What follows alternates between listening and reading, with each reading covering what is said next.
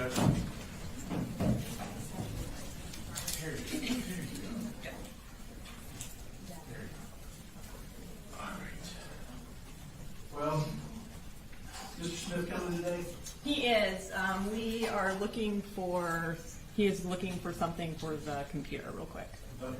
Well, we do have an issue. A juror notified the bailiffs that he wasn't feeling well today.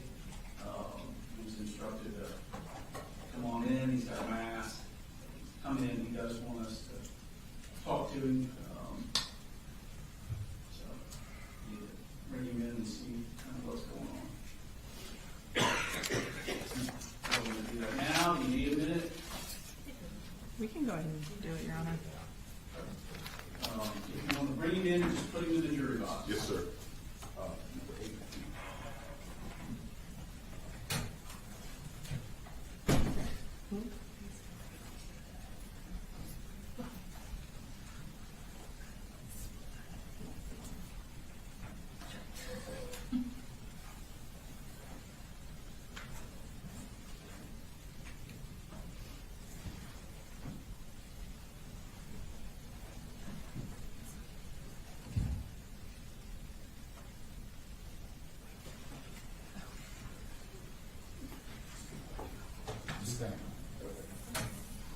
Good morning, sir.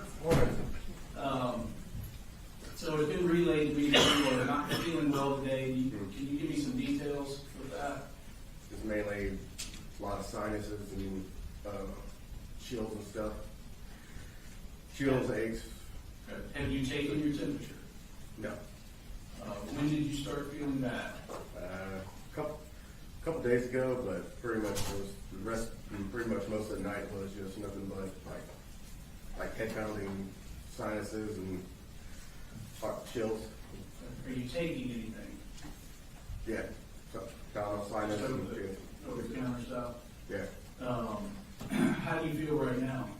Off and on. I feel like some chills are coming back.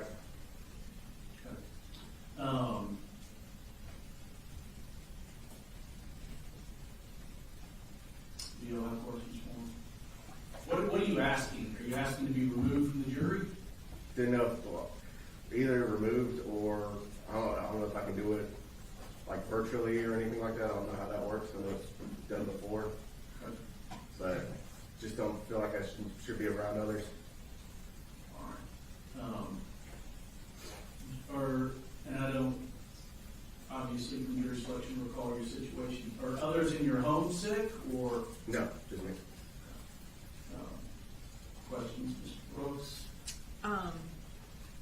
I don't have any questions. I didn't know if y'all wanted to take his temperature. If he's having chills, he probably does have a fever. But Questions in defense? Good morning. Morning. If you've got a little bit of time to go to the doctor and get some medication for it, do you think you'd be able to resume? I could if I could get rid of those chills, but I don't think I'd want to do chills in the middle of a jury box. Okay. I mean, it's the worst thing I've ever felt, and I don't usually get sinuses like that, or they said more like flu-like symptoms. Mm-hmm. Well, it sounds like you probably need to go to one of the doc in the box or something like that, maybe. That's what we're calling. Okay, just get some medication for it. I've already been taking sinus medicine and stuff like that, as well as antibiotic or. Okay. Let me do this. Is anyone in Forest where you guys? Do we not have a thermometer at the front door where they used to take temperatures? I imagine there is one around. I may have already broken a little bit because I've got sweats a little bit right now, but it's like a thing that comes and goes. So maybe like an hour later, it'd be right back.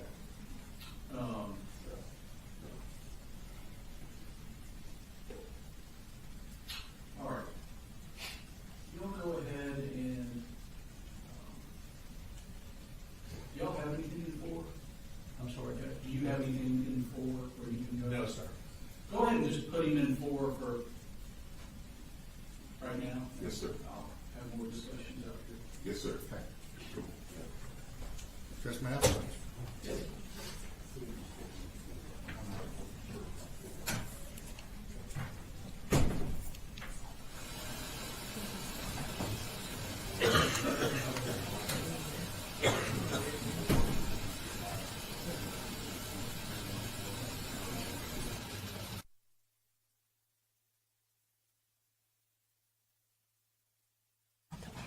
Hey Terry, Yes. we put little. No, I'm sorry. It's okay. Okay, we're just gonna do it again. I'm It's sorry. okay. It's okay. I just want to wait. I didn't know. I seen them. I said, Right. my God. What is what? Can you all go ahead and inquire? Okay. What do they have in the way of a thermometer? Seconds have-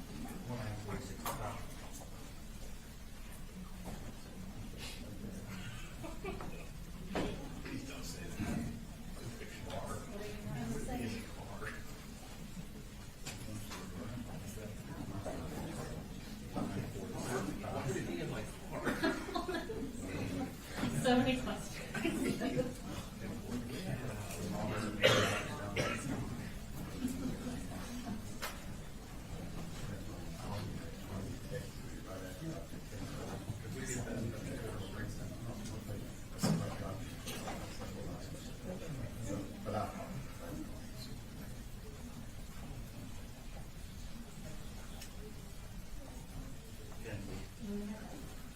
The sergeant's gonna bring his lumber up here and he's gonna go to your room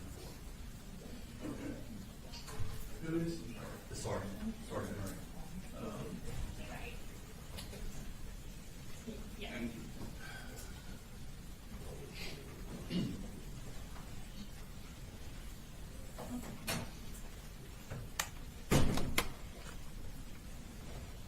Yeah, that'll work.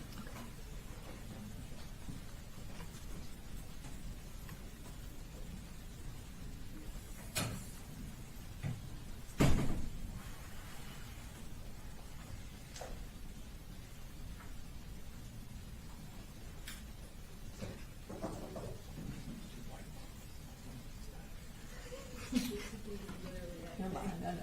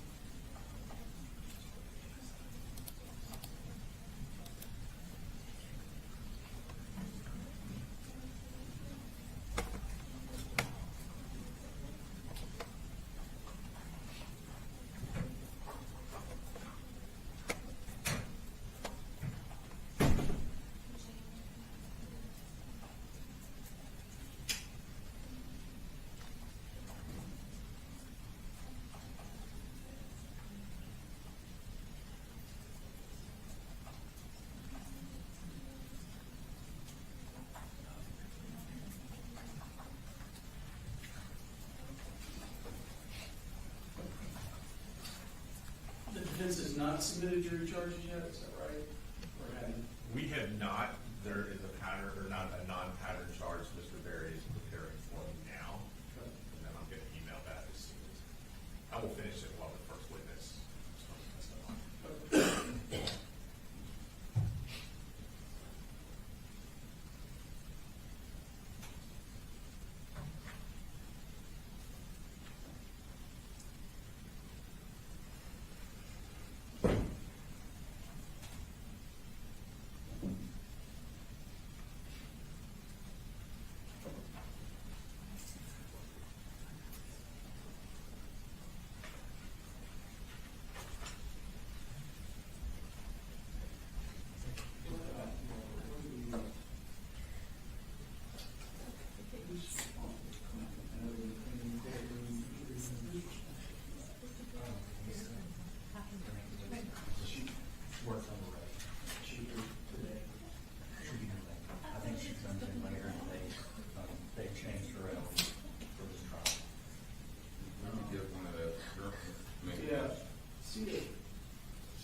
somebody can come up just with like a hour limit, just some elements, but.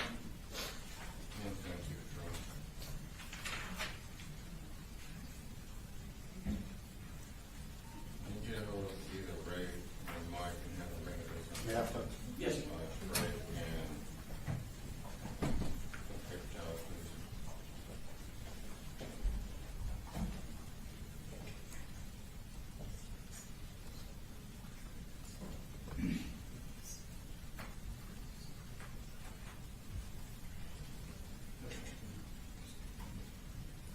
Just did that.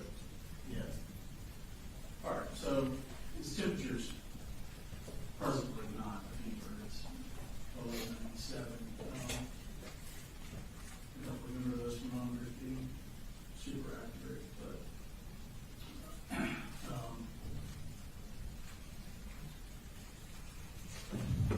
an option I have is, put him in the chair on the end, clean the chair in the area where he was sitting, keep him in the other jury room today. Having, let me know if he's feeling bad so that it's interfering with his deliberations. The only other real viable option as I see it is to release him. What are y'all's thoughts? I would start with the first option first, Your Honor, before releasing. I think probably so. We'll give up our jury room for him. And, just kind of monitor, you can sit him on the end over there. away Sounds from like a the- great idea. I hated to tell him, I've been feeling the same damn way for 2 weeks, so. Yeah. All right, thank you.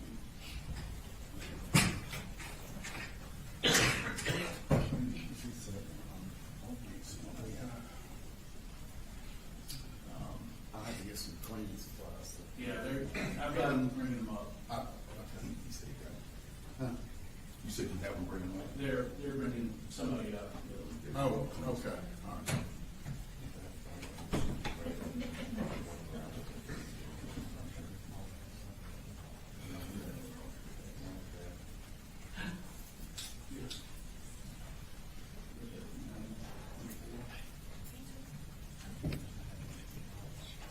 One sent to Truck.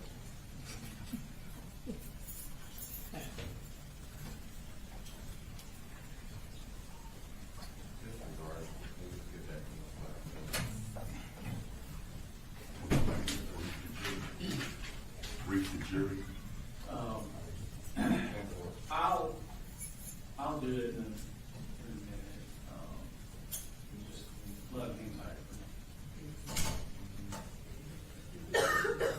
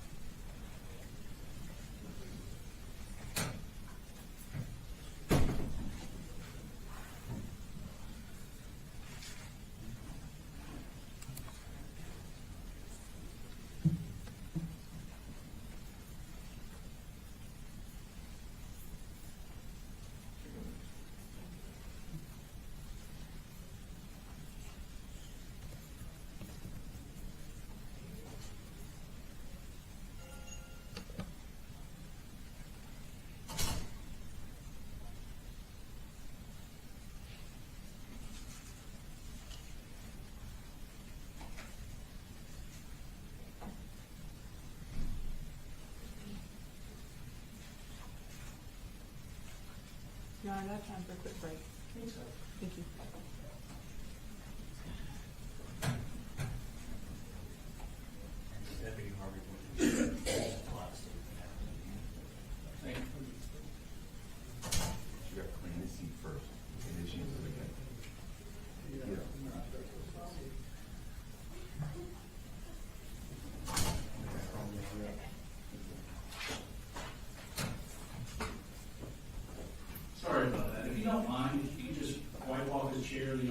and then the railing and stuff around where this is.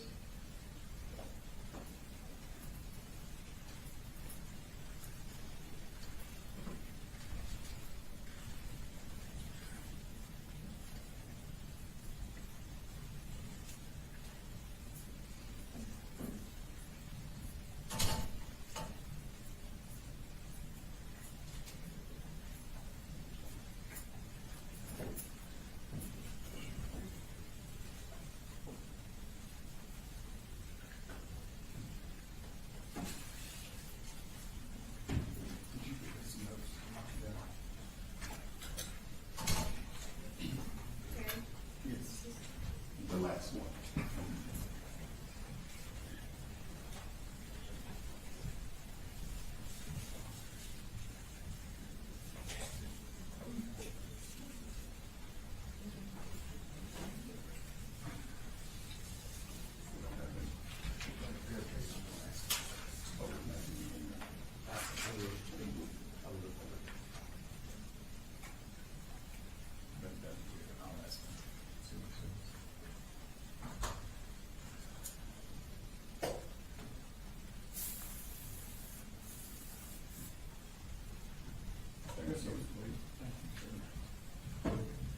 Thank you. What we're going to do is, we're gonna bring the jury in a minute, and then when they're in here, if you don't mind, can you just wipe down or disinfect their jury room? Thank you, ma'am. I'll go into the jury room.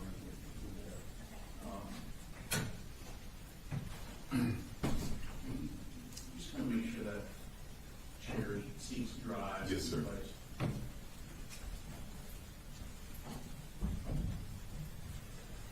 We'll put 49 sat here, we'll put 49 down there. Everybody just slide in wherever they want to do. Okay.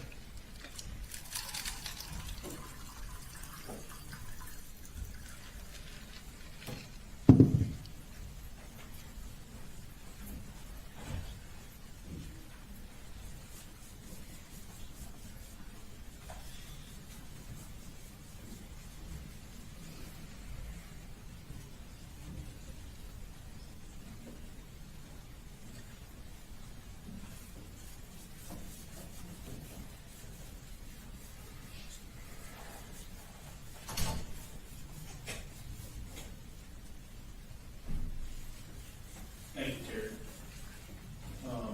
Should be good. Thank you. If you will, bring 82 back in, Yes, sir. and then, bring him back in when you talk. Yes, sir.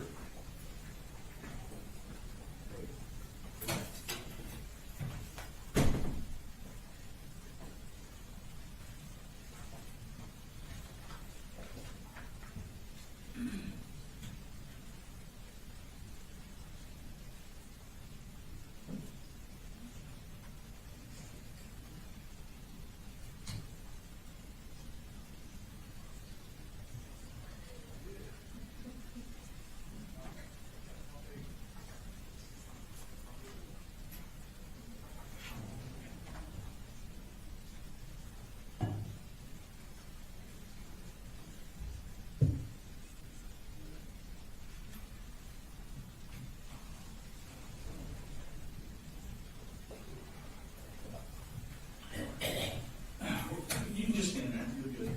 So, what we're gonna do for today is, we're gonna sit you on the end, and we're gonna have you in the deliberation room where you were just now, okay? If at any point you start feeling bad such that you think, I can't even focus, I can't pay attention to the evidence, or if you believe, hey, I've got a fever, I'd like them to check me, Yeah. let me know, and we'll go from there, okay? And then just, that's how we'll handle today. So if you, like I say, if you start feeling really bad and, can't focus, if you need a break, or if you think you may have a fever, let me know. Yeah. Okay, you all right with that? Yeah, like I said, I'm just more worried about health of others because COVID, when back to COVID, never hit me this hard. Okay. So, So You just keep me informed as to how you're feeling and your ability to concentrate, and listen to the evidence, okay? Okay. If you will now, if you'll just put him in the hall for a second, and bring the other jurors in. Yes, sir. Because he's gonna sit at the end anyway. Yes, sir. I'll talk to them. Yes, sir. Come on. Yeah.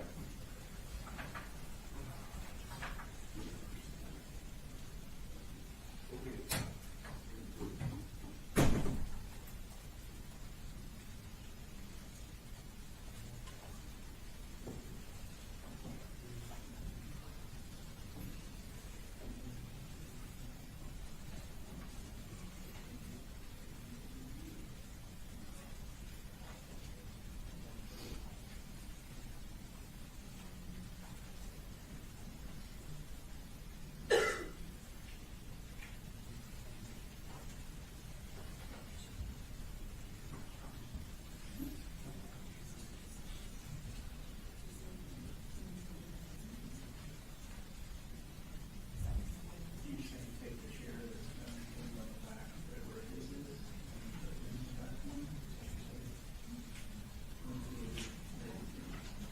She's gonna play with the chairs for a second.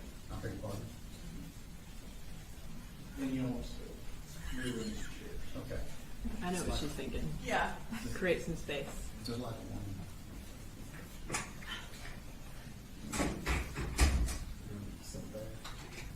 Like that. So he's not sitting near anybody. I was gonna do that. I'll claim the credit for her idea.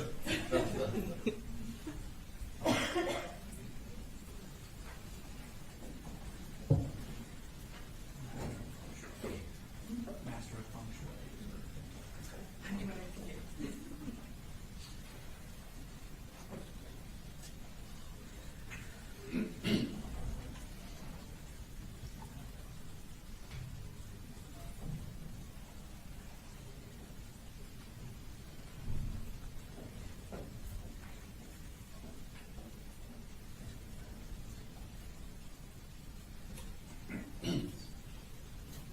Ready, sir?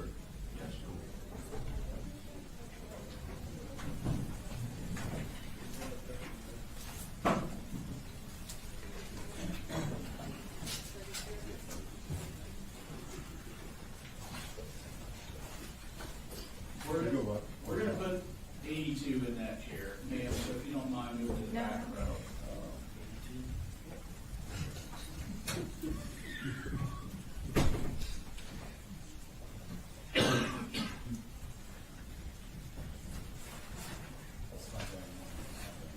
And then Brooks, you can bring him in and put him in that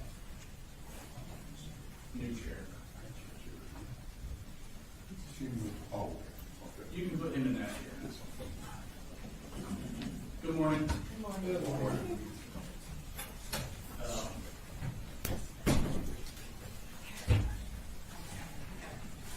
All right. So ladies and gentlemen, jury is not feeling well. He's wore a mask in today. I've given him instructions to advise me if he does not have a fever presently. Giving instructions if he starts feeling worse as the day goes on. We're going to keep him in another jury room during lunch and during breaks. Just go ahead and isolate things today. We disinfected while y'all were still in there. We disinfected the area where he was sitting and the railing there. They're going in to go ahead and disinfect your jury room presently, just so you're aware. Okay. Anybody have any questions or concerns? All right. All right. State calls next witness. The state calls investigator Ashley Gilliland.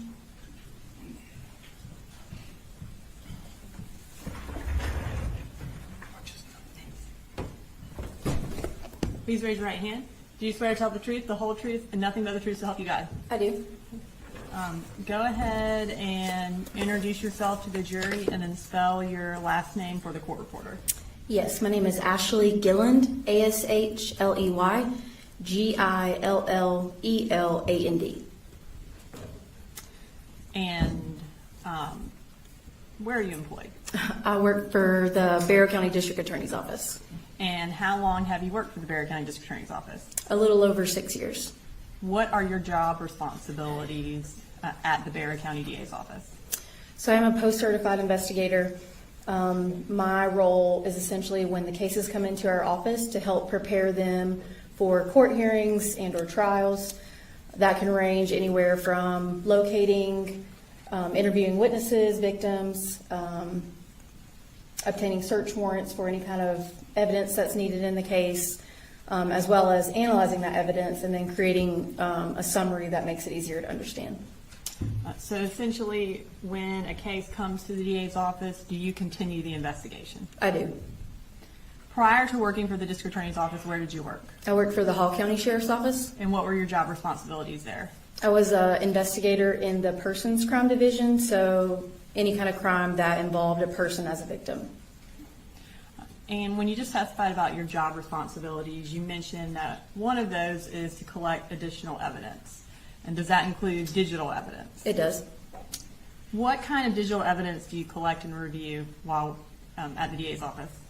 Typically, any kind of cell phone extractions, computer extractions, social media records, location data, surveillance video. And how often do you review cell phone extractions? Almost every day. And what is the purpose of reviewing those cell phone extractions? To kind of gather any kind of information that's on the extraction related to the case. How often do you compile a summary of cell phone extraction data? It's really case dependent and also depending on the amount of evidence, the amount of digital evidence in a case, but I would say probably fairly regularly. And what does that generally entail? I usually start with a timeline of events surrounding the incident date, and then again, depending on the amount of digital evidence, if it comes from cell phone extractions, computers, social media accounts, I will then take all that information and put it into a summary, usually in a PowerPoint form, just to make it easier to digest. And in addition to doing cell phone extraction, data review, do you also attempt to collect Google records? I do. And tell us what kind of records do you try to get from Google? So Google obviously collects and stores a ridiculous ridiculous amount of information, and Google will require you to be very specific in what you ask for. But Google can provide anything from emails, search history, web history, location data, historic location data, the devices that are associated with a Google account. Google also now has Ring doorbell cameras, Google Nest, Google Docs, Google Photos, Google Meet, Google Chats. Again, it has a lot of information. And you mentioned location data. What do you mean by location data? Anything with a latitude and longitude can be mapped. It comes in from many different sources.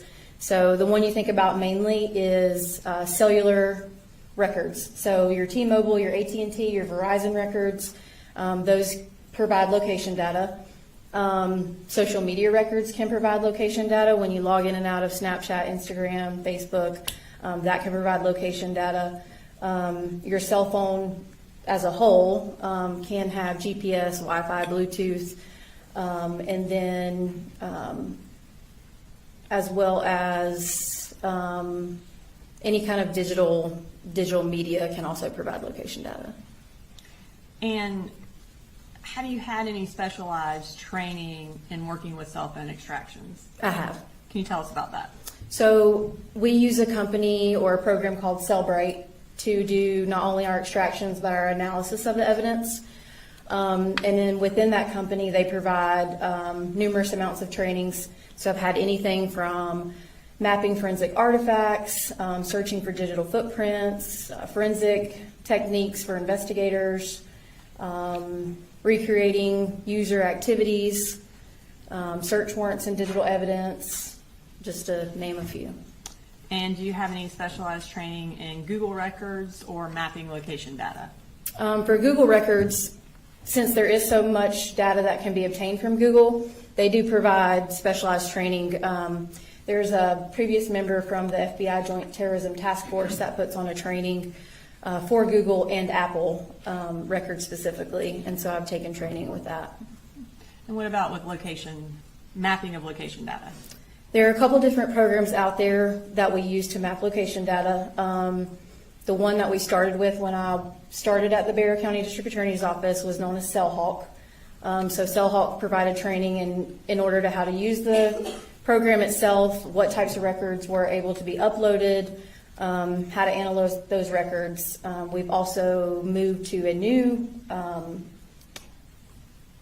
company, I guess you could say, to map the records called Accurate Tracks. It's through LexisNexis, and I did take a 40-hour course on that, learning how to use that program. And do you hold any certifications related to digital forensic analysis? I do. I am a member of the ICAC task force, which is the Internet Crimes Against Children, focuses on child exploitation and child pornography. And then I also am certified cybercrime examiner. Have you previously testified as an expert in the field of digital forensic analysis? I have. Approximately how many times? 3 times. Your Honor, at this time I would like to qualify Investigator Goland as an expert in digital forensic analysis. No objection. Thank you, Your Honor. Were you assigned to aid in the investigation of the case involving the Apalachee school shooting? I was. And how did you become involved in that? Initially, just from the start, I was in more of an assisting role. So the lead agencies being the Barrow County Sheriff's Office and the Georgia Bureau of Investigation were on the front end. And then my role was more as the evidence kept coming in to start analyzing that evidence and seeing if there was anything additional that we may need. And did you do additional search warrants to get additional evidence? I did. Did you also, and we'll get more into this in a minute, create a summary of the evidence that you reviewed? I did. Okay, let's start with the additional records you obtained. What categories of records did you get? I did get some financial records and then some online schooling records, as well as academy sports and outdoor records. And as far as financial records, what financial records did you collect? I did get the Wells Fargo bank records, and the academy sports and outdoor would be considered financial records. What or whose records were the Wells Fargo bank records for? They were for the defendant's bank account. And based on your review of the financial records and the digital evidence, who used the bank account that was listed under Colin Gray? It appeared to be the defendant. Describe the time frame of those records. We requested the time frame from November of 2022 until the incident date in September of 2024. When you received those records, were they accompanied by a business record certification? They were. Your Honor, at this time I'd like to go ahead and introduce into evidence State Exhibit 186, which are the Wells Fargo bank records for Colin Gray under the business records exception. Whose witness is this?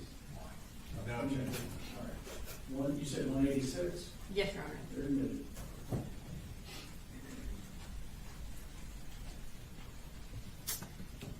Okay, so I am going to pull up that record and, or not the entirety, but just kind of explain, how do we know this is Colin Gray's record? So this is a cover sheet that we receive once we get bank records. So you see the Wells Fargo logo at the top on the last page.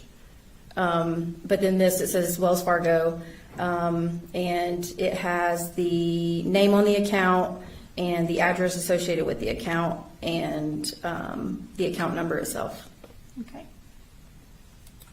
And then I'm going to pull up, what does this page show us? This shows just like your everyday statement, your bank statement. Okay. Zoom in a little bit. Can you tell us the columns that when we're reviewing the Wells Fargo records so the jury kind of understands it? Yes, on the left-hand side is the date and that's the date that it posted to the account. Some transactions will take a couple days to post to your account. Check number if a check was deposited, description of the purchase, and then the next column will be deposits and additions, and then the next one withdrawals and subtractions, and then your ending daily balance. Okay. So you also mentioned you got Academy records, and again, whose Academy records did you get? I got the Academy records that match the debit card number on the Wells Fargo bank account. And describe the time frame for those records. Those were just for the year of 2024. When you received those records, were they accompanied by business record certification as well? They were. All right, this time I'd like to introduce into evidence State Exhibit 187, which are the Academy records for Colin Gray's debit card. No objection. 187 is included. Thank you, Your Honor.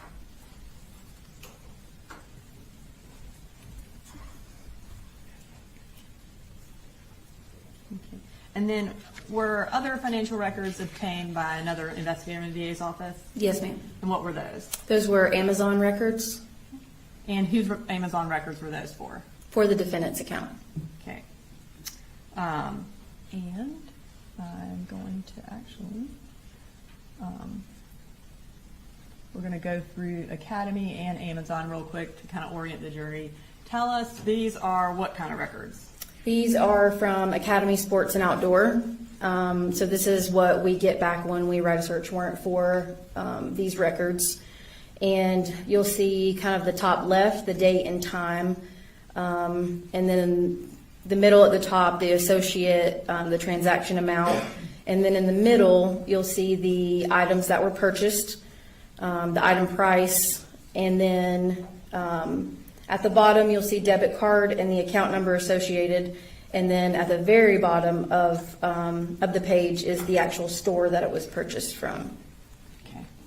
And then I'll pull up Amazon records, and I'm going to zoom in and tell the jury about the Amazon records. The Amazon records come back in a spreadsheet. So it's listed by the site it was from, which was obviously Amazon, the order date, the order time, the customer name, the item description, the price, the total that the buyer was charged, and the ship date. Okay. And based on your review of the digital evidence as well as the Amazon records, who had access to this Amazon account? The defendant. And tell us how you know that. Within a lot of the different records that I analyzed in this case, Colt Gray, the son of the defendant, would request the defendant to purchase items from Amazon. So he would send through text messages, will you buy this, that sort of thing. Okay. And these, for the record, are State Exhibit 162.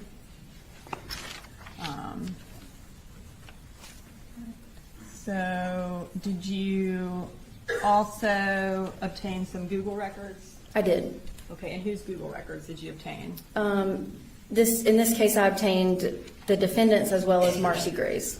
And what records, particular in the Google, were relevant to this case? Email, search history, and web history. What was the time frame of these records? These were, again, just for the year of 2024. And were these records also accompanied by a business record certification when you received them? They were. And you're right, this time I'd like to introduce into evidence State Exhibit 188 under the business records exception. And are these Colin Gray or Marcy Gray? These are of Colin Gray, correct? That's correct. Any objections, Mr. Holmes? Judge, we would ask for a standing objection based on our objections from yesterday, but other than that, no objection. Does that make sense? I don't remember us addressing Google They're records. not in the Google records, but I know the other ones are coming up, that we don't have to keep doing that. Okay. But just so that I'm clear, your objections at some break from the jury or we addressed yesterday, I ruled on those, and you just want to preserve that objection. Yes, sir. All right, done. Thank you, Judge. So are they admitted, Your Honor? 188 is. Thank you. All right, so I'm going to pull up a page from Google, again, just to orient the jury to what these records look like. This portion of the Google records is from the web history. You'll see kind of like the top is the kind of the URL that's associated. It says visited, which means that was a particular URL that was actually accessed. And at the time, it shows the date and time as well. Okay. Let me get your thought. Just go ahead and approach. I just want to make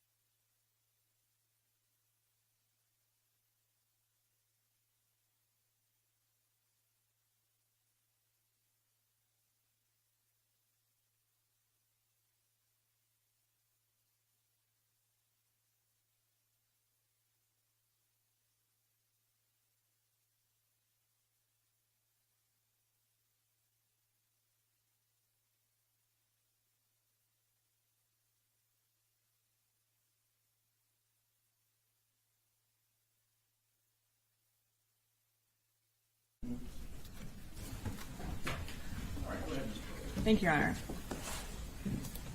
All right, so I believe the last set of records you obtained were additional online school records, is that correct? That's correct. And what was the purpose of getting those records? There was a statement made in the evidence that I reviewed where the defendant had signed or enrolled his son in online schooling. Okay. And what schools did you attempt to get records from? I believe it was Georgia Connections and Georgia Virtual. And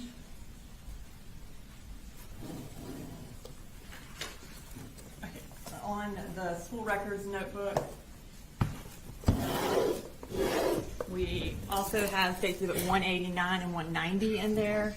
And are those the records for Georgia Connections and Georgia Virtual? Yes. Okay. And Your Honor, were they also accompanied by a business record certification? They were. All right, this time I'm going to introduce into evidence State Exhibit 189 and 190. No objection. All right. And 188, 190. Thank you, Your Honor. And we'll get into these a little more in a little bit, but just generally, was Colt ever enrolled in either of those schools? No. Okay. And did another investigator get the other online public school records in Georgia? Yes, ma'am. And then was that Georgia Cyber Academy? It was. Okay. And was Colt ever enrolled in that? No, he was not. Okay. All right, so let's move to the summary. You mentioned summarizing digital evidence. In this particular case, what form did that summary take? A PowerPoint presentation.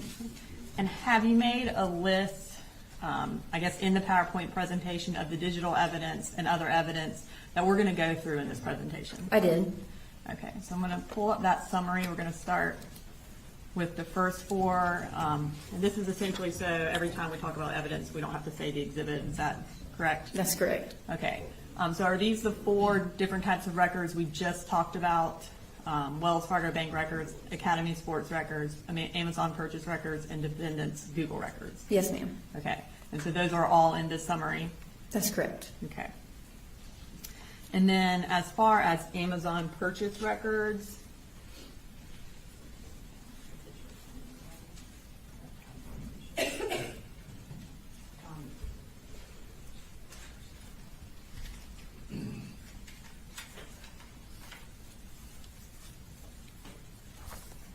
I'm showing you what's from Market State Exhibits 211.1 to 211.5. What are those? These are photographs from Amazon. And are they, and tell me how they are related to Amazon. So with the Amazon records, they also produce what's called an Amazon Standard Identification Number, which is kind of like a serial number or like a barcode you see when you're shopping for something at a store. And then so I took that number from the records and then put that into Amazon, and it would give me the exact photograph and item that was being purchased through the records. And are these photos of items that were purchased by Colin Gray? Yes, ma'am. Okay, Your Honor, this time I'd like to introduce an evidence State Exhibits 211.1 through 211.5. No objection. 211, 211, Okay. And then the next set of records are the cell phone extractions. What data from the cell phone extractions are in the PowerPoint? Anything from calls, text messages, photographs, web history, search history, application usage logs, I believe location data as well. Okay. And I'm going to pull up a text conversation just so you can kind of show the jury how the texts populate on the summary. Can you tell us kind of what the green means and what the blue means? Yeah, so when you do an extraction from Cellbrite, the program I was telling you about earlier, it will produce it in this manner. So it'll produce it in blue and green messages. And the green essentially will be the owner of the device, and the blue will be the recipient of the text. Okay. And then did you also kind of create a phone key of the various members of the Gray family? I did. Okay. I'm going to show that now. So tell us about what this phone key shows and just kind of talk us through it. Okay, so at the top, the name, so I have the categories name, phone number, contact name, and the defendant's phone, and then the dates the phone number was used. So the name on the first one is Colin Gray. This was the phone number that was associated with the records, and it was from March of 2024 until May 6th of 2024. The next one below that is also Colin Gray with a different phone number. This was a work phone number, and it started May 7th of 2024 until September 4th of 2024. The next one down is Marcy Gray. It is the same number as the one at the top. I know that seems confusing, but she used the phone once she was here in Barrow County. And so those dates are from July 6th, 2024 until August 16th of 2024. And it was listed in the defendant's phone as boo-boo/home.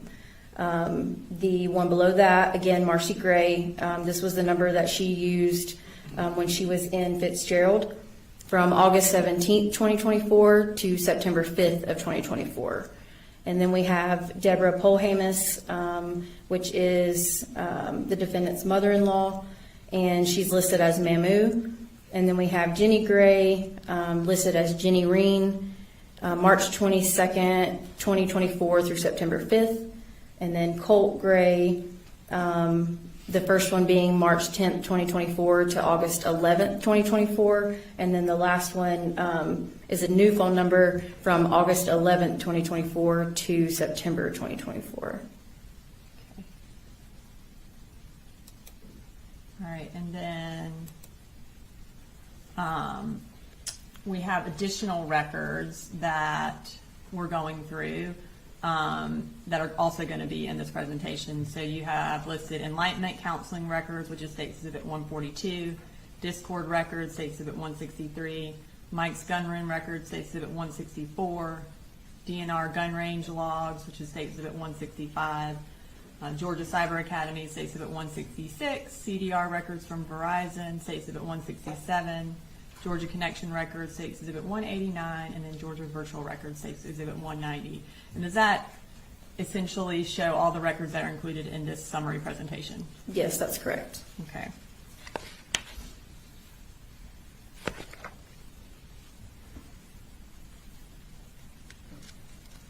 All right, so were the records you summarized voluminous? Yes. Okay, and kind of, I guess to illustrate for the jury how much information is in each cell phone extraction, can you kind of give us an illustration? So there's a lot of information in each of the cell phone extractions, as you said. For example, one phone extraction, if we were to print it out, in this case, was a little over 39,000 pages.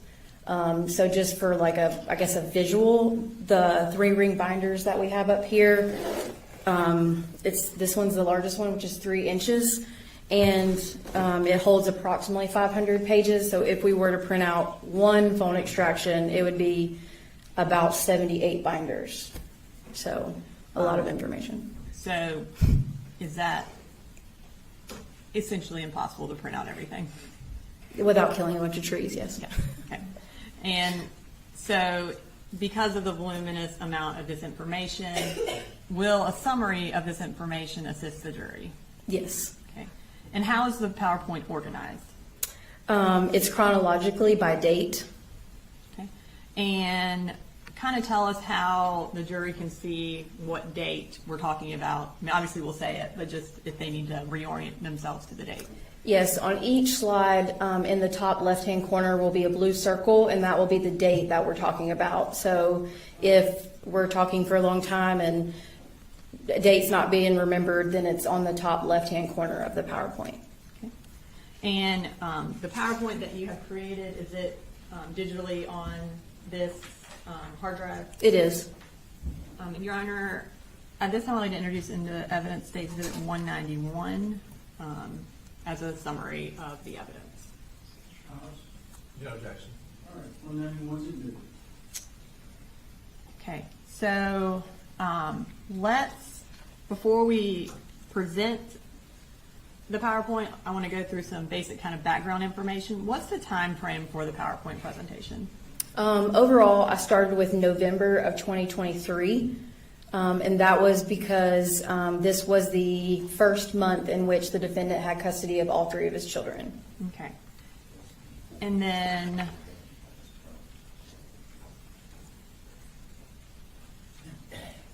there, in the presentation, I know we talked about the text bubbles. Are there also some timeline extractions that we display? There are. Can you kind of tell the jury what that is? So a timeline extraction is produced again by Cellbrite, and what it is kind of a date of each one phone extraction. So one binder is one from one phone extraction. So one binder will be the defendant's phone extraction, one binder will be Marcy Gray's, one binder will be Colt Gray's, and one binder will be Jenny Gray's. Within that binder, it's by date according to the PowerPoint. And so the timeline extraction is for each of those dates and what's all included in those dates as a whole. And when you do a timeline extraction, and it includes, text messages, call logs, web searches, are some things duplicated on the timeline extraction? They can be, yes. And why would that be? The phone extraction will pull from different sources. So it can pull from the surface part of the phone if it's a phone call, and then in the file system, like deeply hidden, it can pull from that as well. So you might see it duplicated.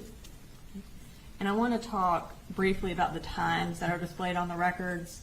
I'm going to look back, show you the Amazon records, and tell us what time frame this is in. So where it says order time, the first one says 19:51 and 5 seconds, UTC. So UTC stands for Universal Time Coordinated, and it's just kind of the generic time that is used to regulate the clocks all around the world. We here are in Eastern Standard Time, so when we have to go through all these records that are produced in UTC, we also have to convert them to Eastern Standard Time. And for the majority of the records, are they in Eastern Standard Time in the presentation? They are, yes, they're converted. And what would it look like to show that they're in Eastern Standard Time when you see that UTC on the time? So in order to convert them, Eastern Standard Time is 5 hours behind UTC in the winter months, and then 4 hours behind in the summer months. So in this, you will see UTC -5 or UTC -4, which means the records have been converted, and those are in Eastern Standard Time. And anytime you refer to a time, are you going to refer to it in Eastern Standard Time? Yes, ma'am. Okay. So we're going to go ahead and publish the PowerPoint. Now, I know you mentioned that you started in November. We talked a little bit about May of 2023 first. Yes. And what happened generally in May of 2023? This was when an FBI tip came to the Jackson County Sheriff's Office in reference to a potential threat of school shooting, and the Jackson County investigators went out to the defendant's home to speak with him. Okay. Now, based on the phone key that we just saw, is it accurate that we don't have any phone extraction data from this time frame? That's correct. Okay. So we can't see any text messages or phone calls that were happening around this time? That's correct. Okay. During your review, did you find a text message related to this investigation? I did. Okay. I'm going to go ahead and show that. And who is this text from and to, and tell me the time of the text. So this is from, it's the number ending in 8572. It says me, which is the owner of the phone, which would be Marcy Gray at this time. And then to the number ending in 2768, Coley Jr., and this would have been the defendant at this time, as his phone had already been taken. Okay. And what did Marcy say to the defendant? What the heck is this? I keep reading that the FBI investigated Colt last May about making online threats about a school shooting. It says they talked to you too. And this was September 5th at 12:12 p.m. Okay. And the attachment, I'll pull that up, but what generally is that? An article, a news article, Or the, the FBI tip. okay. And that was released around this time? It was. Okay. And so and you've reviewed the statements from the defendant as well in preparing your summary presentation? I have. Investigator Smith interview with the defendant was around 3:30 on September 5th. Was this sent to him before that interview? It was. Okay. All right, so we are now moving to November of 2023. Tell us what's important or relevant from this month. This is when the purchase of the 6R rifle And That was used- oh, sorry, yeah. that was used in the shooting of Apalachee. Okay. And I will pull up these records, and again, which records are these? These are the Wells Fargo bank records from the defendant's account. Okay, and I'm going to pull up November 13th, one of the transactions on the defendant's Wells Fargo records. Can you tell me what that transaction is? It's a purchase authorized on November 11th from Mike's Gun Room in Winder for $350. Okay, and what is Mike's Gun Room? It's just a local gun shop here in Winder that sells firearms, ammunition, and firearms-related accessories. And what kind of records do they keep? They keep the records when a firearm is purchased, and that's a form that's used by the Alcohol, Tobacco, and Firearms Bureau. So if something other than a firearm is purchased, do they have any records to that effect? They do not. Okay. And so for November 13th, that was authorized on November 11th, do we know specifically what was purchased? We do not. On this date? Is $350, would that be consistent with the down payment of a 6-hour rifle? It could be, yes. Okay. Now moving to our next transaction, from November 17th, tell us what that shows us. This is a purchase authorized November 17th from Mike's Gun Room in Winder for $559.50. And then is the total between $559 and $350, would that be consistent with the price of a 6-hour rifle? Yes. Now, were you able to obtain information about what was purchased on November 17th? Yes. And what did you obtain? This also included the form that I spoke about from the ATF, which is a legal record when you transfer a firearm. Okay. And we're going to display that firearms transaction form. Okay, and then we're going to zoom in kind of on the top and the bottom. All right, so what does this form tell us? And kind of explain it through the record there. As an overall, it gives the what type of weapon it is, the model, the serial number, the type, the caliber, how many are being transferred on this particular date, and also the buyer's full name and address is also included, and then a signature and a date at the bottom of the page. Okay, and then who bought this firearm and what was the date? Colin Gray, the defendant, November 17th of 2023. Okay. And then as far as the serial number, were you able to compare that to the serial number of the gun used in the Apalachee shooting? I was. Okay. And I'm going to show that. Okay. And is that picture that is displayed below there, is that one of the crime scene photos from the Apalachee High School? It is. Okay, and what evidence number is that? 111.141. Okay. And when you're looking at the serial number on the gun that was obtained from Apalachee, as well as the one from the financial transaction or the firearms transaction record, are they the same? They are the same. Okay.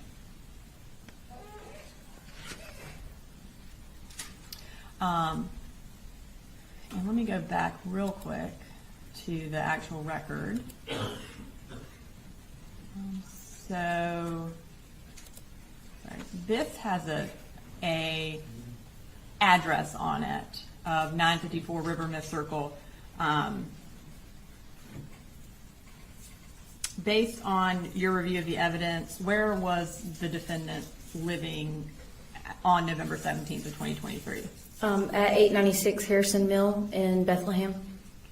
And have you had an opportunity to also get the lease from that address? I did, yes. Okay. And what time frame did the defendant move based on that lease? I believe it was June 22nd of 2023. Okay. All right.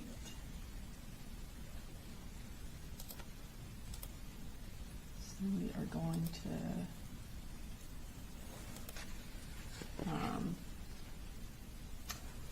have a couple more questions about the firearms transaction record. On that, does it list a particular law? It does. And what law is that? It's the Gun Control Act. And what is the Gun Control Act? What type of law is that? It just regulates who can purchase a firearm based on different things. And what age do you have to be under the Gun Control Act to purchase a firearm? For rifles, it's 18 years old, and for handguns, it's 21 years old.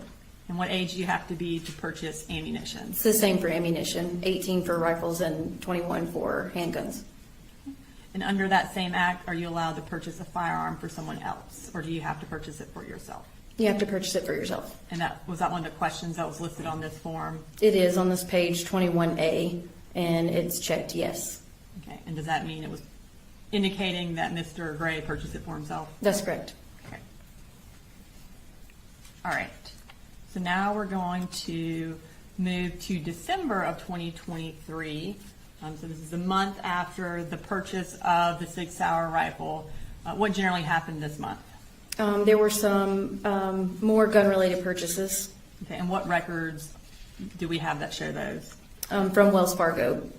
Okay, and I'm going to pull up our next record. All right, so tell us what was purchased on this day. On December 14th, there was a purchase from Mike's Gun Room in Winder for $642 even. And based on your review of the records that we received from Mike's Gun Room, do you know specifically what was purchased? I do not. Okay. So does that mean it was not a firearm? That's correct. So some other gun-related accessory? That's correct. Okay.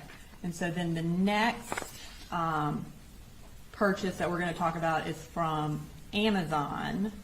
So I'm going to go ahead and move to that, and that's going to be from December 19th, which is 5 days later. Tell us what was purchased from Amazon on December 19th. It was a green laser for a rifle for $49.99. Okay. And would that be like a laser sight? That's correct. And that States Exhibit 211.1 that is on the left, what is that? That's one of the photographs I talked about earlier coming from Amazon with the Amazon standard identification number. So that was put in to Amazon, and that's the photograph that it produced. Okay. And then, so that's essentially what the irons or the green laser sight looks like. That's correct. What about the picture to the right? This photograph was on Colt's cell phone extraction. And is that a picture of him using a light that would be, or a laser that would be consistent with the one that was purchased that day? Yes, ma'am. All right, now we're going to move to January of 2024. And tell us generally what happened this month. There were some school-related emails. Okay. And who was the school-related email to and from? It was to the defendant, Jenny Gray and Colt Gray, and from Lorene. And who is Lorene? It is the defendant's sister. And when did she send this email? I believe the first one was January 25th of 2024 And where did the email come from? from the Google records. Okay, we're going to pull up that email. All right, so can you tell us, you said it was January 25th, what time the email was sent and what it says? Yes, so the subject is school options and information from Lorene O'Brien, the date January 25th, 2024 at 7:13, and then the two, Gray Coley 444 at Gmail, which is the defendant's email address, and then another email address that was associated with Colt Gray's email, and then Jenny Gray's email address. Okay, and so is Colt Gray's email the Q0TLC3? Yes, that's correct. Okay. And what did the email say? It says, "Hi, Coley and Colt and Jenny. I hope you're all doing well. Here are the 3 school options and info about each that I learned about. Open attached Excel. I'm still trying to locate the one form I mentioned in the Excel, the release of information form in virtual school section of Excel. Just want to send this email before it got much later tonight. Once I locate that form, I will send in another email. Let me know how else I can help. Love you all. Ring." And then, I guess, did the defendant ever forward this email to anyone? He forwarded it to Jenny. Now, at the time of this email, was Coley already enrolled in school? Yes, he was. And what was his first day? His first day was January 16th of 2024. And so, but Jenny and Colt were not enrolled in school, is that correct? That's correct. All right, she mentions an Excel spreadsheet. Was that also provided by Google? It was. Okay. And what generally does the spreadsheet show? It shows the 3 options that she talks about in the body of the email. Okay. I'm going to pull up that spreadsheet. We're going to zoom in on the first one.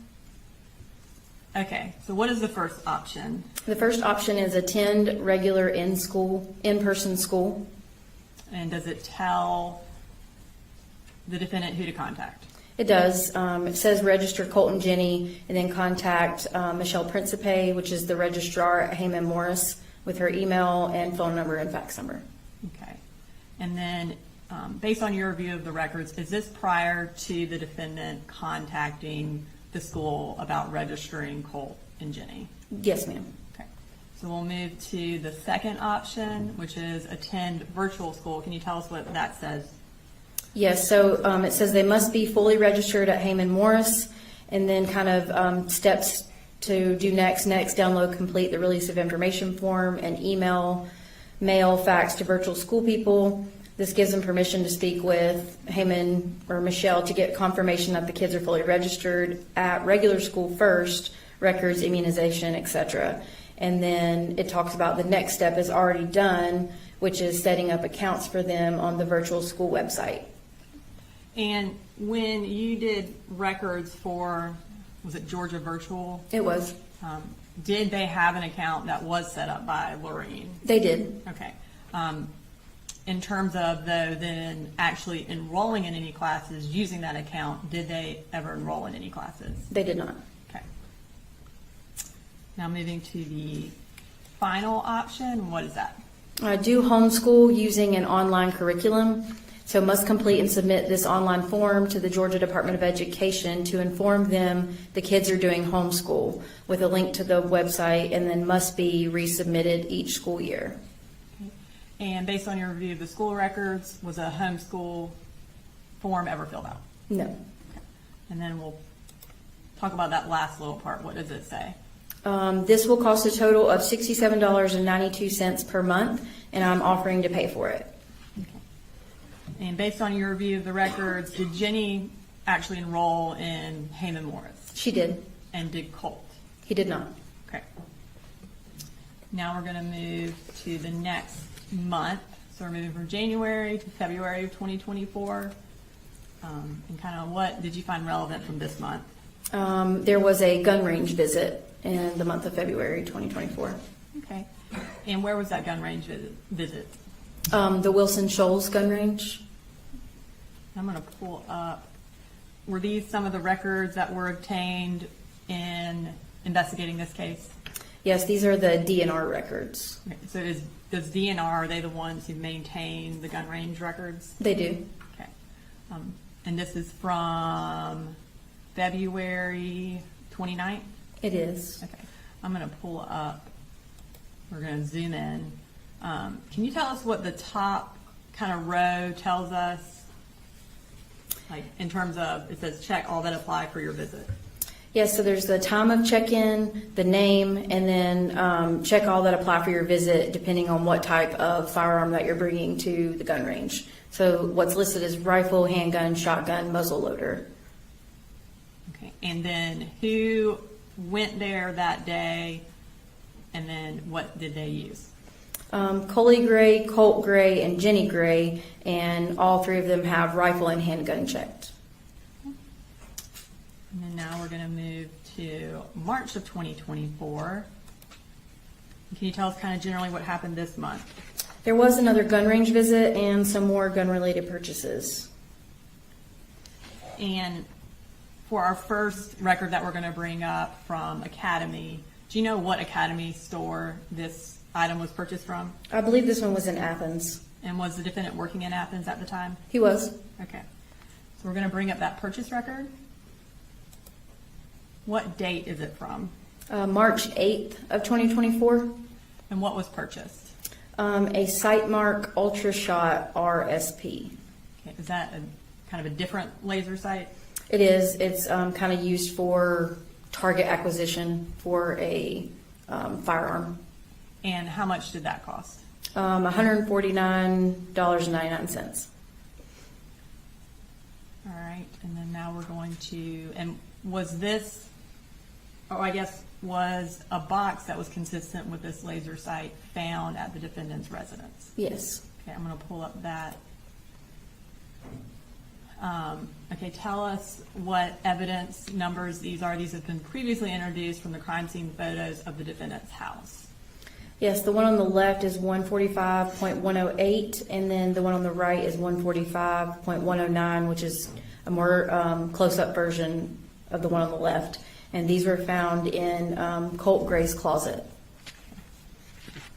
All right, and then I want to pull up the firearm, and based on your kind of review of the evidence and examining the gun, is the sight mark that was purchased on March 8th consistent with the one that was on the firearm used in the Apalachee shooting? It is. Okay.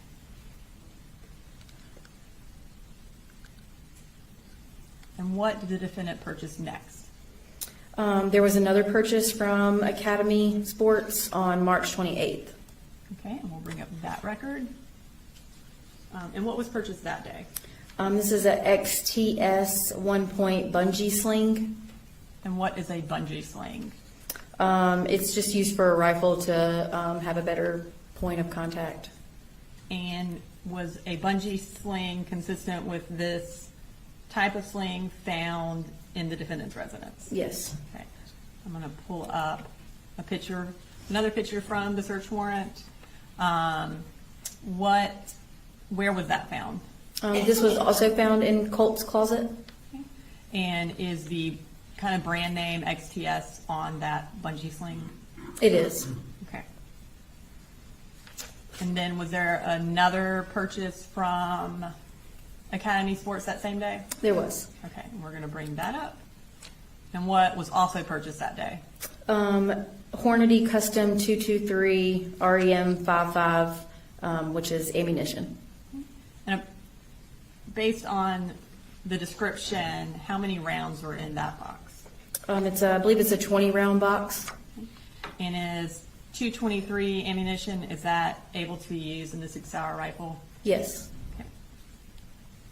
All right, so now we're going to move to the next day, which would be March 29th. Can you tell us what happened on March 29th? Yes, there was another gun range visit, and this was on Jenny's cell phone extraction. And where, based on the pictures, where was this gun range? It appears to be Wilson Shoals gun range. Was there a record of it? There was not. Okay. And the firearm that Colt is using in that picture, is that consistent with the 6-hour that was used in the shooting? Yes, it is. Okay. And is that a photo of that firearm? It is. Okay. March 29th, what day of the week was that? It was a Friday. And was school in session? It was. And then, so was this during, I guess, based on the pictures, was this during the day, It did appear so. during the school day? Yes. Going back to the previous visit, which was what, February 29th? It was the 29th. Was that, what day of the week was that? It was also a Friday. And was that school also in session that It day? was. And did they go during the school day? They did. I believe the time was 10:25 a.m. on that record. All right. So next, we're going to move to March 30th. Did something happen that day? There was a text message. And we're going to pull up that text message. And can you tell us who the text message was from and who it was to? It's from the defendant, and it's sent to Jenny. Okay, and what time was that text message sent? It's at 8:49 p.m. And what does the text message say? Asking for you to please keep this private between you and me. What is going on with Colt? I can't tell what he's saying, but I can tell it's not good. I will not say anything, I promise. And so again, this is the day after the gun range visit. That's correct. Okay. All right, now we're going to move to April of 2024. And tell us what generally happened this day. There were some more gun-related purchases, and then some evidence suggesting Colt's behavior. Okay. So the first day we're going to talk about is April 1st. What generally happened that day? This was when Colt's grandmother took him shopping And do you know where they went shopping based on the pictures? to Academy. Okay. I'm going to show you, bring up a text. Okay, who is this text to? It's to the defendant from Jenny. And what time was the text sent? It was 12:41 p.m. All right, now I'm going to pull up, is that the picture that was attached? It is. And who are those people? That is Colt Gray on the left and Deborah Polhamus on the right. All right, and then we're going to zoom in to what Colt is holding. And what is he holding? There are 4 packages in his hand. All are magazines. Based on your review of the crime scene photos and the evidence, was one of those magazines found at Apalachee on September 4th? Yes. Okay, and I'm going to pull up a picture from the crime scene photos, 111.131. Is that one of the magazines, or is that consistent with one of the magazines that was purchased on April 1st? It's consistent, yes. Right, and then, did the defendant respond to these text messages from Jenny? He did. Okay, so I'm going to pull up that response. And what does he say? He says the best at 1:33 p.m. And that makes me so happy. Okay. All right, so we are going to move to April 15th of 2024. What are we going to see from that day? This is the first time that we see Colt with any sort of mass shooter photographs on a wall. Okay. I'm going to pull that up. Okay, and what date is on this picture? The date that it was captured was April 15th of 2024 at 6:14 a.m. So you see the red box at the bottom highlighting the capture time. And this is kind of a screenshot from what it looks like on the Cellbrite extractions from the images. Okay, and then we'll zoom in. So behind Colt in that picture, can you identify who is in that picture, or at least some of the people? Yes, from what you can see, the two that I can identify are Nicholas Cruz and Peyton Gendron. And were any of these pictures on the wall, or consistent with the pictures that were on the wall on September 4th? Yes, there were 2 that I could see. Okay. And I'm going to pull up, are those the 2? It is, yes. Okay.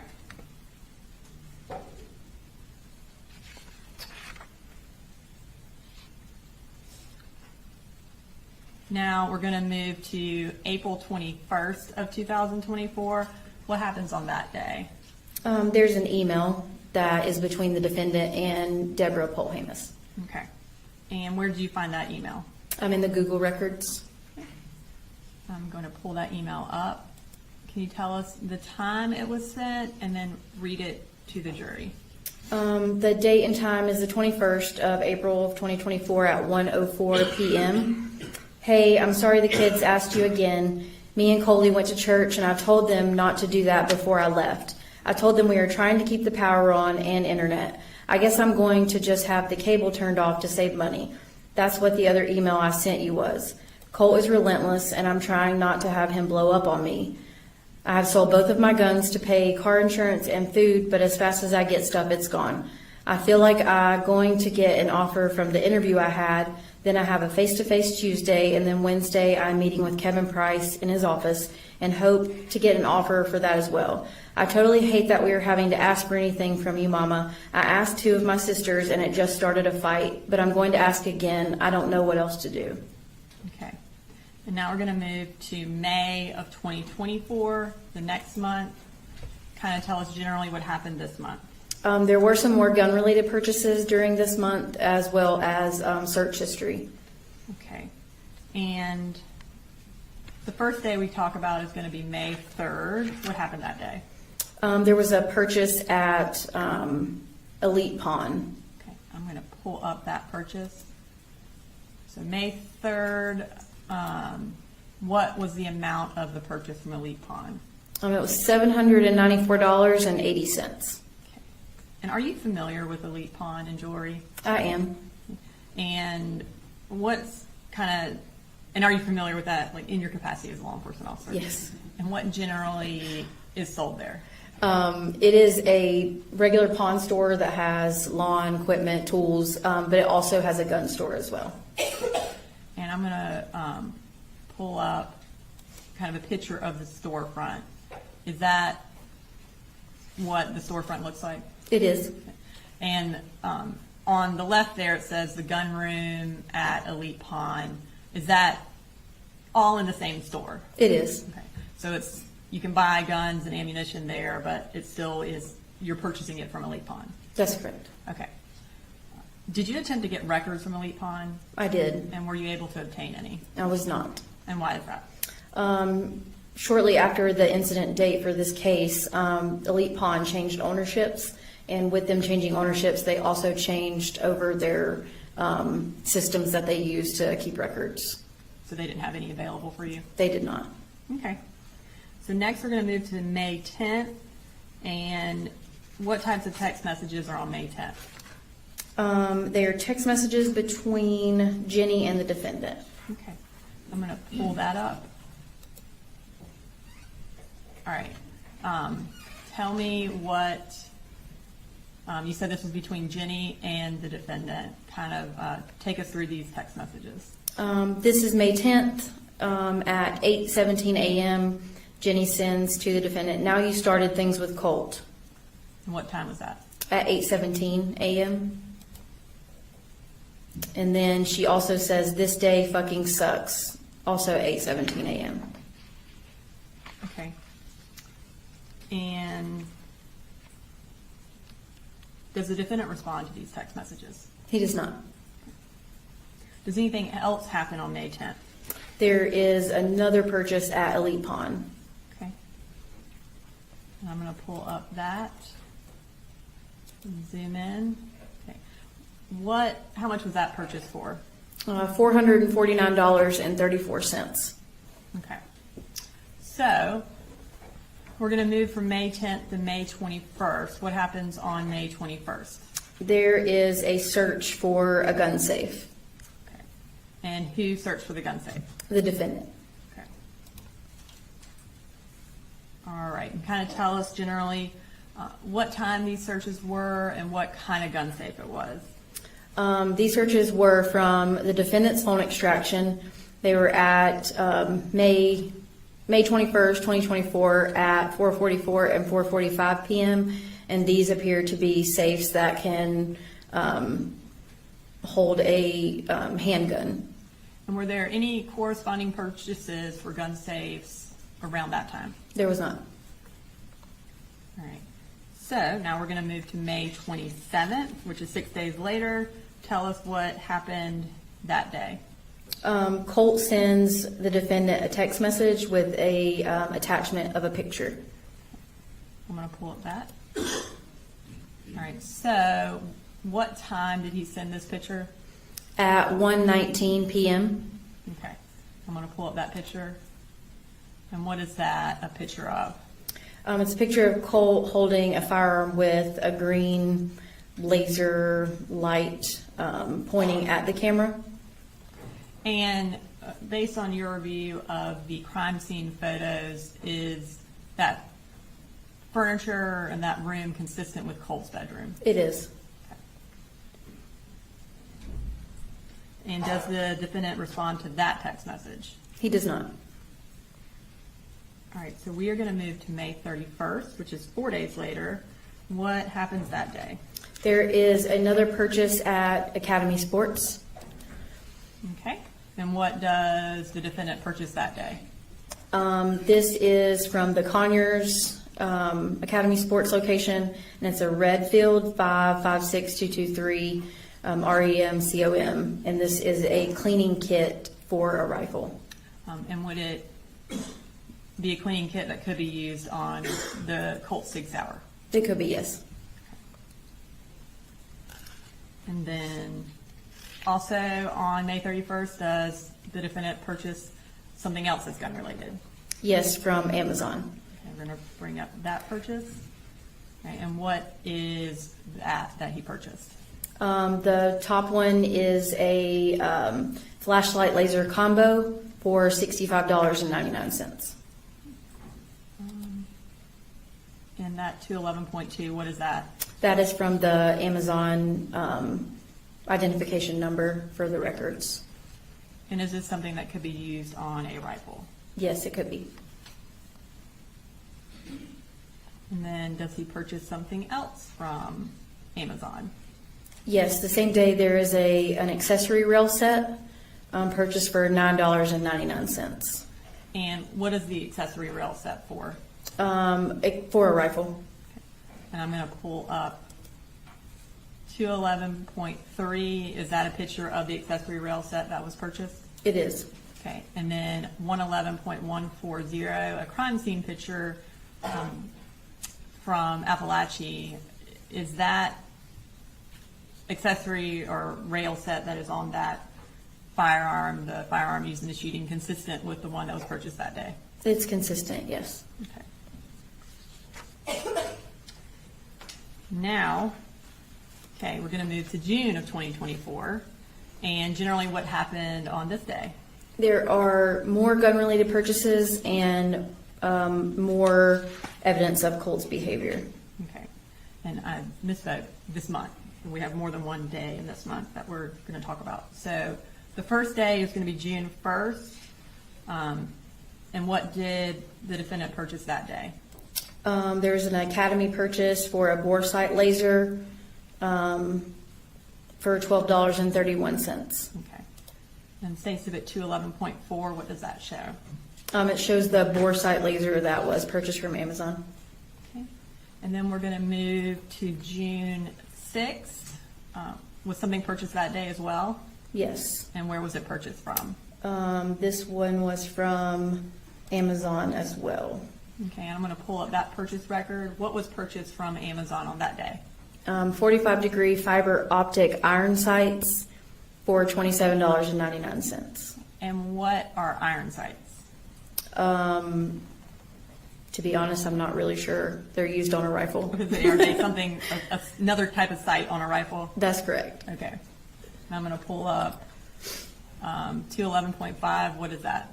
It's the Amazon photograph that was purchased.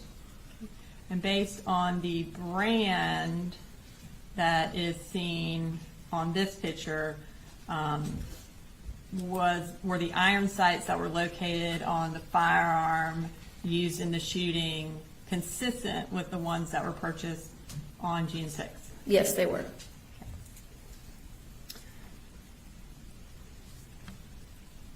So next day, we're going to go just move one more day ahead to June 7th. What happened on 6/7? There were text messages. Okay, and I'm going to pull up that first text message, June 7th. What time? This was at 11:57 a.m. And who sent that? It's from the defendant And who did he send it to? to Colt. And what does he say? Okay, hey Bubba, hear what I'm saying right now, okay? And what I'm about to ask is not trying to start anything. Make sure you understand that, okay? Again, from the defendant at 12:04. Okay, question I have is this. Did you tell Mamu that you had the screwdriver in your hand for self-defense? Please tell me the truth, because we both know I wasn't even looking at you when you threw it at me. Okay. Does something else happen on June 7th? Yes. Okay, and what is that? There's another purchase at Academy Sports.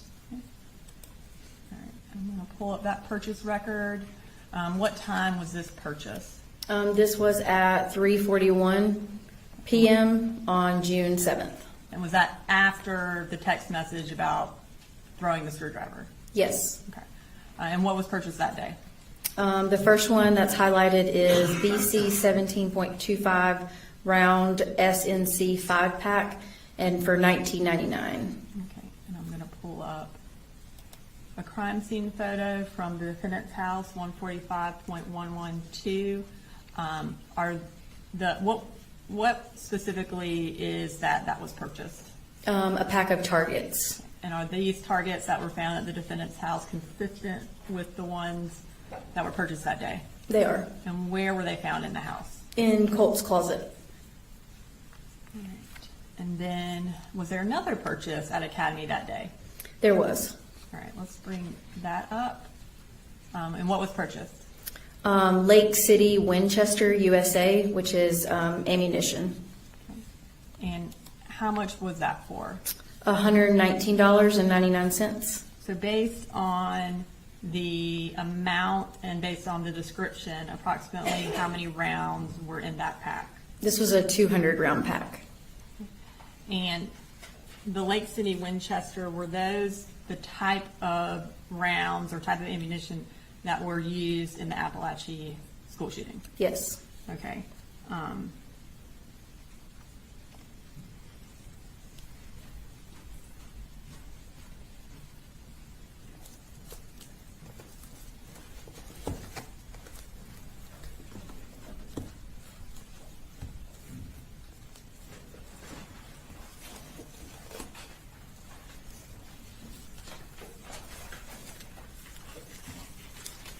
going to start by handing you 115 and 109.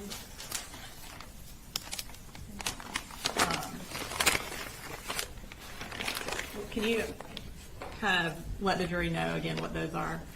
109 is 223 cartridge cases from room 2.152 from Apalachee High School. And cartridge cases, are those essentially, in layman's terms, spent rounds? It is, yes. Okay. And then 115 is 18 223 cartridge cases, Lake City, Winchester, from the hallway of J floor and room 2.152. And so based on this purchase, the Lake City Winchester rounds, are they consistent with the rounds that were actually fired, the spent rounds that were recovered in those evidence bags? They are. Okay, and now I'm going to show you 124 and 123.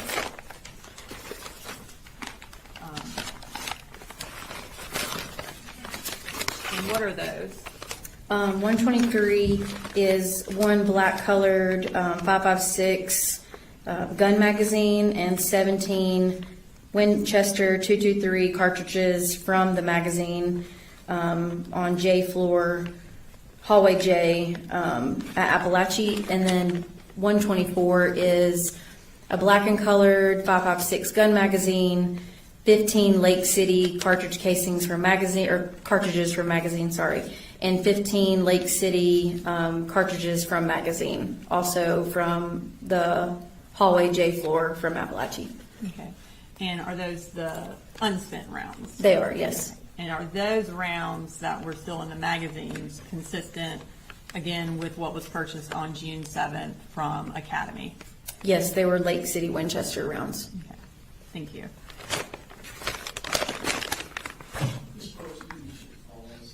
We're gonna take a word break, we've been in here since then. Let me just also, when you see captions, and this is probably self-evident, when you see captions at the top of the presentation here throughout, those are DA's office captions that just kind of, to the extent it helps you understand the record, the evidence are the records. Okay? All right, we'll be in recess for 10, 15 minutes.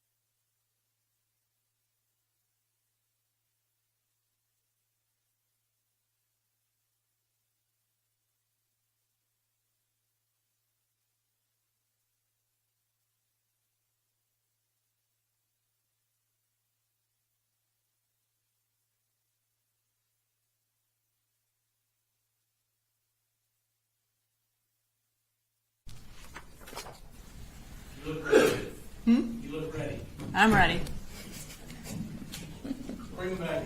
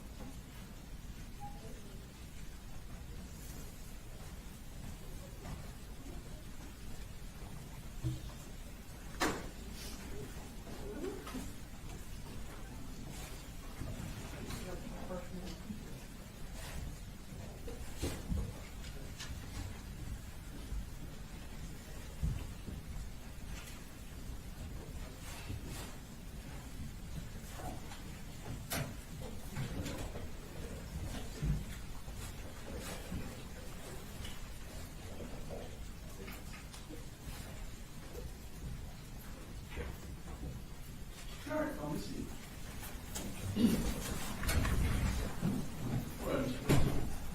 Okay. All right. So now we are moving from 6/7 to 6/10. What happened on June 10th? There was a purchase of a tactical vest Okay. And who was that for? for Colt, And who purchased it? the defendant. All right. So I'm going to bring up a text message from June 10th. It's a little bit hard to read, but can you tell us who this is from and who it's to, when it was sent, and what it says? So it was from the defendant to Colt, and it was June 10th of 2024 at 10:16 a.m. And it says, "Yo, I got this for you, son, because I love you. And also so hopefully you can work on being a little more patient. Colt, when it comes to you, and if you need something, if I can do it, I will do it. But if I cannot, then I can't do it. And that's when I need you to be okay with it. Knowing that as soon as I can, I will.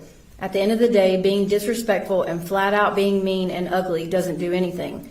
So please, when you feel like you're getting angry or about to lose your temper, take a deep breath and realize I'm going to make it happen at some point. Okay? I'm working hard for us, and I do not want any more of that pushing, shoving, hitting anymore. We both deserve better than that.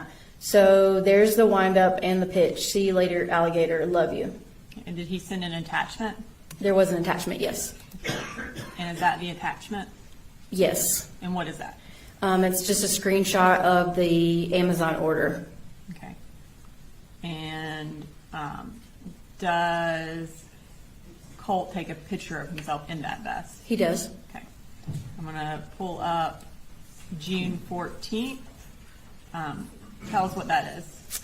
This is a from Jenny's phone extraction. This is a text message from Colt to Jenny with the picture as the attachment. Okay. And is this the attachment? It is. And is that consistent with the vest that was purchased on June 10th? It is. Okay.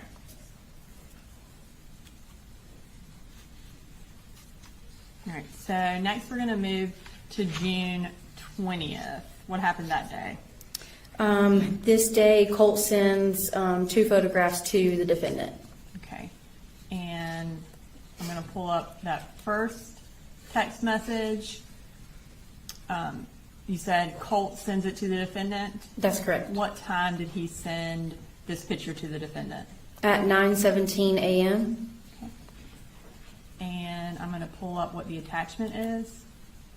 Okay. Can you identify what picture Colt sent to the defendant? This is a picture of the defendant with Jenny and little Coley. Is there anything unusual about the picture? It looks like the picture's been altered. Looks like the face of the defendant has been scratched or marked with something, and then also the around the fingers, it's been scratched or marked on. And is that your wedding ring hand? It is. Okay. And then you said he sent 2 pictures, is that correct? Yes. Okay, I'm gonna pull up the next picture that was sent, and when was this sent?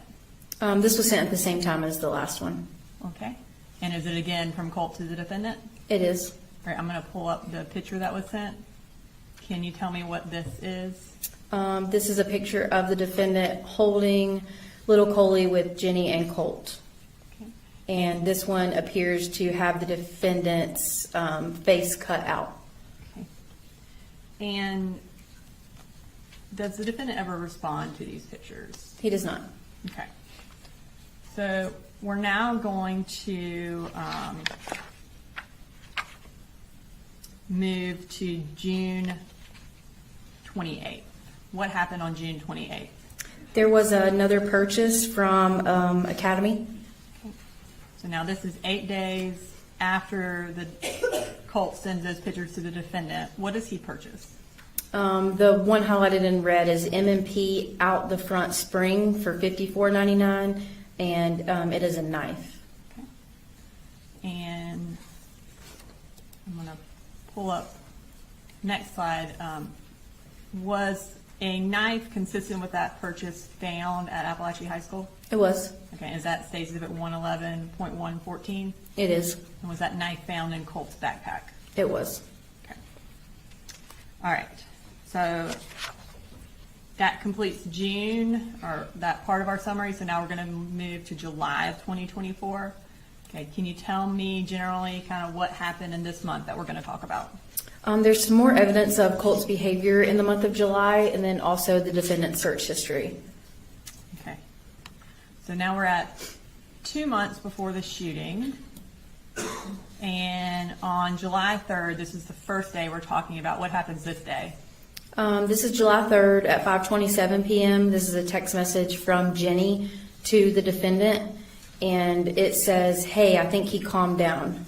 And does the defendant respond to that? He does. Okay. And is this his response? It is. And what does it say? It says, "He doesn't calm down that quick. And Jenny, I can't live like this. It's seriously not good." And then he responds again, "It tears me up. I just want him happy. And man, he like calls me everything in the book." Okay. Now, we're at July 3rd. When does Marcy move back to Barrow in relation to July 3rd? On July 6th is when the defendant goes down to pick her up from Glenville, Georgia. Okay. And then what's the next day in the summary after July 3rd? I believe it's July 9th. Okay. And what happens on July 9th? There's an email from the defendant to Deborah Cole-Hamus. And then what record did that come from? It came from the Google records. I'm going to pull up that email. Can you read that email for us? Yes, the subject is a forwarding message, back to school reminders from Colin Gray. This is his work email address, and to D. Polhamus at Hotmail, which is Deborah Polhamus's email. It says, "Hey Mama, I got this from Barrow Schools. August 1st is the first day. I'm worried about Colt's first day. What was the name of that lady you spoke with regarding Colt?" Okay. Now we're going to move to July 20th. What happens that day? Marcy sends a text to Jenny. And is that related to the panic attack that Yes. Colt had? Yes. All right, so I know we've already introduced these texts in through Marcy, but I want to have you read one of those texts for the jury. Okay, this is, it says from Dad, but this is the phone that Marcy was using while she was in Winder. And it says, "I told him we're taking him to the doctor next week. Going to schedule an appointment for when you and Mammy come back so she can drive us." And you said this was a text from Marcy to Jenny. Does it come off of Jenny's phone extraction? It does. Okay. So in this text thread, Marcy also mentions that Colt asked them to call 911. Any records that they called 911 that day? No, there were no records. And as far as, in this particular text message, she indicates that they were going to take Colt to the doctor next week. In reviewing the financial records, did you find any evidence that the defendant took Colt to a doctor in this time frame? I did not. Any evidence that he took him anytime after this? No. All right, so next we're going to go to July 24th. What happens on that date? This is when Deborah Polhamus texts the defendant about getting Colt in school. Okay. All right, so July 24th at 1:41, Deborah texts the defendant. Can you tell us what she said? Says, hey, I am up here, but I am planning to leave tonight. Marcy said she had talked to the registrar about Colt, but the lady needs to talk to you. Wondering if you could do that before I go home. Maybe when you get home this afternoon. I know you are swamped, but you are the only one who can get this done. Thanks. So at this point, had Colt been registered for school? No. Okay.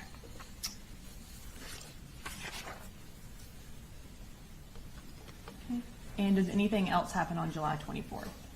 Yes, there's another text message. Okay, and what is that text message? This is a text message from Marcy to the defendant at 5:34 p.m. And it says, I started Colt on Zoloft today. Don't say anything about it unless he brings it up. And is this text message from the defendant's cell phone extraction? It is, yes. Okay. And was his response K or okay? Yes. Okay. So now we're going to move to July 26th. What happened that day? There was a Google record search. Okay. So this is 2 days after Debbie had asked him to contact the school, or asked the defendant to contact the school. What does the defendant do on July 26th? There's two searches for Heyman Morris Middle School Registrar and Georgia Connections Academy, which is one of the online schools. And this one is going to be at 1:37 p.m. and 1:41 p.m. Eastern Standard Time.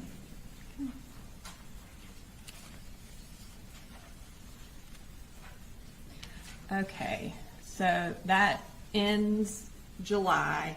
Now we're moving to August, 1 month before the shooting.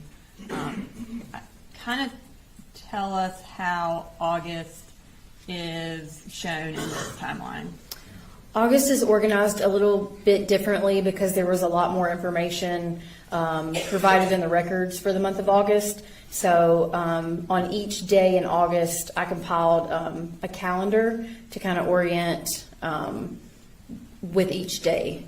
Okay, I'm going to pull up the first calendar that we have for August 3rd.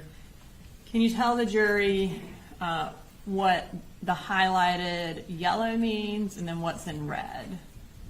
So what's in red is school-related events.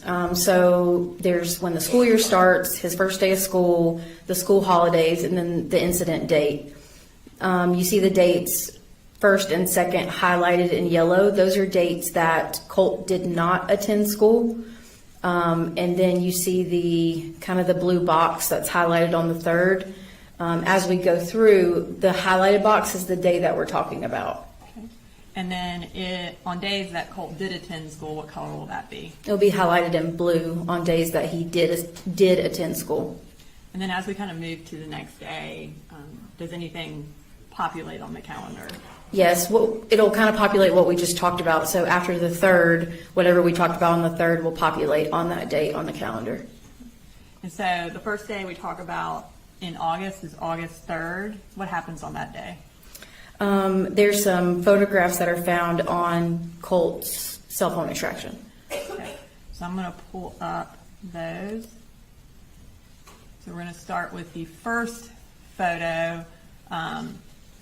Earlier we had a capture date and a modified date. Here we only have a modified date. Tell us what that means. So a modified date doesn't necessarily mean the date that the photograph was taken. It just means that that is the date that the photograph was moved. It was either deleted or moved to a different folder. It can mean that it was sent through a messaging app or sent through some sort of social media. And so it can mean a bunch of different things, but it doesn't necessarily mean it's the date that the photo was taken. And I guess you were unable to find a photo that had the capture date. Is that accurate? That's correct. Based on what is in the photo, can you determine a time frame for this picture? Yes. So if you look at the picture there, Colt is wearing the vest, which we just went over that it was purchased on June 10th. Also within the evidence, there was a capture date on photos when Colt dyed his hair, which was July 25th. And so his hair is dyed in this picture. So we can kind of have a date range from July 25th until August 3rd. When he moved the picture into, it looks like a messaging app based on the data. And what is he holding? He's holding the rifle that was used in the shooting. All right, and then I'm going to pull up another picture. Is that also modified on August 3rd? It is, yes. And did both of those pictures appear to be in Colt's room? They did, yes. Now we're going to pull up the final picture that is also modified on August 3rd. Tell us what that picture is of. This is a picture of the Sig Sauer rifle sitting in Colt's computer chair. And then you can see another rifle in the background. Okay. All right, so that ends August 3rd. Now we're going to move to August 4th. Okay. And tell us generally what happens on August 4th. This one is going to be a text conversation. Okay. So I'm going to pull that text conversation. Who is it between? The defendant and Deborah Polhamus. Okay. And can you read us the text? It says, I hate to bother you at the beach. I just need to get a little more groceries with school, rent. I'm going to ask doctor tomorrow if I can catch up next week with them. I can send it back to you on Friday. Not much. Thank you either way. Okay. And where was the defendant working at this time? Kevin Price Construction. And based on his bank records, about how often was he paid and how much? Based on his bank records, he was getting paid weekly, $1,429, and with a $750 truck allowance per month. Okay. And we're going to move to August 5th. What happened that day? There were more photographs found on Colt's cell phone extraction. And then were there also... Sorry, this is Debbie's response. Before we move to the next day, what did she respond? This is from August 4th as in response to that message.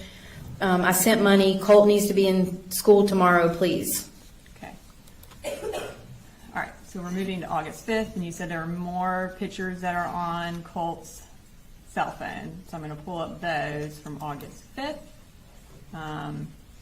Tell me about those photos. These are the same kind of scenario as the previous ones, so they have a modified date of August 5th.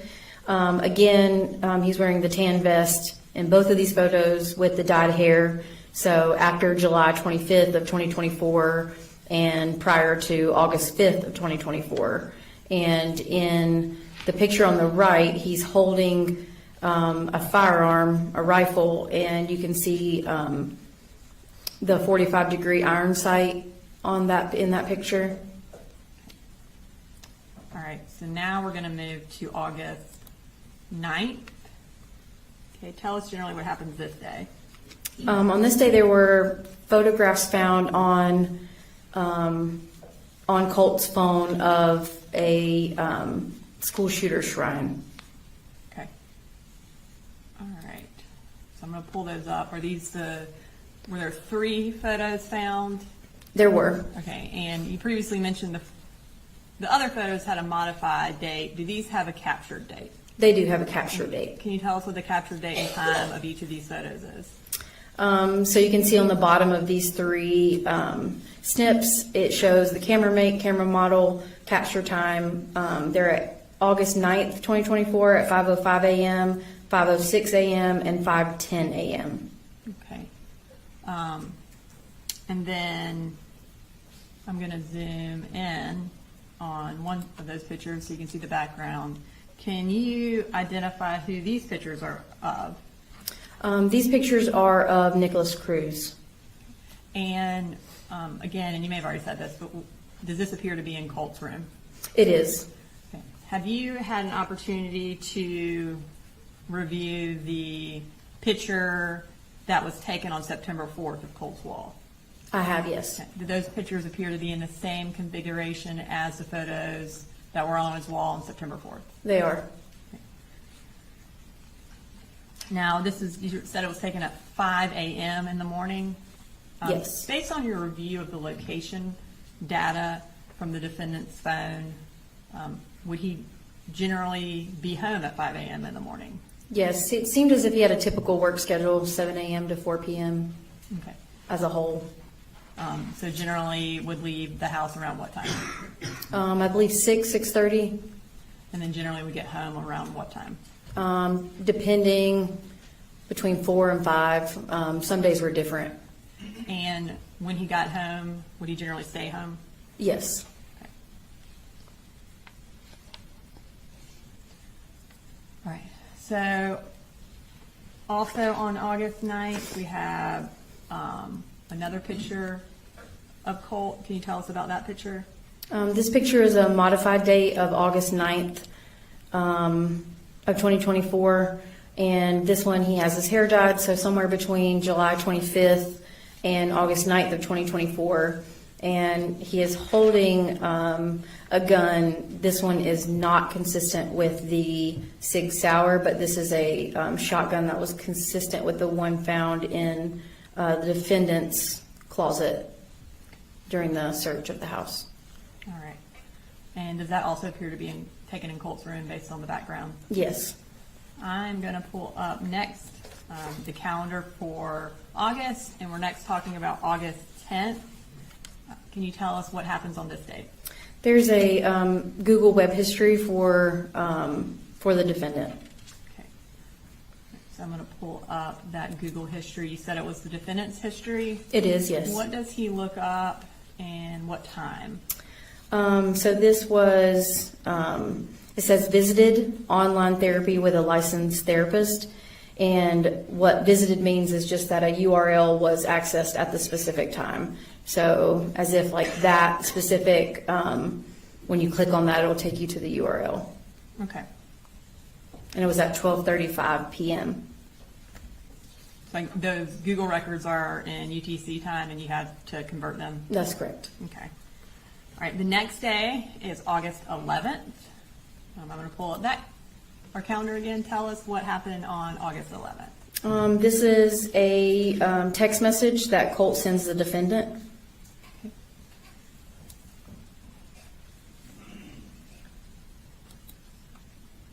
Okay. Can you tell us what that text message says and when he sent it? This was August 11th at 11:22 a.m. And he says, could you stop by Academy and pick up a 150 round pack of 5.56? If they don't have, and 5.56, 223 will do. All right, so the rounds that he is asking, are they consistent with the ammunition that would be used in Colt's gun? Yes. And does the defendant respond to this particular text message? No. All right, we're going to move to the next. I guess he sends a follow-up text, Colt does, to the defendant, and what does he say? On the way home, of course. All right. So we're going to move to August 12th. What happens on August 12th? On August 12th, there is a web history search from the defendant's phone extraction. All right. So now we're We're one day after Colt asked the defendant to buy 150 rounds of ammunition. We're on August 12th, and what does he search for? At 9:46 p.m., he searches for 223 ammunition. And is that the kind of ammunition that Colt had asked him to buy for him the day before? It is, yes. All right, so now we are going to move to August 14th, which is just 2 days later. All right, so take us through in terms of Colt's school between his registration date of August 6th and August 14th. Did he attend school at all?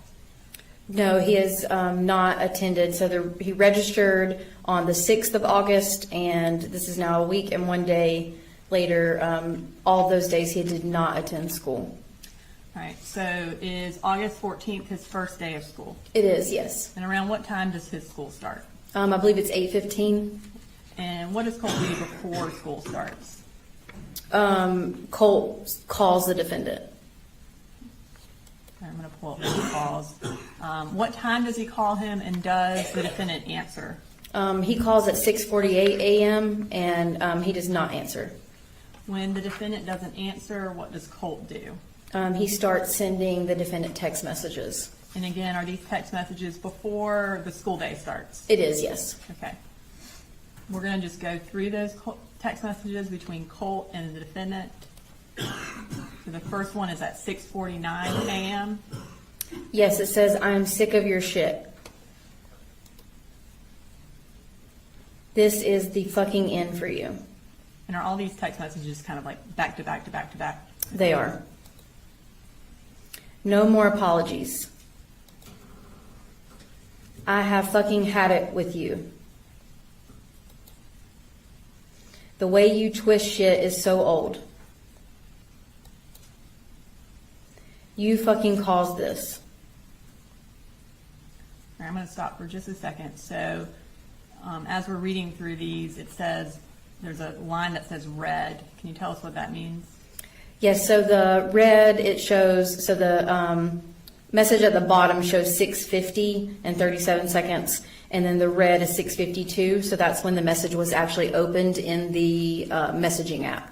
That indicates the defendant opened a message at 6:52. That's correct. All right, so he says, "You effing caused this," and then what does Colt say next? "Whenever something happens, just know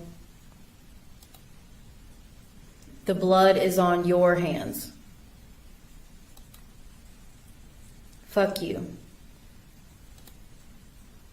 Drive off a fucking cliff." Okay. So, based on your review of the records, is this the first day Colt attends school since May 19th of 2023? Or May of 2023?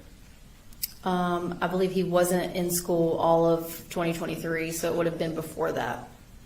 Or, I guess, went from Jefferson to here. Yes. So he has not attended school since he had been in Jefferson. That's correct. Okay. So Colt sends these text messages, and what happens after that? The defendant drives and picks up Colt and takes him to Apalachee High School. Does he respond to the text messages? He does at all? not. Okay. So you said he takes him to Apalachee High School. How do you know that? These are the location records that I spoke about earlier. This is through the program tracks, and the little red dot that you can see on the yellow pin, that's a specific location from his cell phone extraction data. So this is the one on the left is at 8:12 a.m. and that's the first time that we see his location data from his cell phone arrive at Apalachee High School. And then the one on the right is 8:19 a.m. and that's when he is leaving Apalachee High School. Okay. So he's there for 7 minutes. That's correct, yes. Okay. Now, what else happens on August 14th? In his Google records, or in the defendant's Google records, there's a reminder set in the calendar. Okay. Let's pull up that reminder. Whose calendar and what is the reminder for? This is a calendar from the Google records for the email address associated with the defendant. And this is a reminder that the title is Zoloft, and the start date is Wednesday, August 14th at 10 p.m. Okay.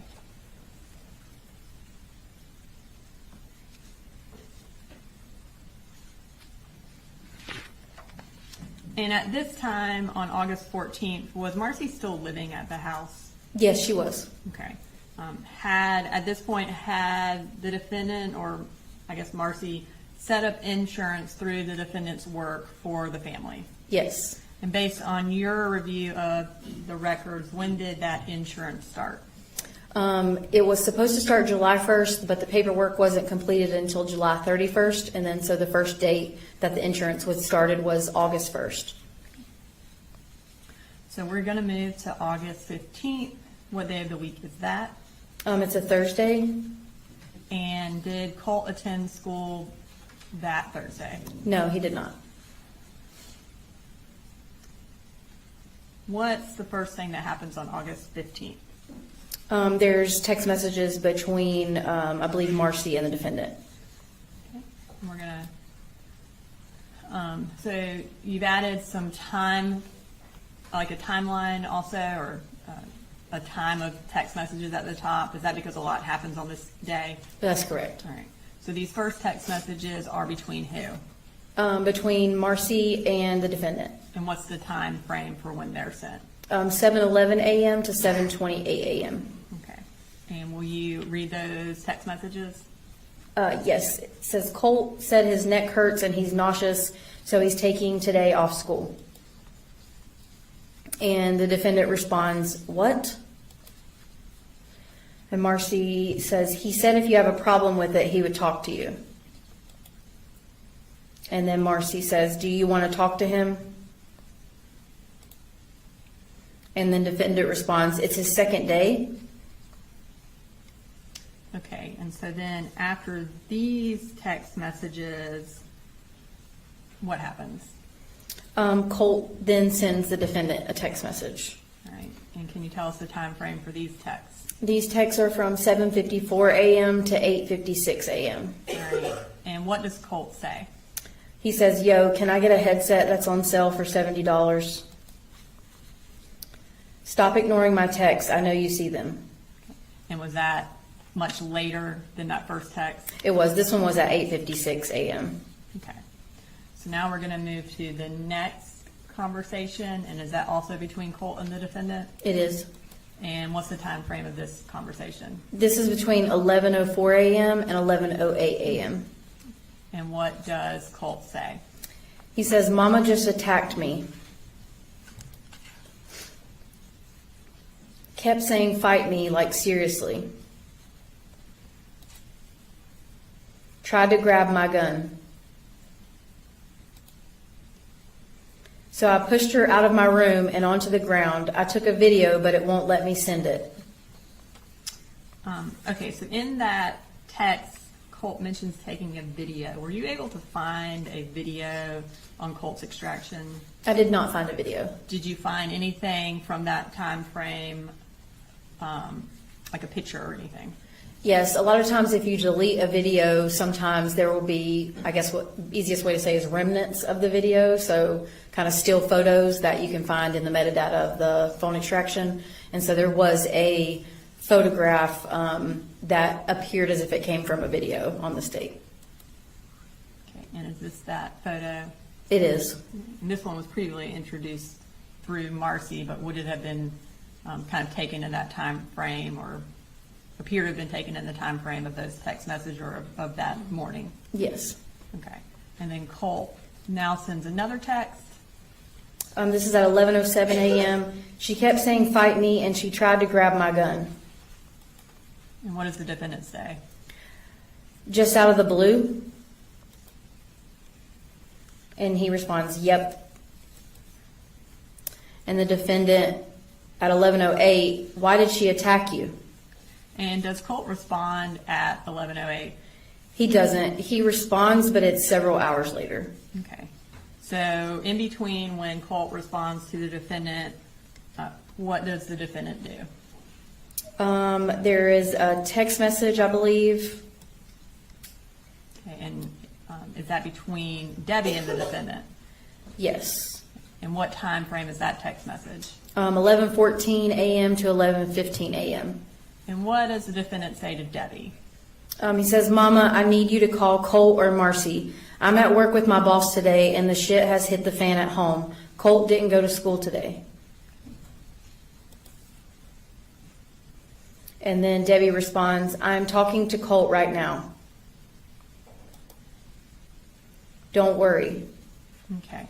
So after that, so about 8 minutes later, does Marcy call the defendant? Yes. Okay.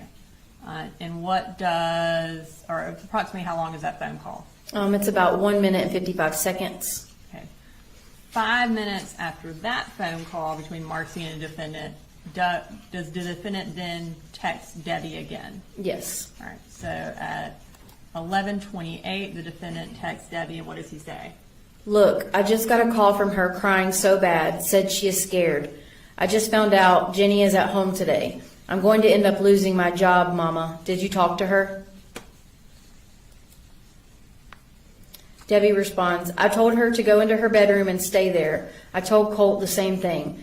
I think she got mad because I called her out for letting them stay home. She had obviously taken too much of her Seroquel. Charlie wants to come and get her, and I agree. You guys are doing too good for her to screw it up. We will plan to come in the morning while you are working, if that's okay. Okay. So that's 11:32, and then when does Colt finally respond to the defendant's text message about what happened? At 1:52 p.m., Okay. And what does he say?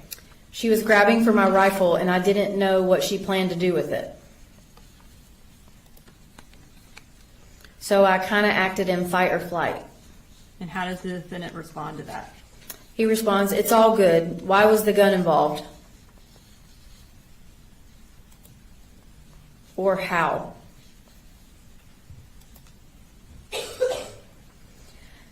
And Colt, then what? Yeah, Colt responds, I don't know. She backed me into my room and started talking about, oh, are you going to get your gun?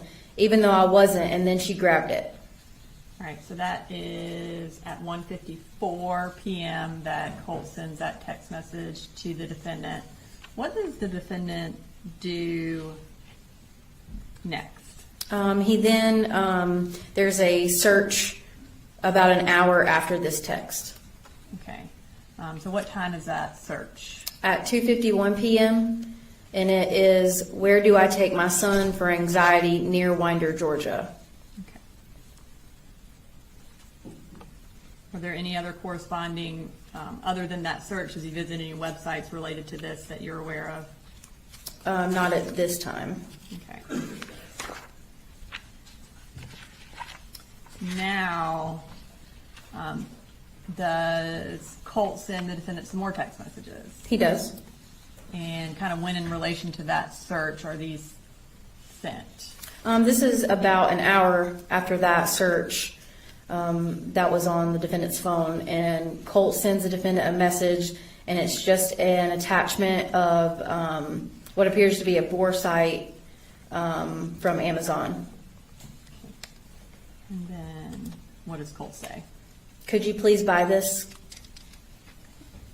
All right, so that is the last thing on August 15th. So now we're going to move to August 16th. What day of the week is this? It's a Friday. And does Colt go to school this day? He does not. And what does Marcy do on August 16th based on your review of the evidence? She goes back to Fitzgerald.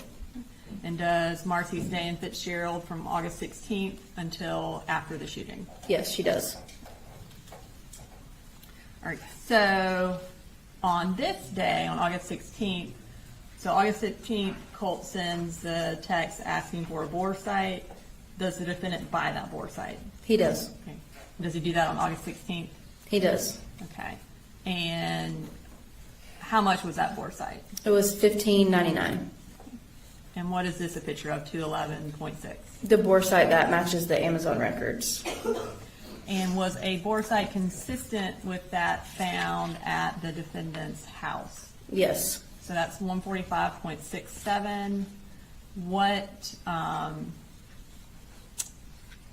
that bore site, can you tell me where it was found?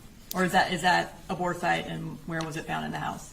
This was in the defendant's bedroom, and it's the one circled in red next to just the ammunition, and it's inside of a pair of goggles. Okay. All right, so still on August 16th, the defendant buys a bore site. What happens next? Colt sends him a text message. Okay. So the text message is at 9 a.m. Can you read the text message that Colt sends the defendant? He says, "I'm restraining myself. As for what I feel like doing right now, I have barely any control over." All right. So that was 9 a.m. on August 16th. And now we're going to move to August 16th at 10:30 a.m. What does the defendant do an hour and a half after Colt sends that text about restraining himself? He searches troubled teen options near Athens, Georgia. Okay. And does he, at this time, visit any websites related to that search? Yes, he does. What is the first website he visits? Eagle Overlook. I'm going to pull up that. Okay, so at the top of this record, it says cookie. Tell us what that means. A cookie is just kind of small pieces of text that websites use to collect information about you. So when nowadays you pull up your internet and you type in go to a website, it'll say, do you want to allow cookies? When you do allow those cookies, then that allows that website to keep track of any information that you are putting on that website. And so essentially, if you visit a website, there will be a cookie related to that website visit? Yes. And what time was this website accessed? This was at 10:32 a.m. Now I'm going to pull up our next picture. And what is this a picture of? This is the picture of when you go to this website, Equal Overlook, and it is a top-rated drug addiction treatment center for teens in the Georgia area and mental health treatments for teens. Okay. And then we're going to move to his next website visited. What website did the defendant visit next? Wolf Creek Academy, Okay, what time did he visit that? 10:35 a.m. All right. And tell us what this is a picture of. This is a picture of the website when you go to Wolf Creek Academy, and it's a therapeutic boarding school for troubled teens.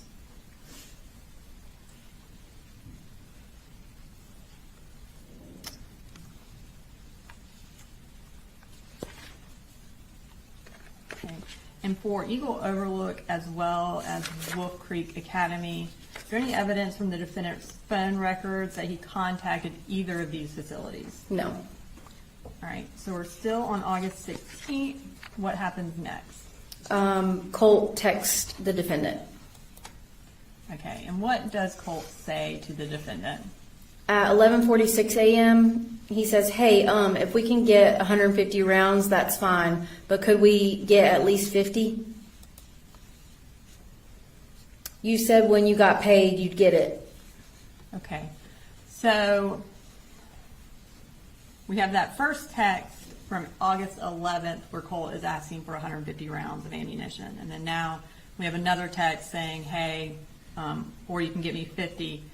Between August 11th and September 4th, based on your review of the digital evidence and the shooting range records, did the defendant take Colt to a shooting range? No. Did he take him hunting? No. Any indication that Colt and the defendant were hunting or were planning on going hunting or shooting in August or September? Not in any of the digital records. And then, is there any indication that Colt and the defendant went hunting or to a shooting range in 2024 other than the two times we've seen? No. Okay. So Colt and the defendant went together only twice. That's correct. And then any indication that they went hunting at any point from the digital records in 2024? No. When does a typical hunting season start in Georgia? I think it depends on whether it's bow or rifle, but with the rifle, I believe it's always usually mid to late October. Okay. And then, when did the defendant read this text from Colt? At 11:47 a.m. Okay. And what is the next item of note? At 11:55 a.m., which is about 10 minutes after, he searches child psychology and child psychologist near Bethlehem, Georgia. One being at 11:55 a.m. and the other one being at 12:23 p.m. Okay. And then, after that search, does he, again, visit specific websites related to that search? Yes. Okay. And what is the first one he visits? Hope Anger Management at 12:24 p.m. I'm going to pull up this picture. What is this a picture of? This is a picture of the About section of the Hope Anger Management when you pull up their website. It offers services for behavioral issues, mental health, and therapy. And then does he visit another website related to the child psychologist search? He does. Okay. And what website is that? ccswinder.com at 12:25 p.m. Okay. And then I'm going to pull up a picture from that website and tell us what this shows us. This is Comprehensive Counseling Services, the website that would come from the URL, and it's a community-based health center that provides mental health therapy. Okay. And does the defendant contact either of these two places, Hope Anger Management or Comprehensive Counseling, based on your review of the digital evidence? No. Okay. Does he contact a mental health provider, though, that day? Yes. Okay. And who does he contact? Dawn Crook with Enlightenment Counseling. I'm going to pull up that contact. This has also already been admitted into evidence, but if you could just remind the jury what time and what he said to Dawn Crook to kind of put it in, basically put it in relation to the other text messages we've seen today. So this was at 12:41 p.m., so kind of 20 minutes after the last search. He sends a submission form to Enlightenment Counseling that says, I am a working dad of 3. Colt is my oldest, 14 years old. We have had a very difficult past couple of years and he needs help. Anger, anxiety, quick to be volatile. I don't know what to do. I have United Healthcare. Can you help? Thanks. Okay. And so after he sends this to Dawn Crook about Colt, does he respond to Colt's text messages about the ammunition? He does. Okay. I'm going to pull up that response. This is at 2:05 p.m. On the way home, please, Bubba, tonight, let's just be mellow. Please, I have a need to work through. Just remember, I love you. And then what does Colt say to that? He responds, did you see my text? And was that at 2:06? It is, yes. And what does the defendant say to that? He says, yes, later. I need to pay everything first, but we will. And I guess the previous text messages were those about buying ammunition. Yes. All right. So now we're still on August 16th.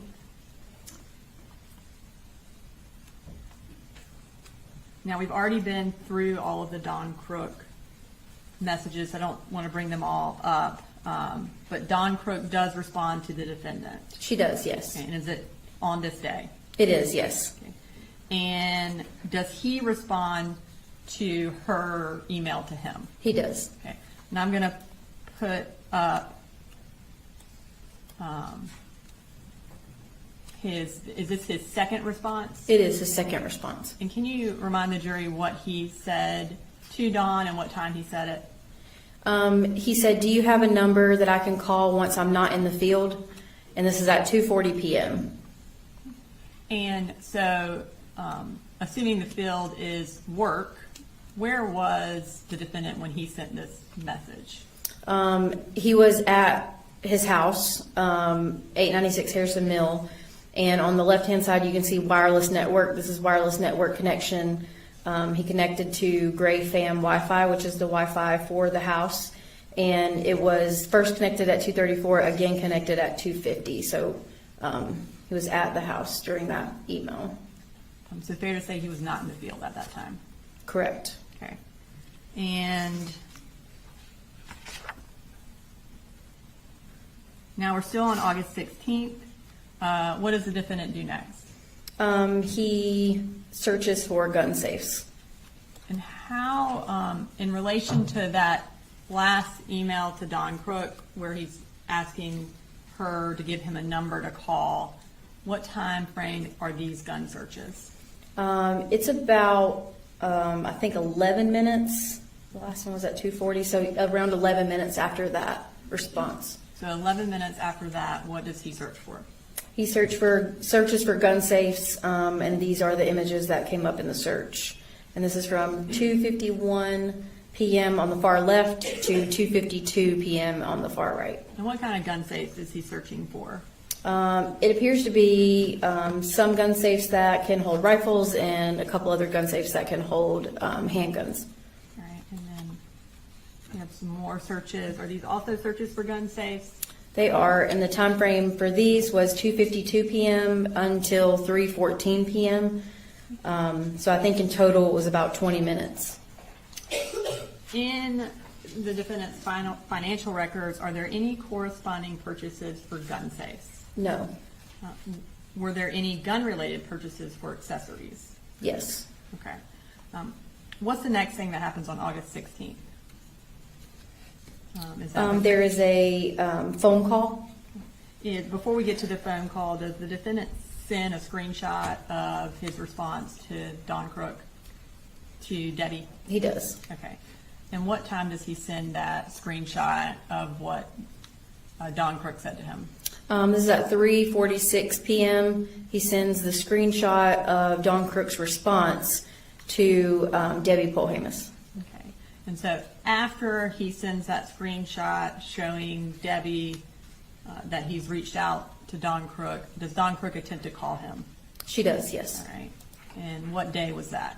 It was August 16th at 4:35 p.m. And does the defendant answer? He does not. Okay. And we've already heard that voicemail, but did she leave a voicemail? She did. Okay. All right, so that ends August 16th. We're going to move to August 21st. Take us through, so August 16th, Colt did not go to school. Does he go to school the next week? He goes to school Monday the 19th and Tuesday the 20th. All right, and what happens on the 21st? He does not go to school. Okay.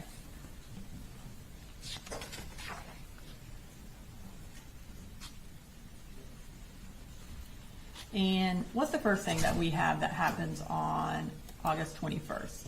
There's another missed call and voicemail from Don Crook with Enlightenment Counseling. Okay, so this is 5 days after the first one? Yes. And then does he answer? No. Does she leave a voicemail again? She does. All right. Now, we're still on August 21st. Does Marcy text the defendant this day? She does. Okay, what does she text him about? About the Advantage Behavioral Health Crisis Stabilization Center. Okay. And again, we've introduced these through Marcy, but just for the timeline purposes, she sends this text and about them taking, or Advantage Behavioral taking their insurance. Does she also send a link to Advantage Behavioral? She does. Okay. And is that the link she sent? Yes. Does the defendant actually visit that link? He does. Okay. So I'm going to pull up that, which is also on August 21st at 4:39. So pretty close in time to when she sent the link. He opens it. Yes. Okay. And again, how do you know that he has visited the crisis stabilization unit at Advantage Behavioral Health? This is web history from his phone extraction, meaning that the URL was visited and clicked on, essentially.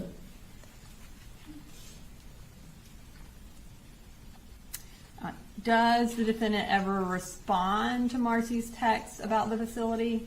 No. And then after he visits the website, what happens next? There is a follow-up email. Okay. And again, and this is, we've introduced these previously, but this is Don Crook, again, trying to reach out to the defendant about counseling. Yes. Based on your review of the digital records, did the defendant ever respond to this email or either phone call? No, he does not. Okay.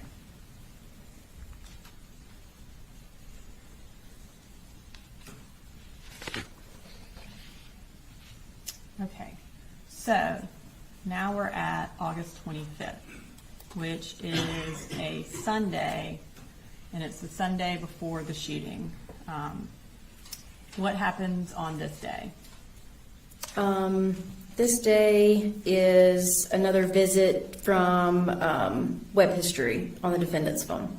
Okay, and what does he visit on August 25th? He visits again the Advantage Behavioral Health System Crisis Stabilization website. And does he visit it, it looks like twice? Yes, And what- 2:11 a.m. and 2:16 a.m. Okay. So, I think August 26th, Your Honor, is a pretty dense day. Do you want, I don't know if you want to go ahead and take a lunch. Yeah, we're close. Ladies and gentlemen, we'll go ahead and take our lunch break. Be in recess till 1 o'clock.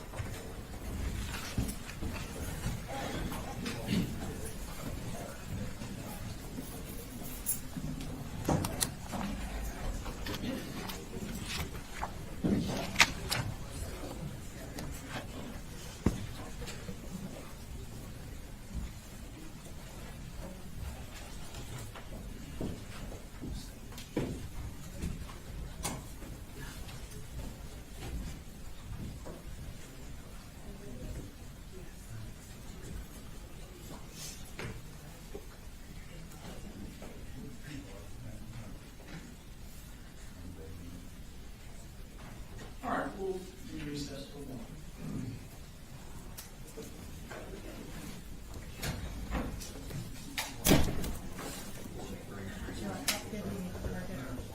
Yeah, let's start. Good idea.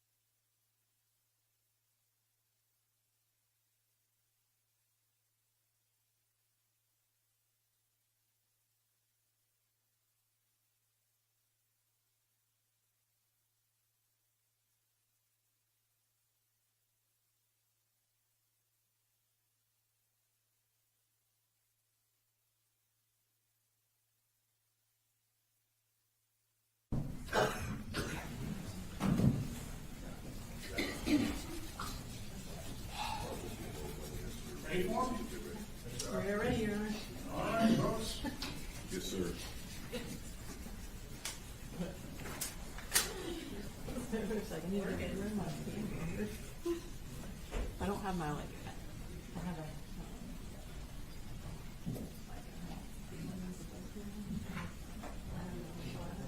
It's not as effective. Yes, sir.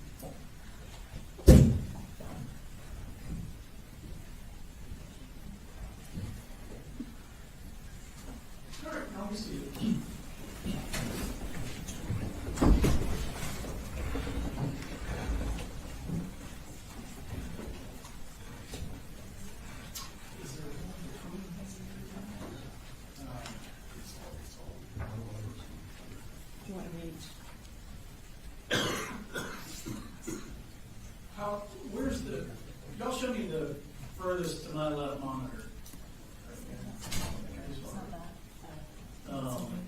They can't see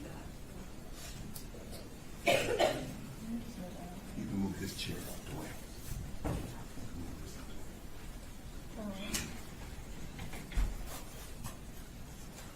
Sir, what is your ability to see that monitor? Actually, right here. Okay, perfect, thank you. All right, go ahead, Ms. Brooks. All right. All right, Investigator Gilland. We are up to August 26th of 2024, about 9 days before the shooting. Can you tell us where Marcy is at this time? She's still in Fitzgerald. Okay. So we have right now the 20th. Is that the last day Colt went to school between until the 26th? Yes, And on the 26th, does Colt go to school? he does. Does he do anything before he goes to school? He does. And what does he do? He tries to call the defendant. Okay. And what time does he try to call the defendant, and does the defendant answer? 7:34 a.m. and 7:35 a.m. and no. Okay.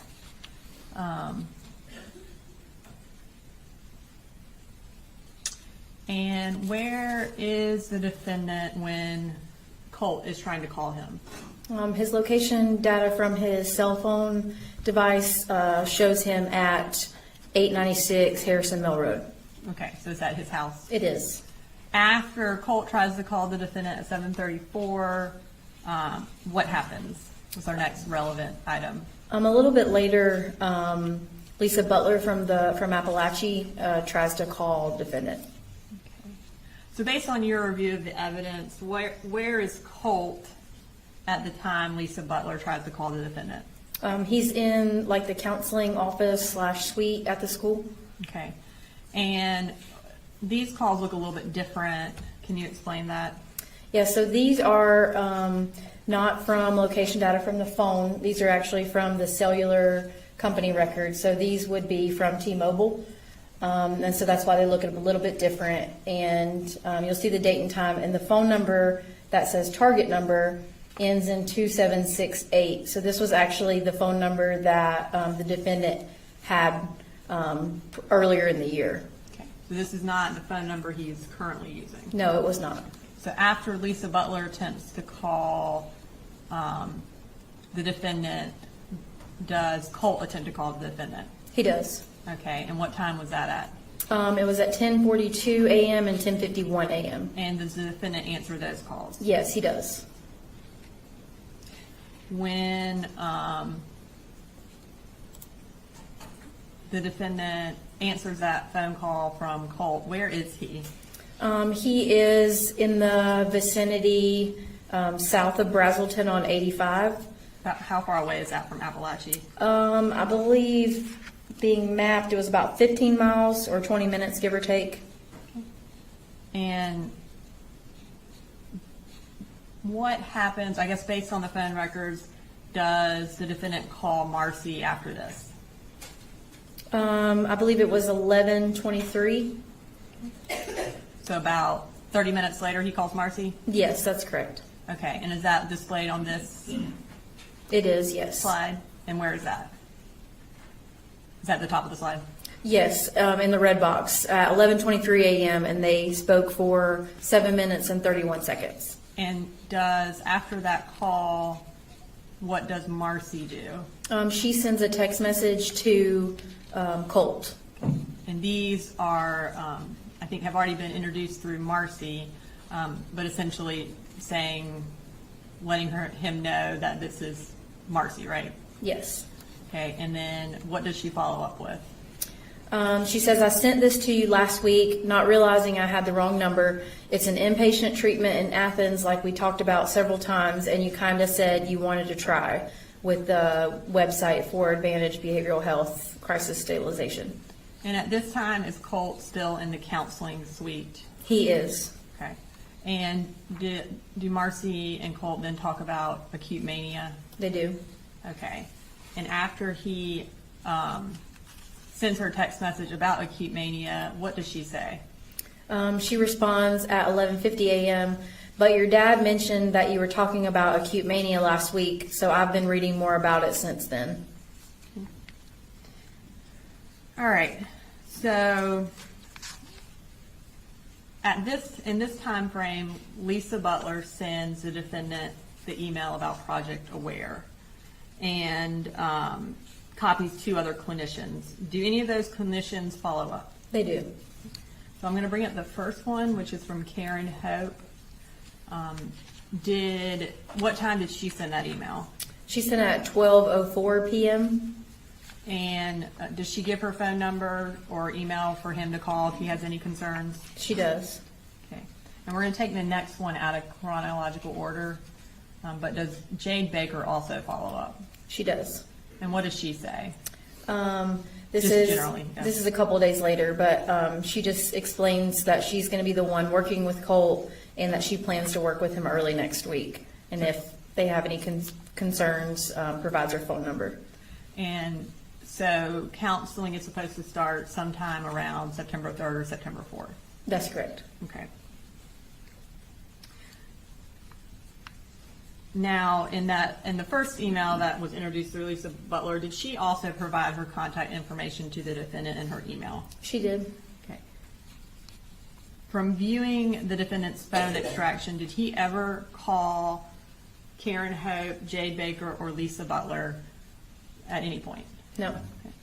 Did he ever email them with any concerns? No. Is the only email he sent the one where he had signed the Project Aware form? Yes. Okay. All right, so now we are still on August 26th. Do we have some more photos from Colt's phone on this date? We do. Okay. I'm going to pull up that first one. Can you tell me the time of the photo and what it appears to be of? This is August 26th at 6:25 p.m. This is, again, a modified date like we spoke about earlier, and it's a picture of a hand holding a box of Winchester ammunition. Now, those consistent with the type of ammunition that was used in the shooting? Yes. They also consistent with the type that the defendant purchased in June? Yes. And based on this photo, was it taken in Colt's bedroom? It is, yes. Gonna pull up another picture from that same date.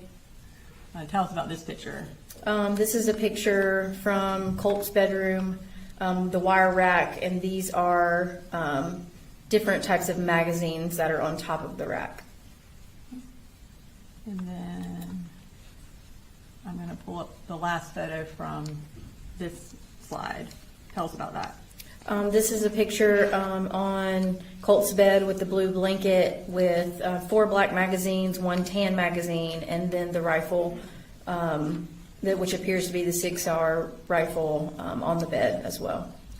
Those magazines that are in that picture, are they consistent with the magazines that were found at Apalachee on September 4th? They are, yes.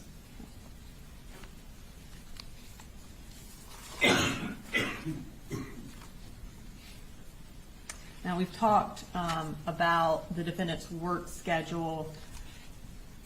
Would there be days where he would be at home when Colt was at school? Yes. And was this one of those days where he was at home when Colt was at school? Yes. Okay.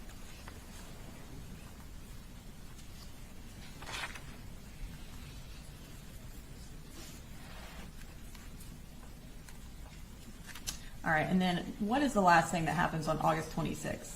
There's another Amazon purchase. And what did the defendant purchase that day? On August 26th, it's a unisex half mask for $5.79. And is that a picture of Colt wearing that half mask? It is, yes. Okay, and in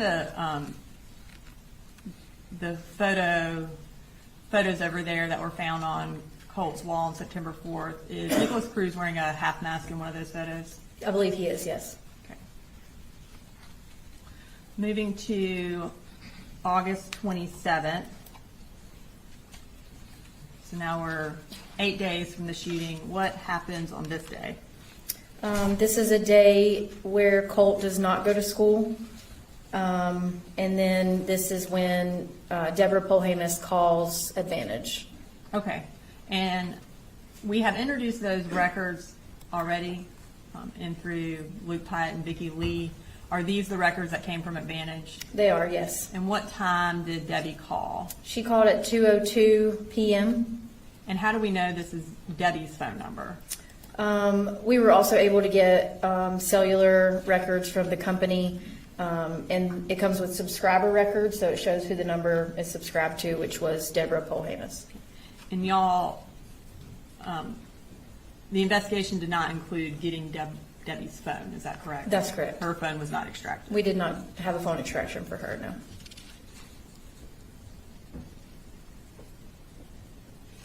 Okay, and then now, a little farther on August 27th, what does the defendant send Colt on this day? This is at 4:24 p.m. He says, been trying to get in touch with y'all. Give me a call when you get this. Want to make sure everybody's okay and see how it's going for you today and make sure you're happy. I love you. Call me. Okay, so is the defendant at work on August 27th? He is. And are Coley and Jenny, are they at school on August 27th? They are. What were their absentee dates? Was it a few? In August, I believe Coley was only absent once, and then I believe Jenny was only absent twice. And is Marcy still in Fitzgerald? She is. And then is Debbie, I guess, on her way from Fitzgerald, but she is not in Barrow County yet? That's correct. Okay.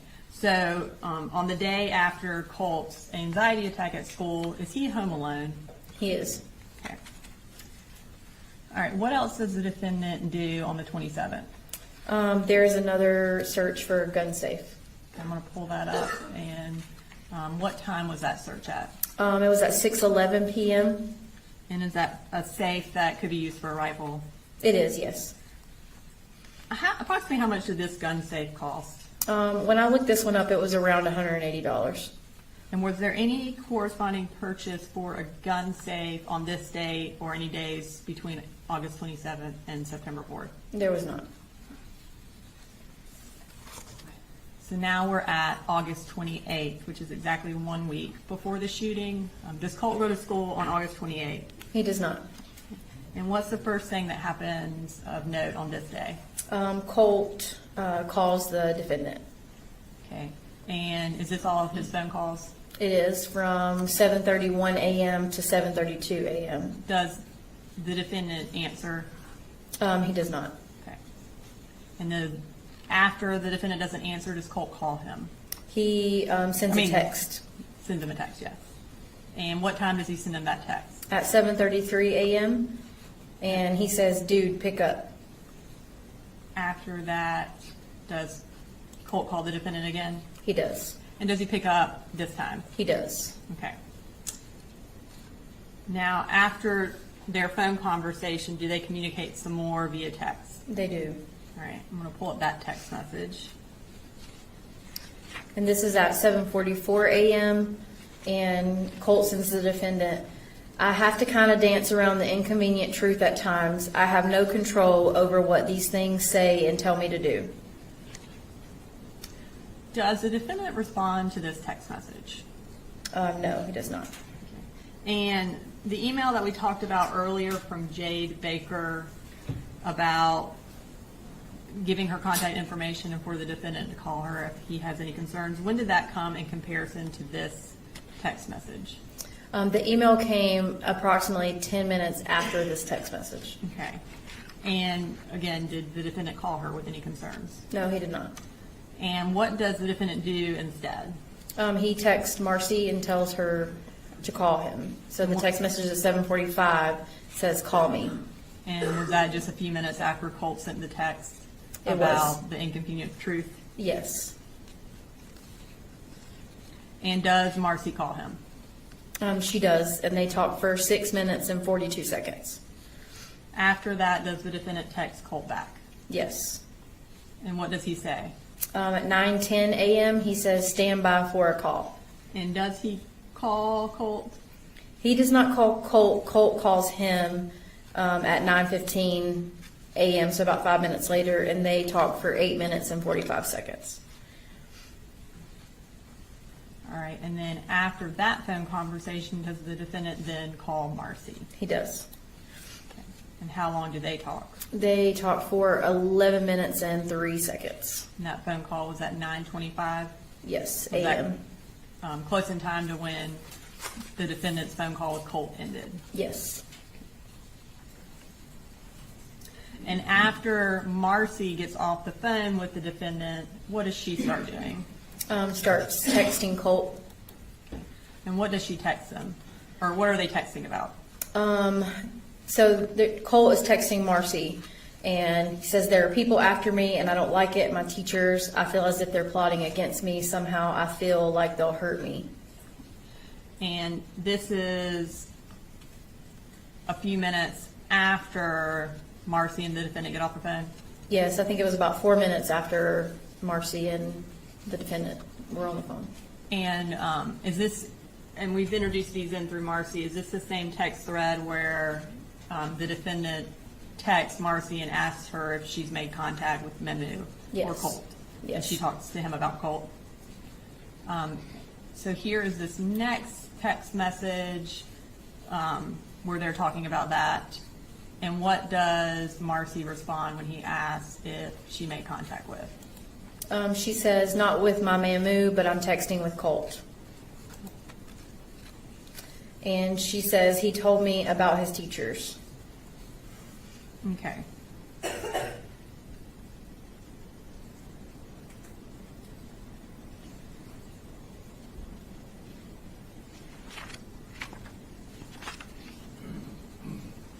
All right, so we're still on August 28th. What is the next thing that we have? The next thing is another photo of from Colt's phone extraction. Okay, we're going to pull that photo up and tell us what this is. This is was found on Colt's phone, and the metadata shows that it has a capture time, so of August 28th at 1:10 p.m. And it is the pictures that were on the wall of Nicholas Cruz. And do they appear to be the same pictures that were found on his wall on September 4th? Yes. And do they appear to be in the same configuration as they were on September 4th? Yes.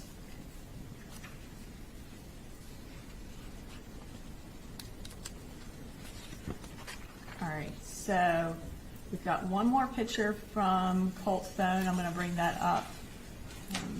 Tell us about this picture.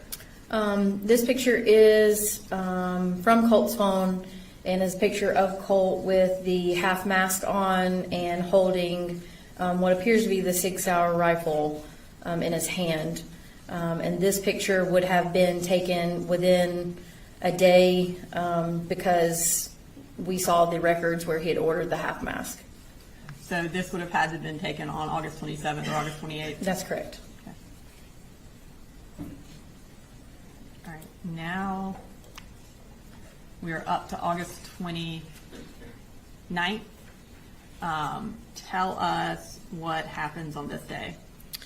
Colt did not go to school this day, and there are some text messages that the defendant sends to Marcy. Okay. All right, so we're going to first start with the text that the defendant sent to Marcy. And what does he say? He says, "I wish that she would just take him back home with her for this long weekend so we can just figure out what we're doing without having to confrontation or anything." And that was at 8:10 a.m.? Yes. And after this text message, does the defendant text Jan O'Brien? He does. And who is Jan O'Brien? It's his sister, the defendant's sister. Okay, I'm going to put that text up. And tell us about that. He sends the message, "Morning, sister. I don't know. We're having a little bit of trouble with Colt. I think he needs to be like, are you camp or something along those lines, where he can go and get the help he needs and stay there until he does. It's been really difficult. I just wanted to give you an update." Okay. And then the next thing that happens, tell us what happens next. There's a text conversation between Colt and Marcy. This is at 10:27 a.m. What does Marcy ask Colt? She says, "How do you feel today, Colty?" And how does he respond? He says, "Yeah, I'm here. Sorry. It's just getting worse. Had to take another. I'll make it to school. Trust." Okay.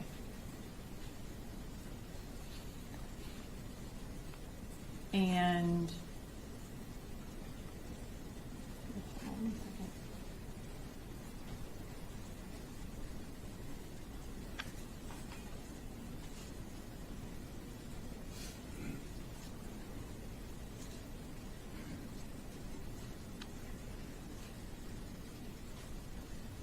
hold on 1 second.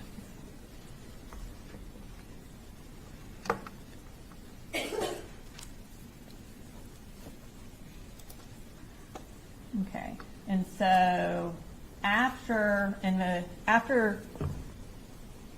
he essentially says things are getting worse, what does Marcy do next? She starts searching things on the internet. And in the time frame between when that text was and when she started searching, what was that time frame? It was about 10 minutes. Okay. And what does she start searching for? The first search is 259, which is school shooter Nick. Okay. And then we're going to bring up that next search. And what time was that at? At 3:00 p.m. And the search is school shooter parents charged with manslaughter. Okay. And then our third search. It's a web history. So she visited the URL at 3:00. What James Crumbly's manslaughter conviction means for parents. And just briefly for context, who is James Crumbly? He is the father of Ethan Crumbly, who was a 15-year-old that shot and killed students in Oxford, Michigan. And was James Crumbly, the father, arrested related to that case? He was. Okay. So at 3:00, she visits that particular article. Is that correct? That's correct, yes. Okay. So after she visits that article, what does she do next? At 3:05, there is a search. Why were Ethan Crumbly parents charged? Okay. And then we're gonna bring up another search or another article that she read. Tell us about that. Yeah, this is the web history at 305. What led to James and Jennifer Crumbly's guilty verdict? And is Jennifer Crumbly Ethan's mother? She is, yes. And was she also arrested in connection with that case? She was. And then we're gonna bring up the next search, and what is that? At 3:09 p.m., she searched Safe Storage Gun Laws, Georgia.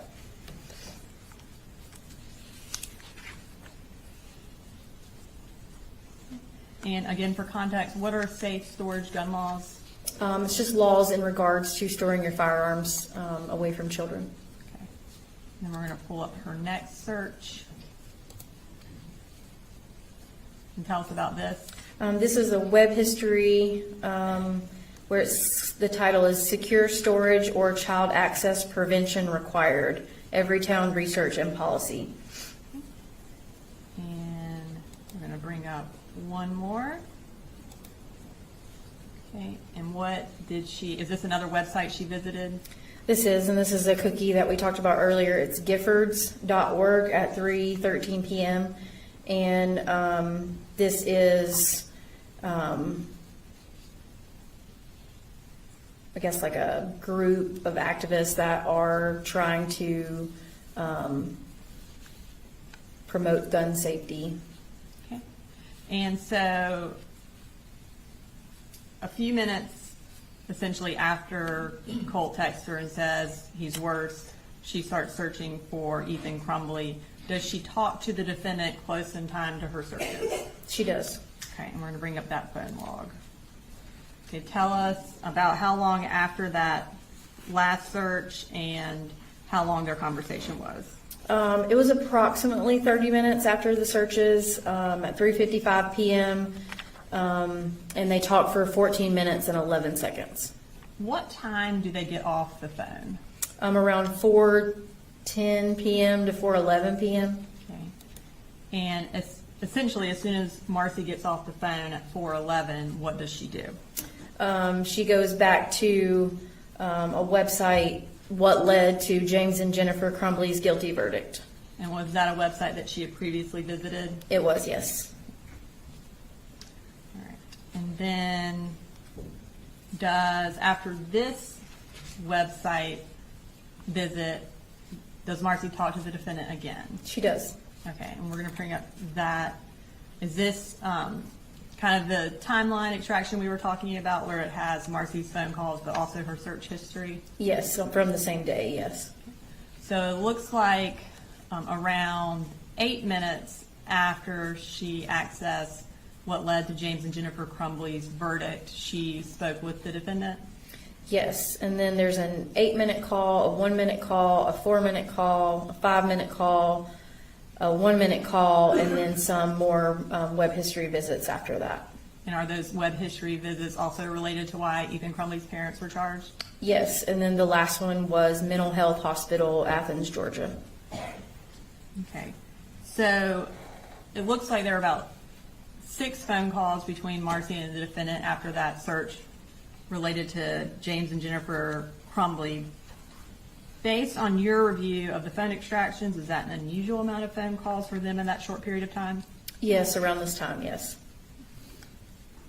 All right, so now we're finished with August 29th. We're moving to August 30th, which is a Friday. Was that a school day? It was a school holiday. Okay.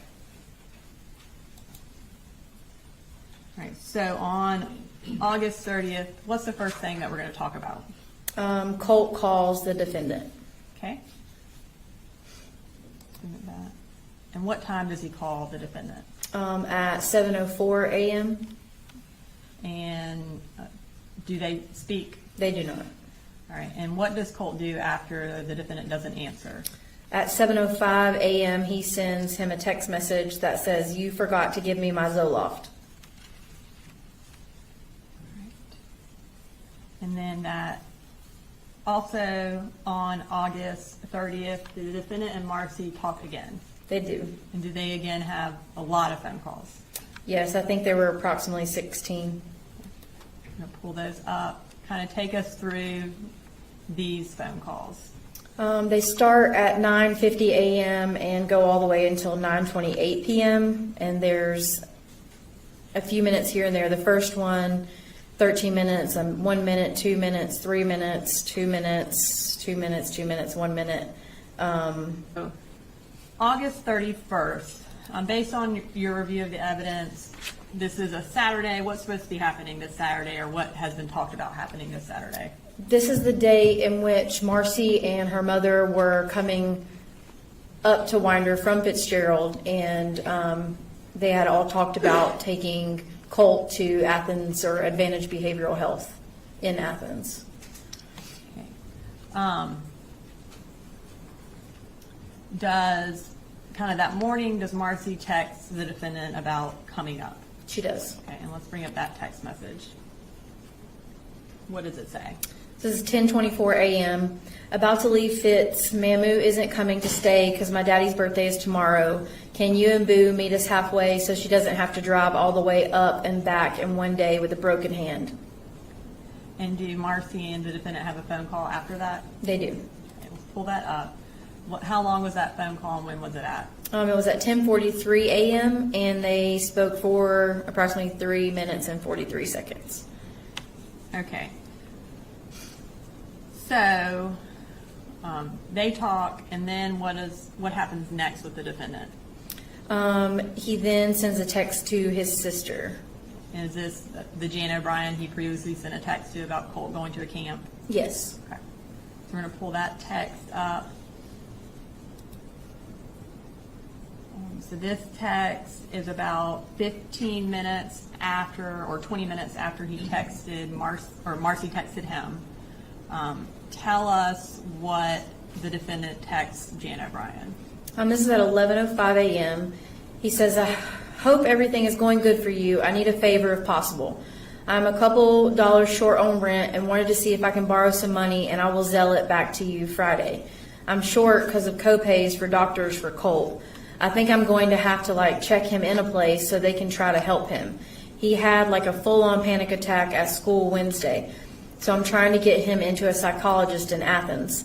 I'm doing the best I can and work 60 hours a week. Anyway, I will give it back next week. It's just crappy timing.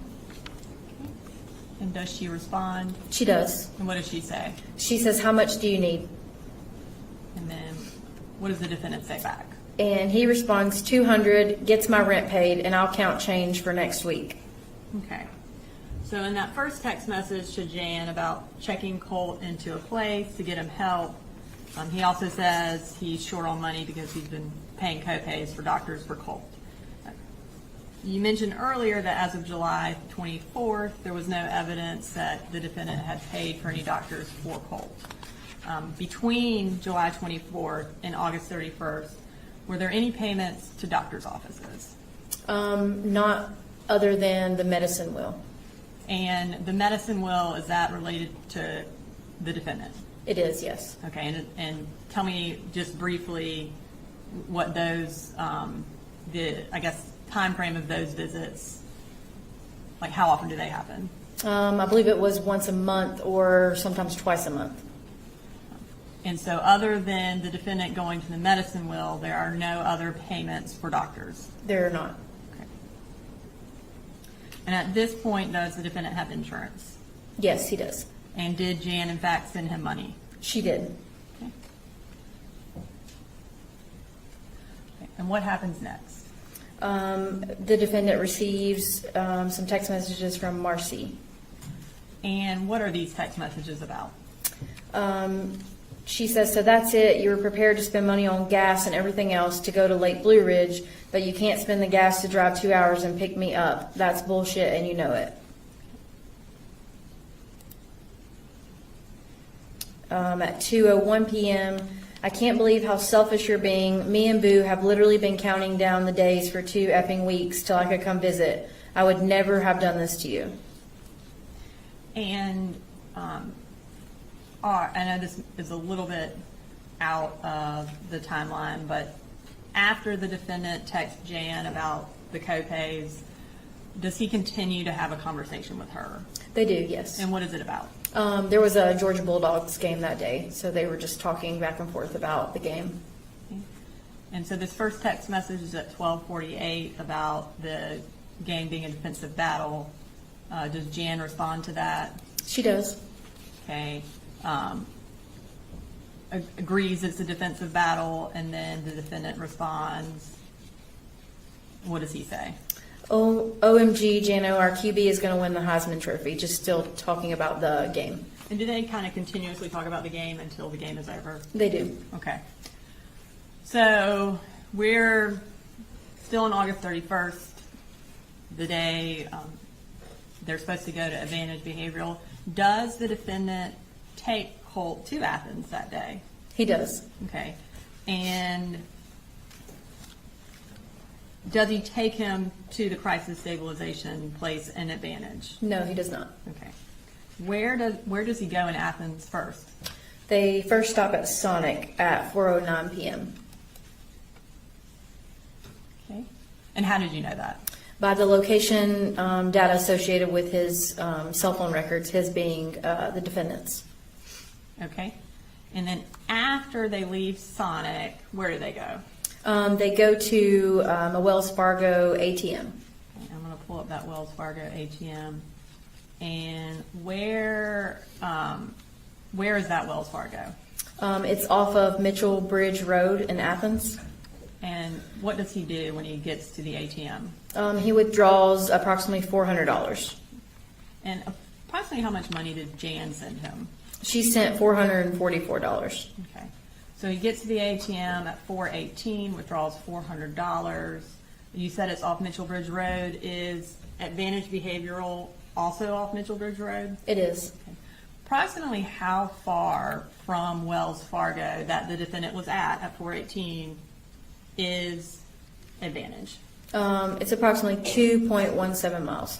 Okay. So does he then go to Advantage? No. Where does he go? He goes to the Guitar Center. Okay. And where's the Guitar Center? I believe it is off the Oconee connector, still in Athens. Okay. And what time does he go there? At 4:51 p.m. And do we know if anything is purchased at the Guitar Center? Yes. And what is that? It's a Fender hat, or like a toboggan style hat with the word Fender on it. Okay, and I'm going to bring up that. What is that a picture of?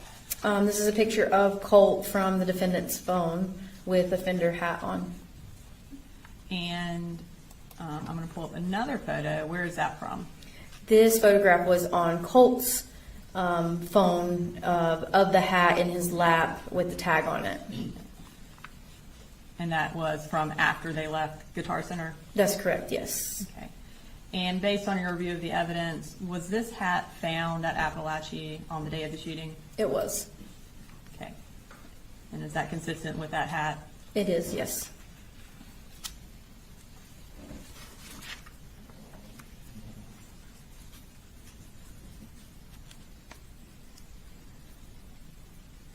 Okay. So we're ending August. We're moving into September of 2024. What's the first day we talk about? September 1st. Okay. And so September 1st is 3 days before the shooting. Is September 1st, what day of the week is that? It's a Sunday. Okay. And what happens on that date? Marcy sends the defendant a text message.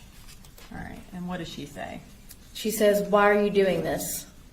All right. So during this, between August 31st and now when she sent the text to him about not picking her up, has there been any other communication? Has the defendant texted her or called her or anything? No. Now we're at September 2nd. Was that a school day? It was a school holiday. Okay. Now, what's the first thing that we're going to talk about on September 2nd? Another photo on Colt's cell phone extraction. Okay. And when was this photo taken? This was taken September 2nd at 4:58 p.m. Okay.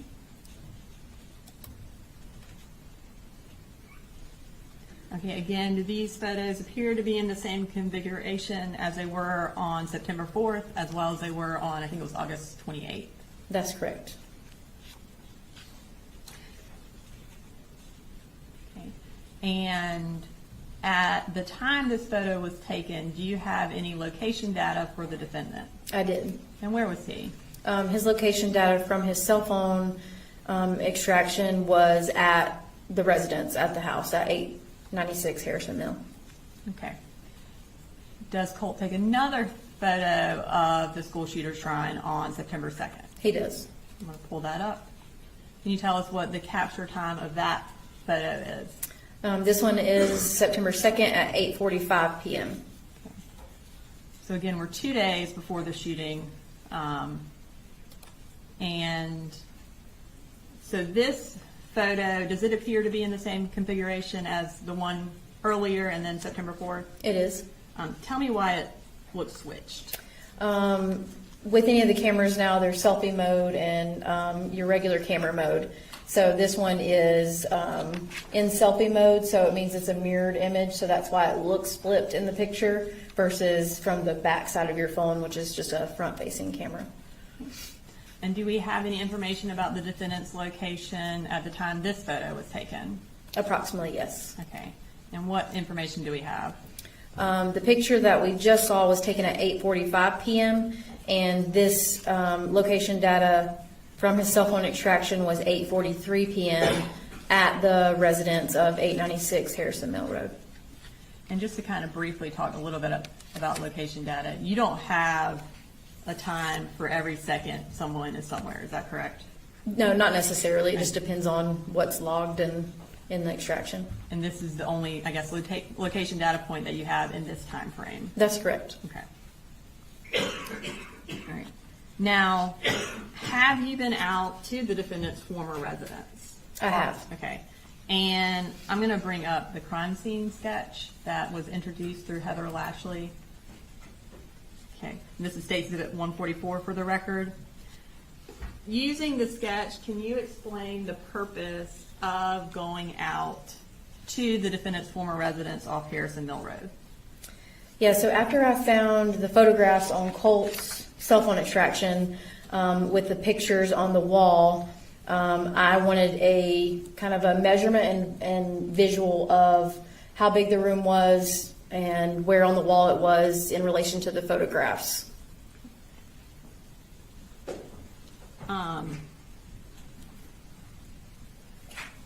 And I'm going to hit. Can you just kind of show on the sketch where you took measurements of? Okay, so this would be Colt's room, and so I took measurements. The shrine was located on this wall, and so I took measurements from just the wall itself. There's a window right here, and then I took measurements from here to the door frame, and then also the door frame to the bathroom door frame, which is across the hallway, and as well as just the size of the room itself. Okay. And generally, I guess when you were at the house, when you were standing in the doorway for what was Colt's bedroom, could you see across to the wall where the school shooter photos were? Yes, I could. Okay. Was it, as soon as you opened the door, is it visible? Yes. Okay. And can you see that wall also from the bathroom door? You can, yes. Okay. Now, you said you took measurements of the size of the room. How big was the room? It was approximately 93 inches by 114 inches, And then, which is relatively small.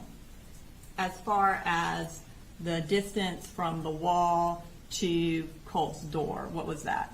It was approximately 12 feet and 2 inches. Okay.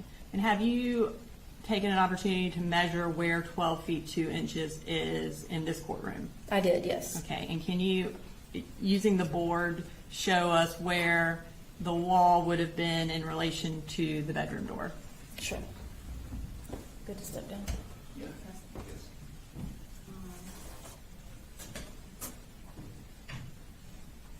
So I've marked 12 feet 2 inches. So this would be from the box right there all the way to here is 12 feet 2 inches. So that would be from the bedroom door frame to the, the bedroom wall to the door frame. So if you're standing here, this is what you would see when you walked into Colt's room. Yes, that's correct. Okay. Where or what's the distance to the wall, from the wall to the bathroom door? So then it was an additional 39 inches. So it would be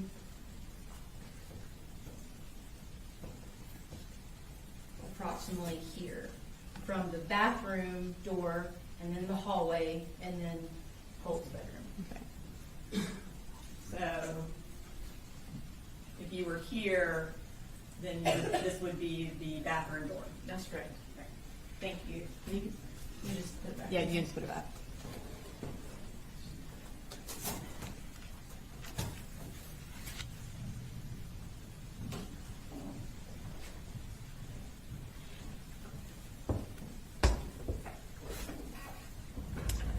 All right, so now we're moving to September 3rd, the day before the shooting. Was this a school day? It was. And did Colt go to school this day? He did not.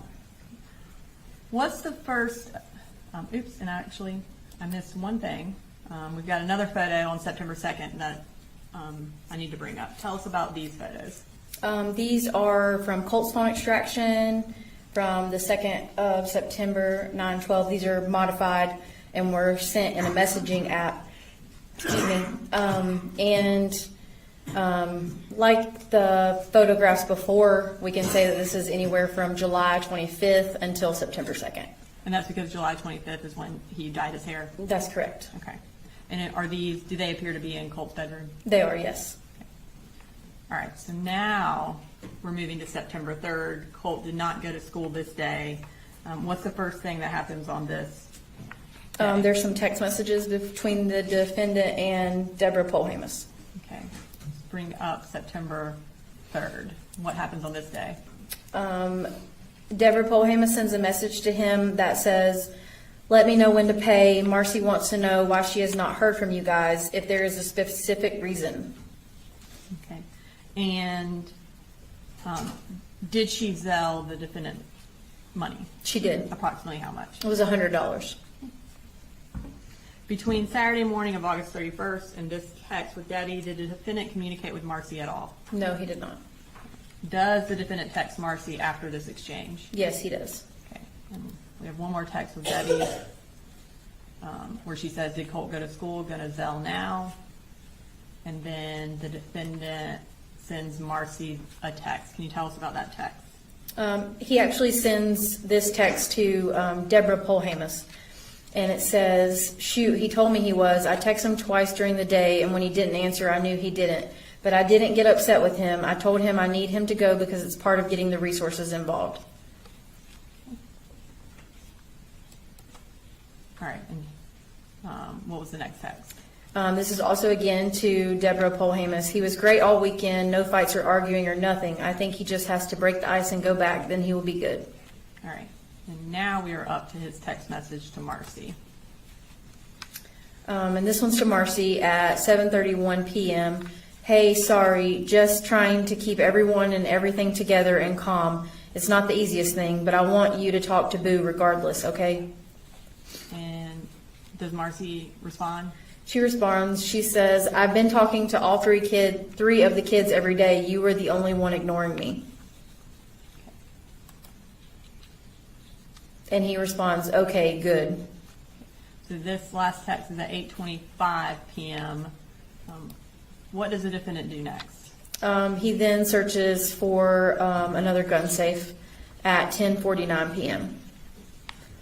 And is this gun safe approximately the same amount of money as the other ones? It is, yes. Between the money that the defendant is being given by Jan and Debbie, as well as his paycheck and his truck allowance, did he make about $9,000 in the month of August? Yes, approximately. Okay. Now we're going to move to the day of the shooting, September 4th. How is this part of the presentation laid out? This is more kind of minute and hour chronologically. All right, so we're going to start with when the defendant leaves home. When does he leave home? So he's still at home at 6:47 a.m. and then you see his device start to move at 6:53 a.m. And based on your records or your review of the digital evidence, does he go to work? He does, yes. Okay. Does Colt take the bus to school that day? He does, yes. And approximately what time does he get on the bus? At 7:46 a.m. And is this from the surveillance videos? It is, yes. Okay. All right. What time does Colt get to school? He arrives at school at 7:59 a.m., which is the photograph on the left, and then he enters first period at 8:01, which is the photograph on the right. Now, Jenny gets to school after Colt, correct? That's correct. Okay. What happens next? Jenny calls the defendant at 8:29 a.m., and it's about a minute and 45-second call. And is that around the time she gets to school? Yes. Then what happens? And then Colt sends the defendant a text at 8:30 a.m. that says, "I will text you in about an hour. It's important, so please answer when I do." And then the defendant responds at 8:32, "Okay, what are you going to be texting me about? Is everything okay?" And Colt responds, "Yep."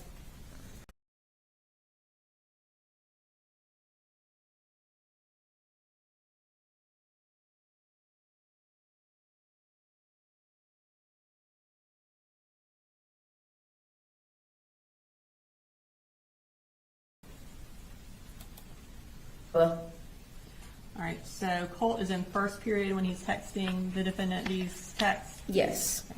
I mean, at this point, has he texted Marcy at all? No.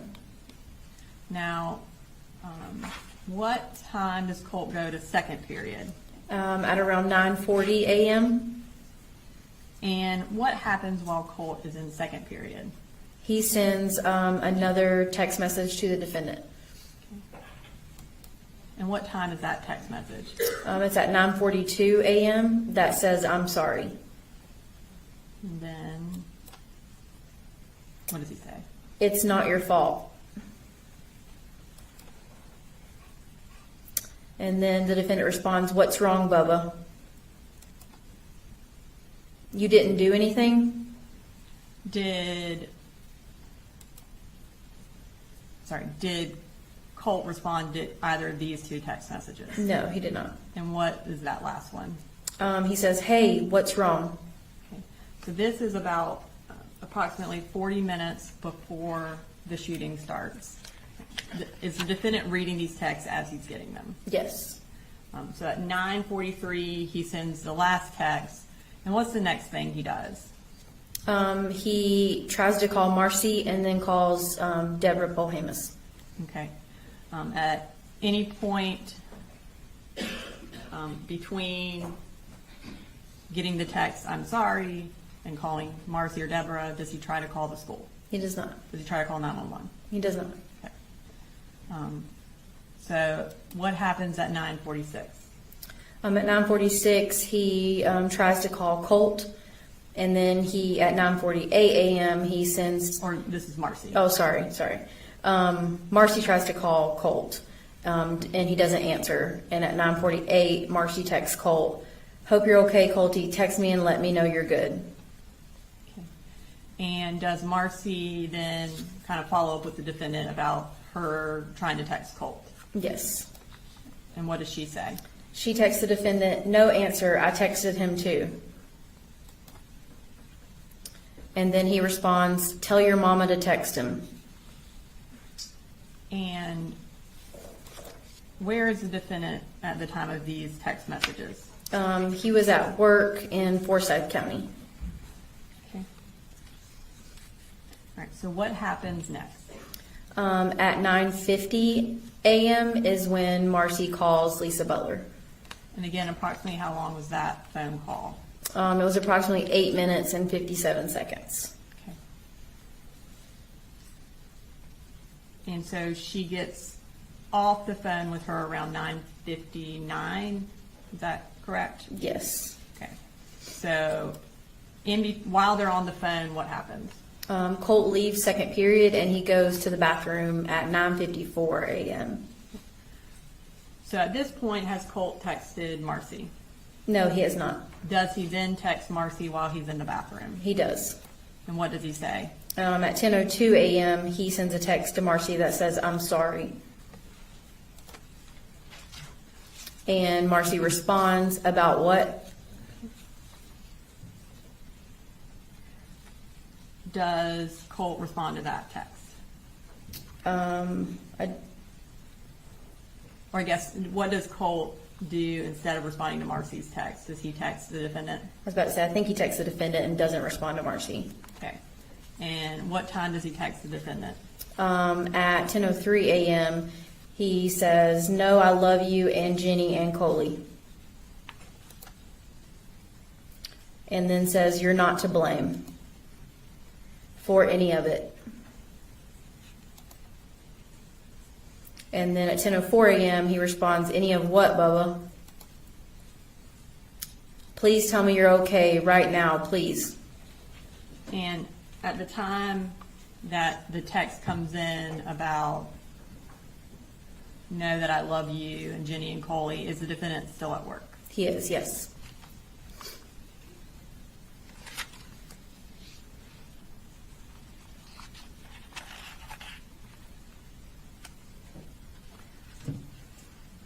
Okay.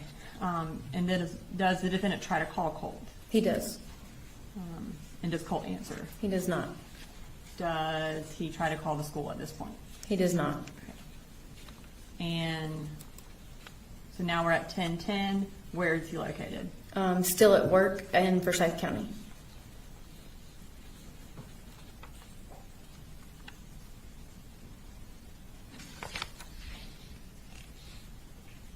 Okay. Now we're going to move to 10:17. So we're still before the shooting, which starts at 10:22. What does Marcy send the defendant? At 10:17 a.m., she says, "You should probably go ahead and make arrangements to leave work. They're going to need you at the school." So she's telling him to leave work. Does he leave work? He does not. Okay, so at 10:22 he is still at work. Yes. And what happens at 10:22? Colt begins firing. Does the defendant attempt to send more text messages to Colt? He does. And what does he say? At 10:23, he says, "Hey, look, let me just come get you and we'll leave. Okay, don't worry about school, no trouble. I'll come pick you up and we'll go get some lunch and just take a second, okay? And we don't even have to go back to school, okay? You gave it a good try. We can do this online. Don't just let me come get you." And at 10:27, "Baba, just give me a call, please. Let me know you're okay and let them know in the office I'm going to check you out. Just let them know and I'll come get you. And look, we just go somewhere and kind of chill and relax. Let's get through today. We'll figure out what we got to do tomorrow. Please, will you please call me?" And where is the defendant at 10:38? He's still at work in Forsyth County. Okay. So the next conversation I'm going to pull up is between Jenny and defendant. And this first text, what time is this? This is earlier in the morning on September 4th, so this is 6:21 a.m. So she's just asking about going to Dollar General to get some gum. Other than that phone call we talked about at 8:29, is there any other communication between Jenny and the defendant between this text and the one we're about to see? No, there's not. Okay. And what does Jenny say? At 10:55 a.m., she says, "I'm scared." And what does the defendant say? He responds, "It's going to be okay." And based on your review of the evidence, is this before the news broke that the shooting had occurred? Yes, it is. Does there appear to be any discussion, or I guess based on your review of the evidence, was there any discussion between Jenny and the defendant about the shooting? No, there was not. Okay. And does he ask any questions about what she means? He does not. All right, so we're going to move to 10:55 right after Jenny sends this text message to the defendant and he responds. And what happens? The defendant sends Marcy a text that says anything. And Marcy responds, no, and now nobody is answering the phone at the front desk at the high school or at Heyman Morris Middle School And what time was that? at 10:56 a.m. Okay, and based on your review of the records, is she attempting to call the schools? Yes, between the last call and now, I believe it was, she searched Apalachee and called the school 5 times and also searched and called Heyman Morris several times. Okay, and does the defendant ever call either school? He does not. Okay. And in response to her saying no one's answering, what does the defendant say? He sends a text to Marcy. They are apparently firing people today, like I need that, What time was that at 10:57 a.m. at? And then what happens? Marcy sends at 10:58. How far away are you from the school? You need to go there now. And is the defendant still at work? He is still at work. Does he leave when she sends this text? He does not. Okay. And what does he respond when she says, hey, you need to leave and go to school right now? He says super and a PM, asked if that was it and was told he didn't know. And Marcy responds, why did they fire them? And he responds, not sure on PM. And then she responds, Mama has a doctor's appointment tomorrow and then we're both coming up there. And what does the defendant say? He responds, okay, he was kind of ahead. And Marcy asks, ahead? And he says, OMG, sorry, he was a dickhead. Okay. And what time did the defendant send that text message? At 11:01 a.m. And does Jenny send him at the same time he's talking about that, does Jenny send him a text message? She does. And what does she say? She says 3 people are dead at the high school. Okay, and that text was at 11:01. Yes. And what does he say? 11:02, he says, how do you know? How do you know? And she says, people are saying, and was an email. Please, I'm scared. And then 11:06, he sends, did you talk to Colt today? Okay. And right before he asks if she talked to Colt today, what does he search? At 11:05 a.m., he searches school shooting today at Apalachee High School. Okay. And at 11:05, after Jenny has said 3 people are dead, and he's searching shooting at Apalachee High School, where is he? He's at work. What does he do while at work? He then calls George Clackham. Okay. And what time does he call George Clackham? At 11:09 a.m. All right. And so did Jenny and the defendant continue their conversation? They did. Okay. So at 11:11, what does Jenny say? She says, are you coming to the school? And he responds, yes. And she responds, thank you. And then at 11:13, she says, they may not let us out of our lockdown thing when you arrive, but still stay. And 11:15, he says, well, I'm on the way. Have you heard from Colt? And when does he finally leave the Forsyth County Fire Station? At 11:18 a.m. Okay. And while he is in the car, does Marcy send him a text message? She does. And what does she say? At 11:34, she says it's already on the news. So defendant leaves work at 11:18. Does he go straight to Heyman Morris to pick up Jenny? No. Okay, where does he go? He goes to Quick Trip. Quick Trip? What Quick Trip? It is in Buford, on the way from work to his residence in Bethlehem. How long is he at the Quick Trip? From 11:45 to 11:52, so I think approximately 7 minutes. And does he buy something there? He does.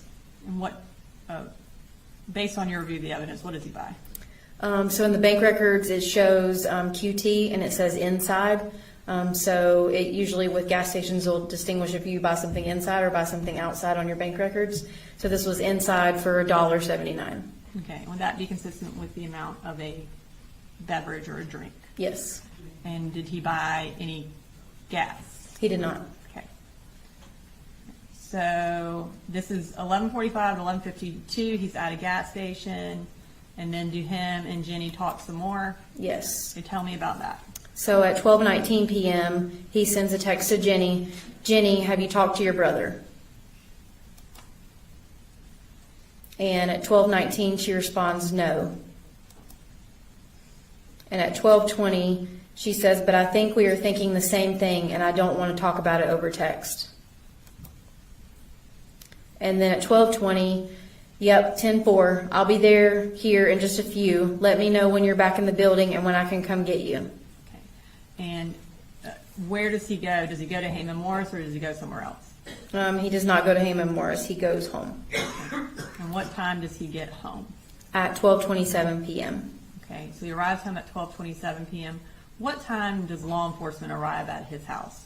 At 12:32 p.m. Okay, and what is this? How do you know it's 12:32 p.m.? This is a body cam from one of the deputies that arrived that day. Okay. After the defendant gets to the house and after deputies arrive, who does he call? He calls Marcy. And what time does he call her? He calls her at 12:38, 5 minutes and 13 seconds.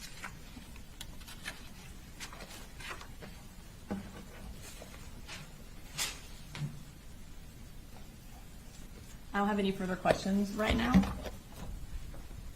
Cross. Yes, actually.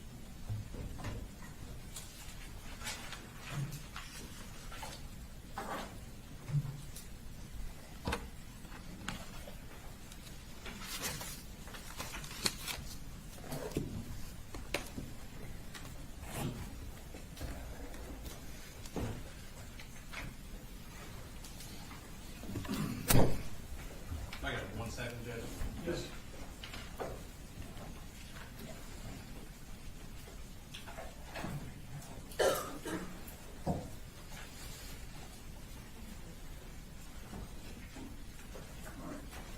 Mr. Bail was telling me you want me to break. Somebody want me to break?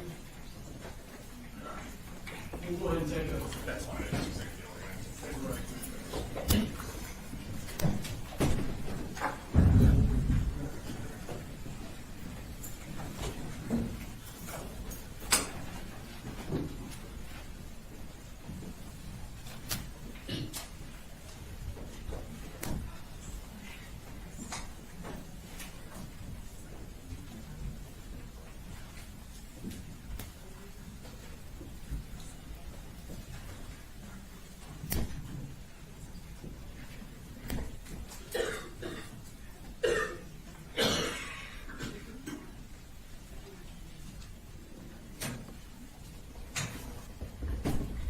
All right, we'll be in recess.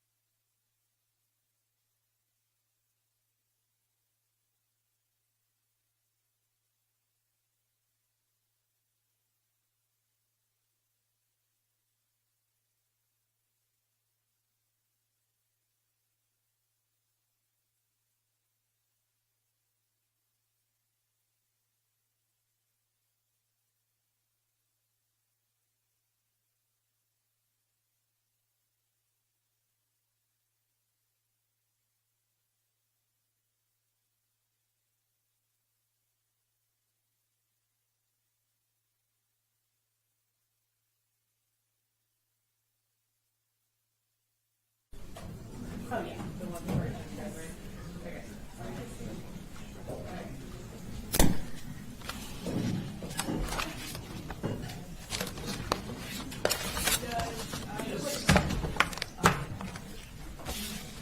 Issue to address. The sheriff sent me a text message saying that someone was taking photos in the courtroom that was not video. I want to bring that to the court. No. His name was Alan Walkham. I don't know if he's in here or not, but, I guess he's posting them all over his website, and I wanted to make, or his Facebook page, so I want to make sure specifically he's not in here when we're playing the surveillance video. Is Alan Malcolm in the courtroom? Does anyone know Alan Malcolm? Does his Facebook have a picture of It Alan does, Malcolm? I can show you. I don't see him in the courtroom, but, Can we see that picture? yeah. Is it pictures of jury too? I don't know, the only one I got was, us and the judge, Okay. but I haven't looked at his Facebook page. What's the one that we had kicked out? Yeah, it was the first guy that we kicked out. Okay. And he has not been in the courtroom since. When was that? That was last week. Oh, we definitely took a picture of you today. You didn't wear that suit twice? Yeah. Did you have to put shoes on? Yes, but this is definitely today. Also, like, Oh, yeah.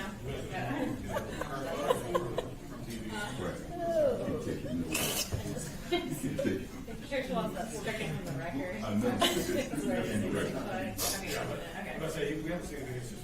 Okay, good. How does he spell his name? No, this is the David, this is the camera, but this is sheriff. How does he spell it? B-A-U-G-H-T-U-M. How does he spell Alan? A-L-A-N. He's probably watching it online. Yeah, I'm seeing that.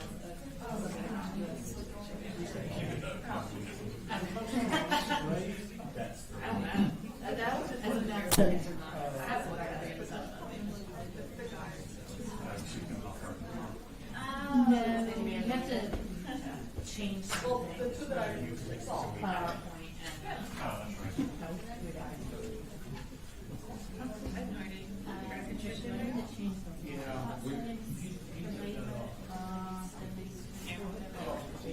Yeah, it's like, Oh, yeah, you gotta get a display. we'll do some now. Here, I know when it's not. That was me. Thank you for letting me know. You're welcome, Yeah, it-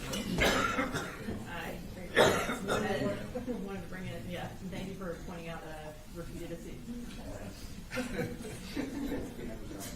hope we're not keeping track of that.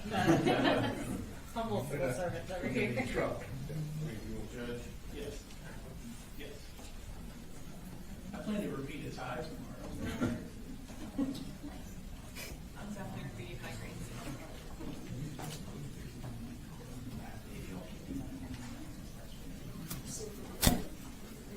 But you look for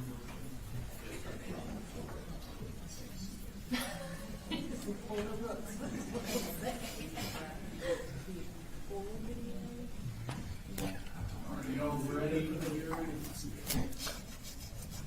Hobbs, Yes, sir. you ready for? Yes, sir. Oh, no, we have one issue. Okay. There is a text message that I wanted to ask the investigator about that was sent on August the 15th by Jenny Gray to Colin Gray. Basically, to give the court some context. Is this something that's being objected to, or? Yes. Yeah, it's just one text that we're objecting to. Would you like us to come up and show it to you?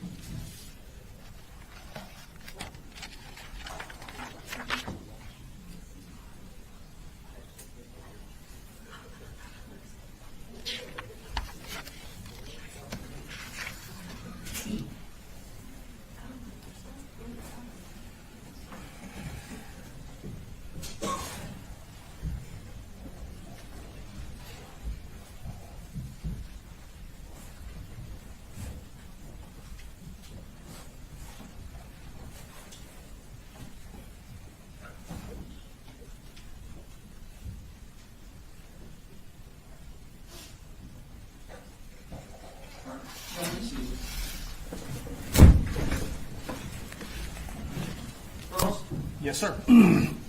Good afternoon, Investigator Gill. Good afternoon. I'm going to ask you some questions, and I know there is a ton of documents and evidence you've gone over in this case. I'm specifically going to ask you about some text messages, and I also realize there are probably thousands of pages of text messages. And Yes, sir. you probably remember 95% of them, if not more. But if I ask you about a text message that you don't remember, please let me know, and I'd be happy to show you a copy of it to see if that helps refresh your memory. Okay. All right. Make sure there's no fight breaking out in the jury box. Okay.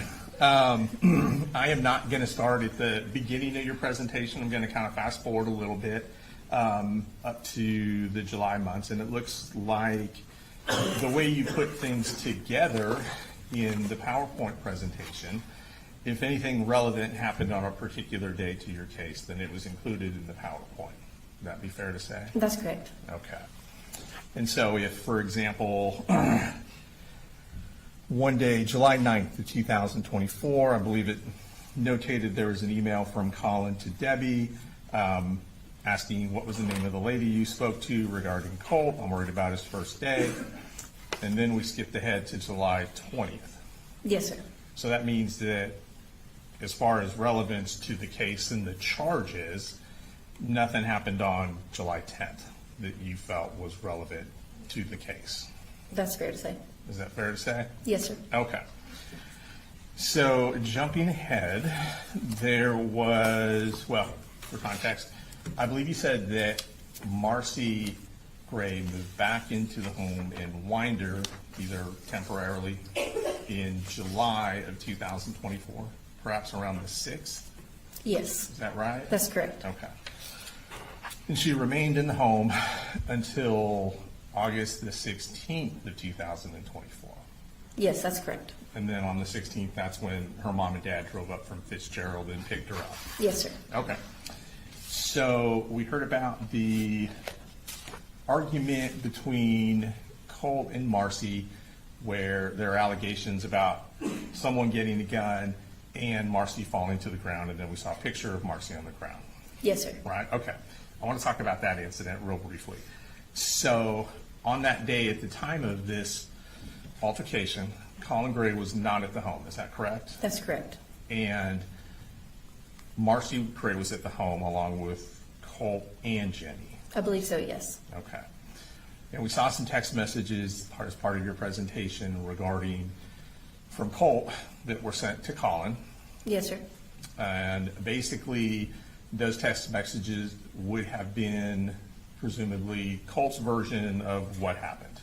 Yes, Is sir. that fair to say? Yes, sir. All right. And then we also know that Marcy spoke with, I believe you said there was a phone call around the same time between Marcy and Colin Gray. I believe so. Okay. And then do you recall there being text messages around the same time from Jenny to Colin? I do remember that, yes, sir. And those text messages also described what happened. Is that fair to say? Yes, sir. Okay. And and I'm just going to, well, let me do this. Well, so I'm going to ask you about those text messages and just tell me if you remember these particular messages. So these start at August 15th on 2024 at 11:31. And they're going to be from Jenny Gray to Colin, just to kind of help you orient. Okay. So at that time, did Jenny text Colin and ask, did anyone else text you like Mama or Colt? Yes, sir.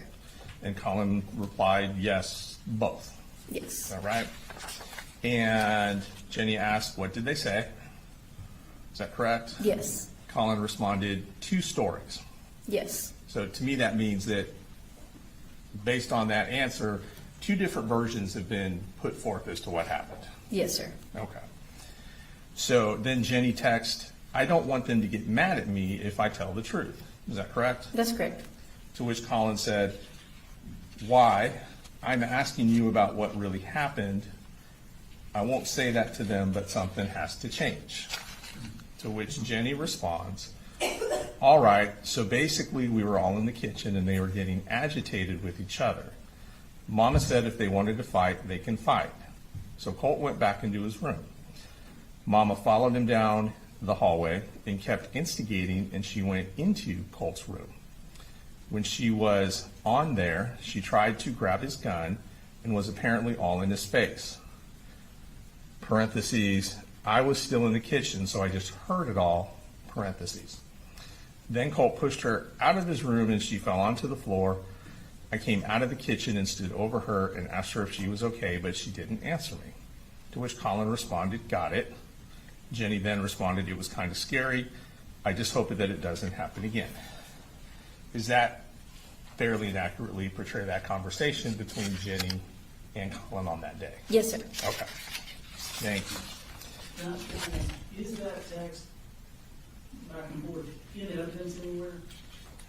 Is it part of? No, it is not. No, it's not part of the extraction, book. but not actually in evidence? Right, it's part of the extraction.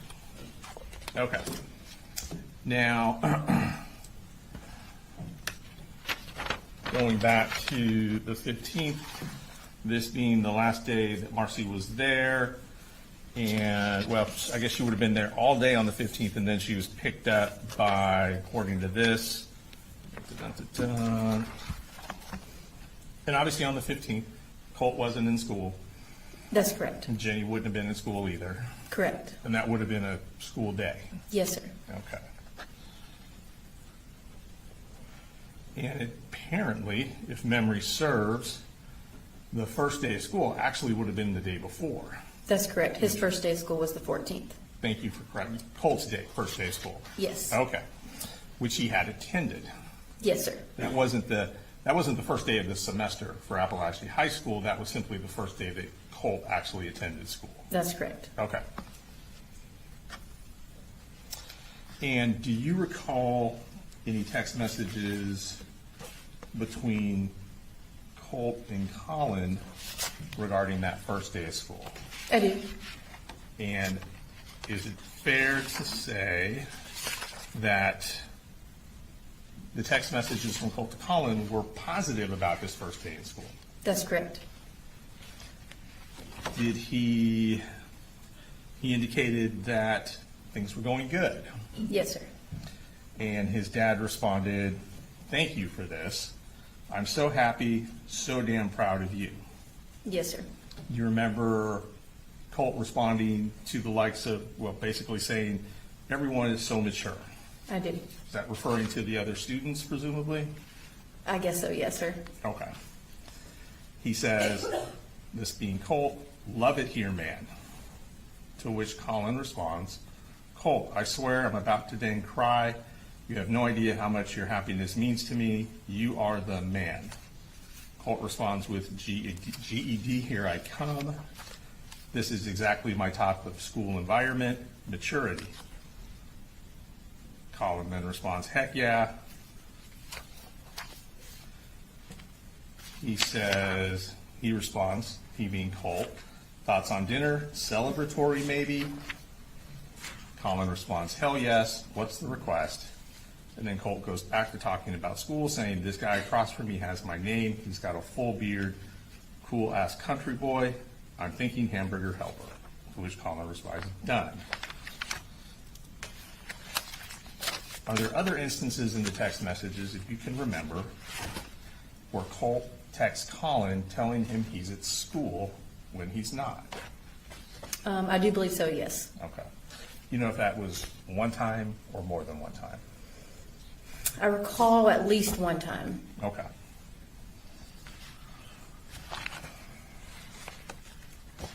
Yeah, and I'm going to finish up on the text messages so we don't have to worry about those. But there were some text messages, and you probably do recall these, between Colt Gray and Marcy on the 31st of August, referencing Colt's attempts to contact Nicholas Cruz. Yes, sir. Do you recall those? I do. Okay. And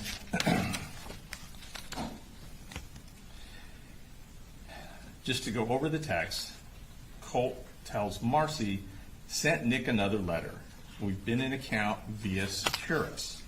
Do you know what Securus is? I do. What is Securus? It's an account that's used by most, sometimes jail facilities or prison facilities that you can send emails and or calls or video visits through. We used to have Securus here in Barrow, but changed over a couple years back. Okay. So if you were on the outside of one of these facilities and wanted to communicate with an inmate, Securus is a platform that would allow you to do that Yes, sir. once you registered for it. Yes, sir. Okay. And Colt tells his mother, essentially that he sent Nicholas Cruz an email, Yes, sir. to which she responds, I didn't know you had sent him one already. Did he answer your first email? To which Colt responded, I sent them kind of at the same time about 3 days ago. They've both been approved. It's just a matter of them actually getting sent. To which Marcy responds, that's cool, 3 exclamation points. Colt says, I lied about my age, so don't worry about that. To which she responds, okay, what all did you say? Colt responded, I added some money to his commissary too. I told Dad it was a scheme game. To which Marcy responds, LOL, all caps, that's awesome. Do you recall that exchange between Marcy and Colt being in those text messages? I do, yes, sir. Okay.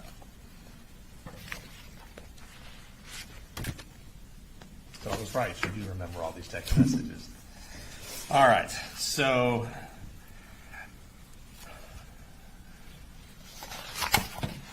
going back at the school calendar, we know that Colt attended school only for a couple of days during that semester. Is that That's right? correct. Yes, sir. And he lied to his dad at least once, if not more times, about being in school when he was at home. Yes, at least once.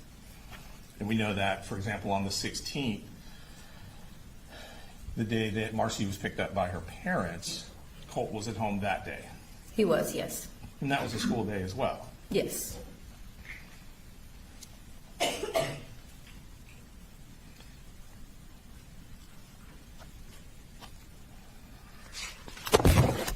Do you recall, and I lied, I am going to ask you about one more text message. Do you recall a text message or any text messages between Colin and Marcy? You mentioned the Saturday they were supposed to go to Advantage Behavioral. Yes, sir. Okay, that's the Saturday I'm referring to. One of the text messages you showed during your presentation talked about going camping at Blue Ridge. Yes. Is that correct? Yes, sir. Do you recall seeing any other text messages between Colin and Marcy about camping with the youngest child, Boo, that weekend? I don't remember specific text message. I do remember some search history back in July Okay. for some Lake Blue Ridge or Helen type searches. Okay. So, and on the 31st of August, to go back to when Miss Marcy Gray was speaking with Colt about the Nicholas Cruz and the emails, there were not any text messages between Marcy Gray and Colin Gray referencing that conversation, were there? That's correct. And just to be fair, I think you said there were some phone calls, however, around that same time. Or was that later?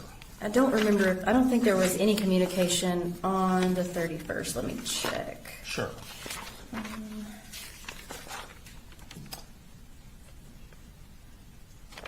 She did send a text that morning Okay. about coming up, and then there was a phone call, and then that was the rest of the communication. There was no communication after that. Okay, gotcha, thank you. And on the 29th, that's when Marcy had done, so 2 days before that conversation with Colt, that's when Marcy had done all those searches in regards to Ethan Crumbly, school shooters, safe gun laws, things like that. Yes, sir. That was in her search history on that date. And that was the date that there were several, 1, 2, 3, 4, at least 6 phone calls between Colin Gray and Marcy. Yes, sir. Is that right? The longest one being, let me make sure. It looks like, and that was up pretty quickly, but it looks like one was about 30 seconds, one was about 8 minutes, one was about 4 minutes, one was about 5 minutes, and then the last one was about 1 minute. I think that's correct. Is I that think the right? first one might have been 14 or 11 minutes. No, But yes, by all around. means. Okay.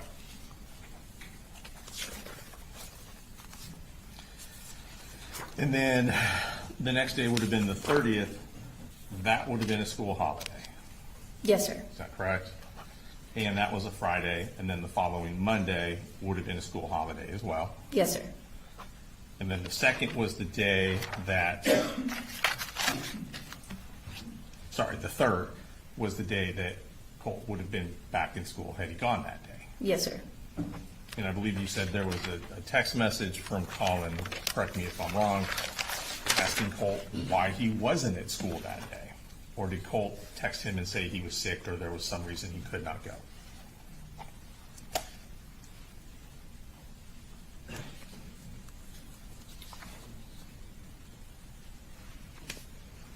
I don't remember the text on September 3rd, if there Okay. was any between the two. Gotcha.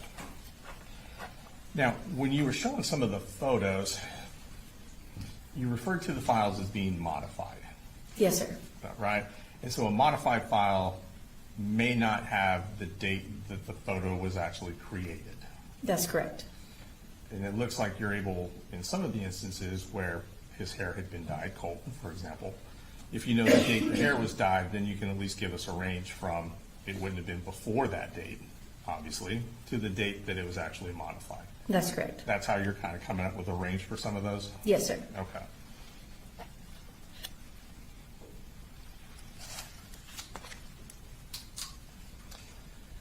After, so you went through Marcy's phone records, Marcy Gray's phone records. After that conversation on the 31st with Colt regarding speaking to Nicholas Cruz, there's no indication she called 911 or anything like that, is there? No, sir.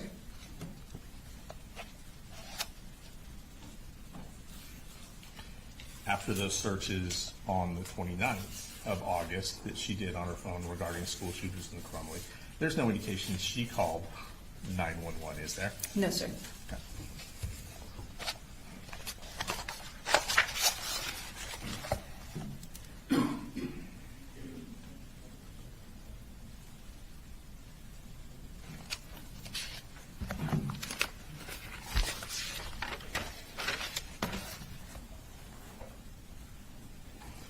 You were able to go over the school records for the other children, Coley Jr. and, well, Coley and Jenny, is that correct? Yes, sir.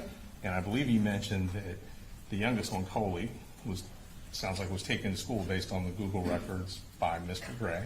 That's correct, yes. And he only had one absence. Yes, sir. That first semester, correct? Yes, sir. And then it sounds like from the records, his daughter Jenny, who would have gotten on the bus by herself, had 2 absences Yes, sir. For the month of August. for the month of August. Yes, thank you.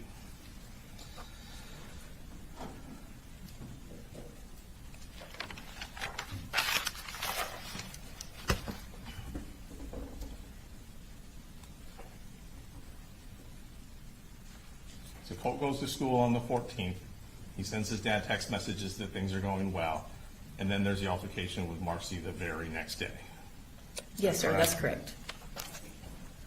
And then the 16th, Colt does not go back to school. That's correct. In fact, he doesn't go back to school for several days after that altercation, does he? I think the next day was the 19th that he The did go to 19th. school. Okay.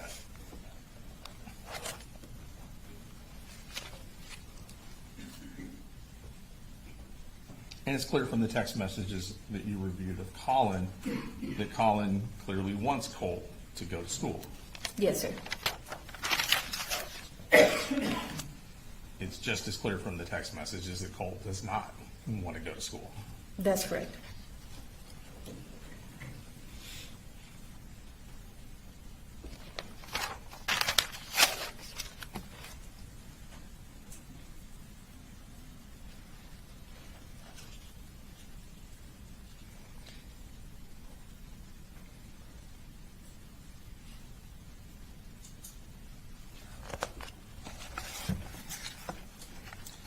Do you recall, so from the text message you put in the presentation, Debbie Palamas and Marcy Gray are scheduled to come up Saturday, which would have been, was it the 1st of September? The 31st The 31st. Thank of you. August, yes, sir. 31st of August. And obviously that does not happen. Is that That's correct. And from your investigation, and this may have been part of someone else's investigation, so just let me know. Are you aware of a meeting between Debbie Palamas and Lisa Butler prior to that Saturday? Yes, sir. And at that meeting, from the emails that you were able to retrieve as part of your investigation, it's clear that there were supposed to be some services put in place for the beginning of that first week of September for Colt. Yes, sir. And that would have been at Apalachee High School. Yes, sir. And there were some, would have been, the earliest it could happen would have been the 3rd. Yes, Because sir. Monday was the holiday. Yes, sir. Okay.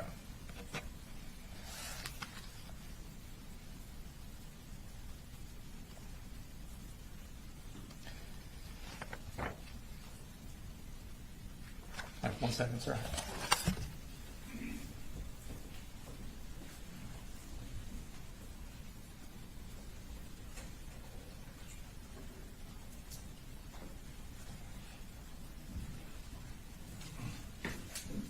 All right, just a couple more questions.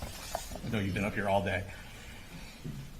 From your review of the text messages, and we can just kind of cover that July to September of 2024, is it fair to say that Colin Gray texted Colt and or Jenny almost every day?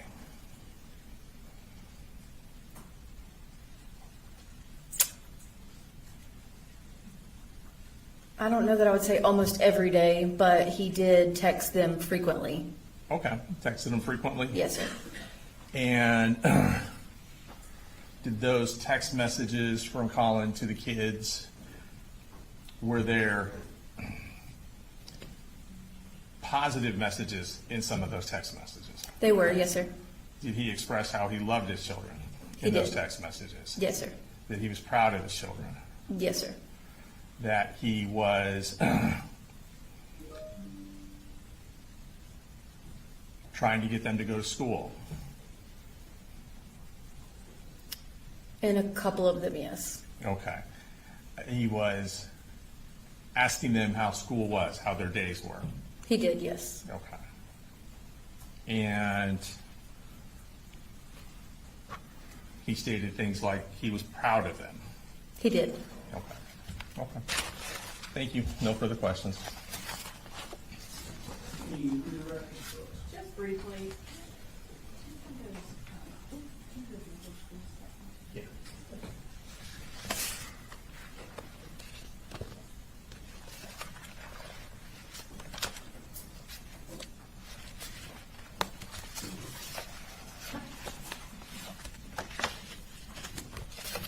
In one of these folders. Go right ahead.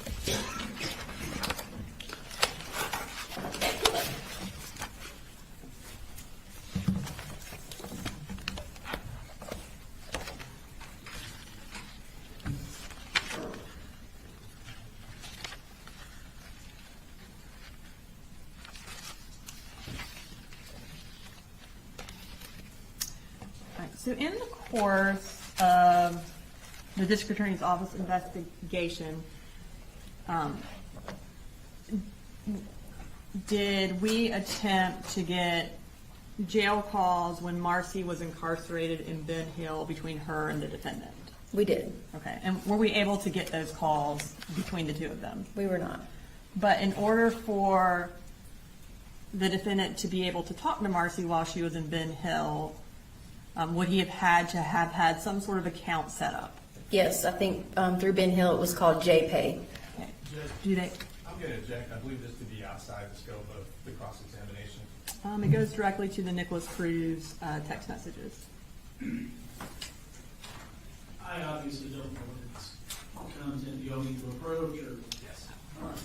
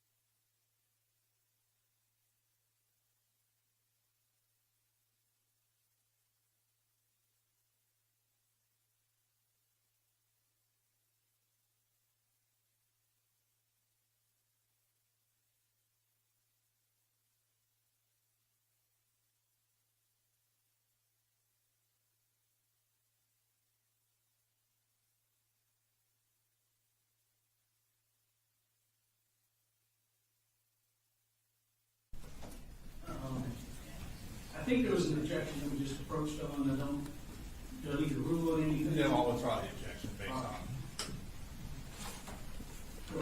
Yes, I'm just gonna show, Ms. Gill and refresh her recollection about what platform Ben Hill uses.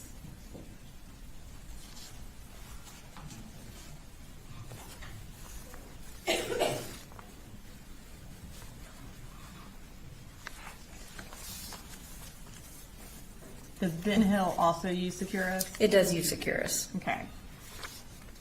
So, in order to, Mr. Hobbs was talking to you about text messages between Colt and Marcy related to him setting up a Securus account to talk to Nick Cruz. How, in order to set up a Securus account, do you have to, or what do you have to have? So you have to create an account with a name, an email, phone number, and then if you want to add money to make calls or send email, text messages, then you also have to upload a some sort of funds, so a credit or debit card. So when you upload funds, is that charged to that debit or credit card? It does, yes. Okay. And were there any corresponding charges on the defendant's debit card from Wells Fargo that had Securus, or that were paid to Securus? There was. Okay, and so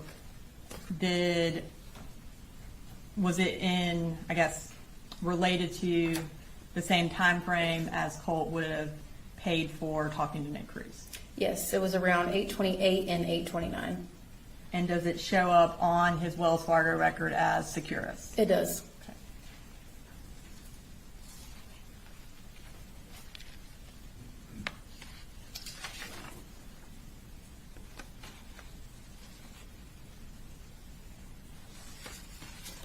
Okay,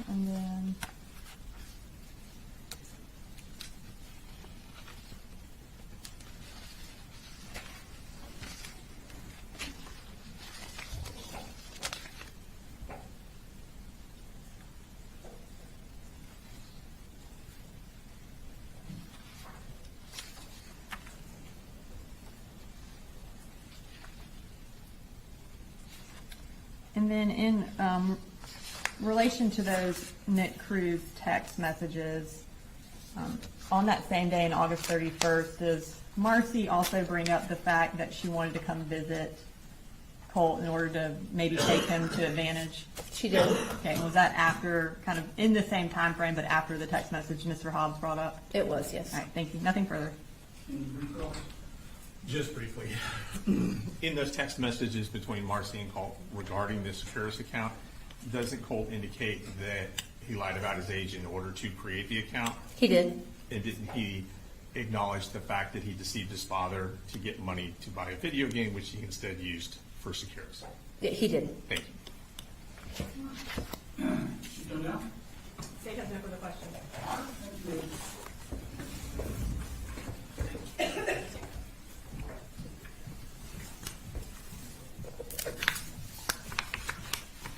State calls next, please. The state calls Lucas Byer to the stand.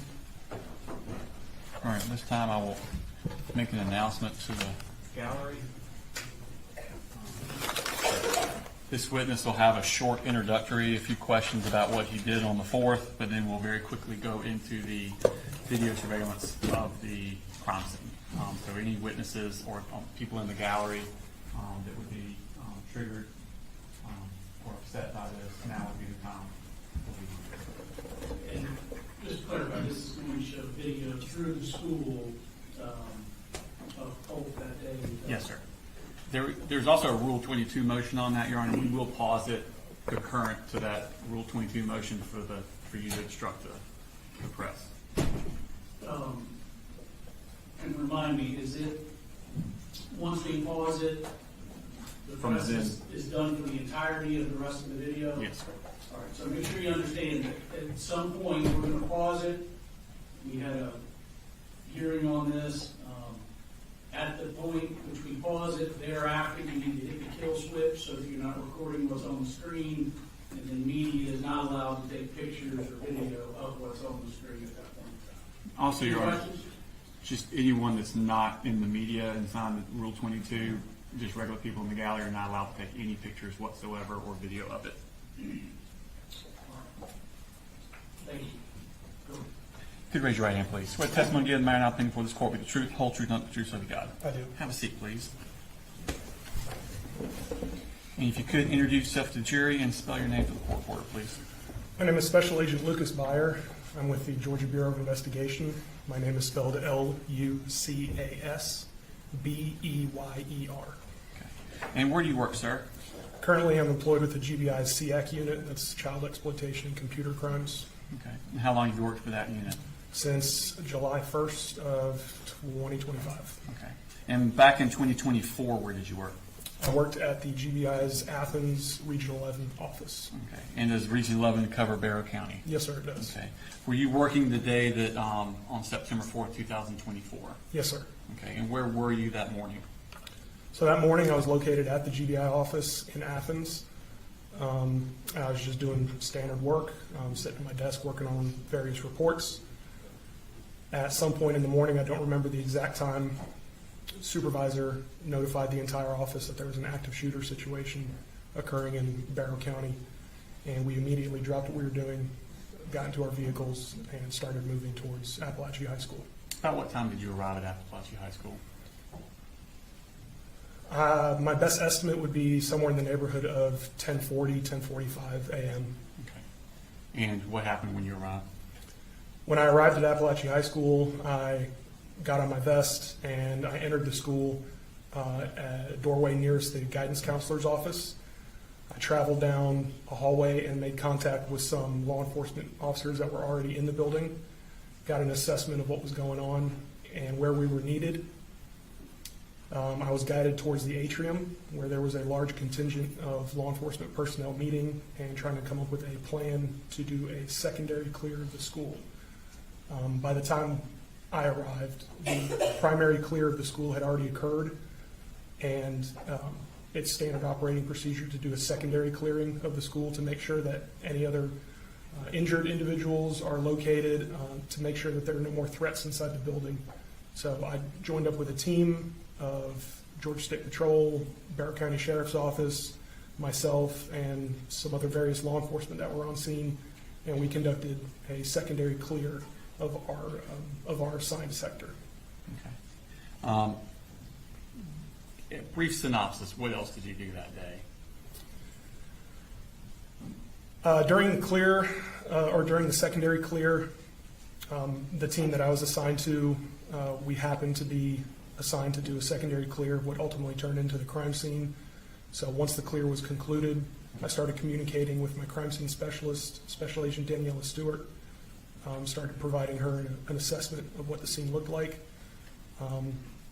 Told her to bring as much equipment as she could. And I started conducting various investigative acts that I thought would be necessary, including locating and collecting surveillance video. Okay, I was going to ask you about that. Did you at some point collect all the surveillance video pertinent to that area of the school? Yes, sir. Okay. And over the next few days and weeks, did you watch all of that school surveillance video? Yes, sir, I did. Okay. And describe to me the system in general of how it worked with the surveillance system. The surveillance system was centralized within the school. When I initially requested the surveillance video, I made contact with a school resource officer at the school, and he started the process of identifying videos and isolating them for download. It actually took quite a while to download the video, so I didn't end up picking it up physically until the following day. But the system was centralized in the school. All the cameras were coordinated. They were all on the same timestamp. Each classroom had an individual camera in it that was located in the top center of the ceiling. It had a fisheye lens, so it could catch a 360-degree view despite being a single camera. There were also surveillance cameras positioned throughout the hallways, also mounted on the ceilings. All these cameras operated on the same timestamp. The surveillance cameras in the hallway provided a slightly different angle. They weren't fisheyed like the classroom cameras were, but they still coordinated at the same time. When you're reviewing these videos, can you pick and choose, or is it you're watching this hallway camera throughout the entire time, and then you're watching this television or this classroom camera all the way through? While I was watching the video, it was individual camera feeds exclusively. Okay. And were you able to piece together a timeline of following Colt from when he got on the bus until all the way through the shooting? Yes, sir, I was. Okay. I want to pull up a map of the school. And there should be a pointer up there still for the last witness. Yeah. And so it's, if you use the one behind you and show us from the video, I want you to walk us through Colt's path from when he got off the bus at the school through the shooting.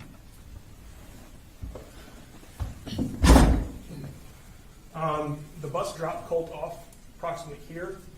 Colt traveled and entered the school through a set of doors here.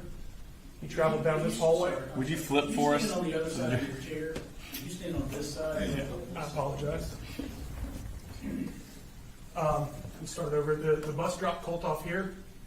He entered the school through a set of doors here, moved along this hallway, and then there was a large gathering area, a cafeteria here. Colt walked along the outside of that cafeteria, traveled down this main hallway into the atrium, and then entered this hallway where he entered his first period classroom. And could you point out his first period classroom for us? First period classroom was, I believe, one of these two classrooms here. Okay. And at the end of first period, where did he go?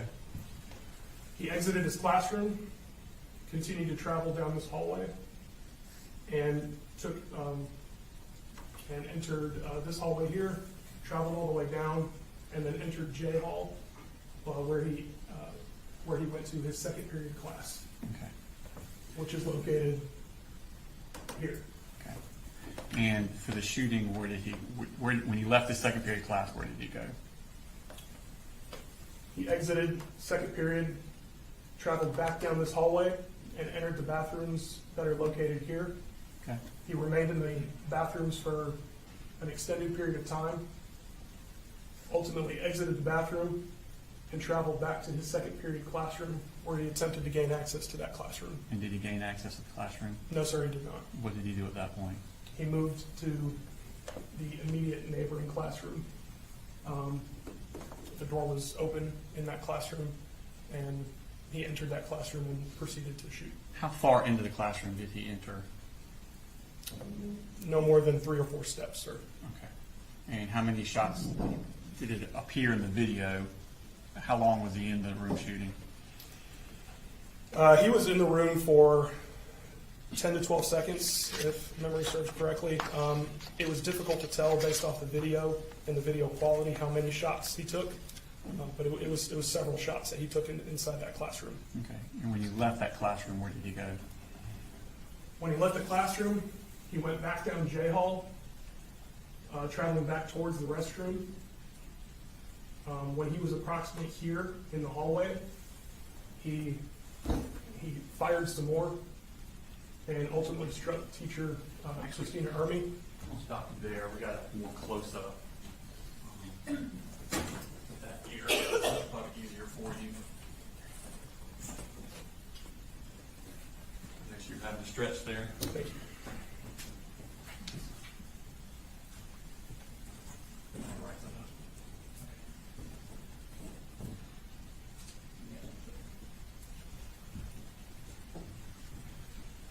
All right, so once again, this was the classroom that he started firing in. When he exited that doorway, he traveled down the hallway, and when he was almost at the intersection of J Hall and I Hall, he saw Miss Ermy coming out of this classroom.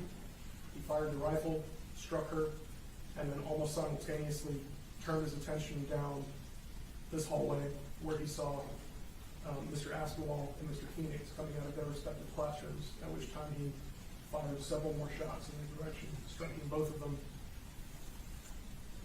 After turning his attention away from Mr. Phoenix and Mr. Aspinwall, he continued to travel down this hallway until he reached almost the end of the hallway. It was at that point that Mason Schermerhorn came out of the bathroom. Colt turned around, saw Mason Schermerhorn coming out of the bathroom, fired at him, initially missed. Mason turned around to try to flee. Unfortunately, he turned right around to face Colt Gray, and he was shot at that point. After shooting Mason Schermerhorn, Colt turned down this hallway, and he tried to lift the rifle and take aim at another student that was in that hallway, Zane Zinni. But it was at that point that the Barrow County school resource officers came down the hallway and were able to get Colt to stop shooting. Thank you. Because you had to watch all this on individual cameras, did you have an idea about doing something to fix that?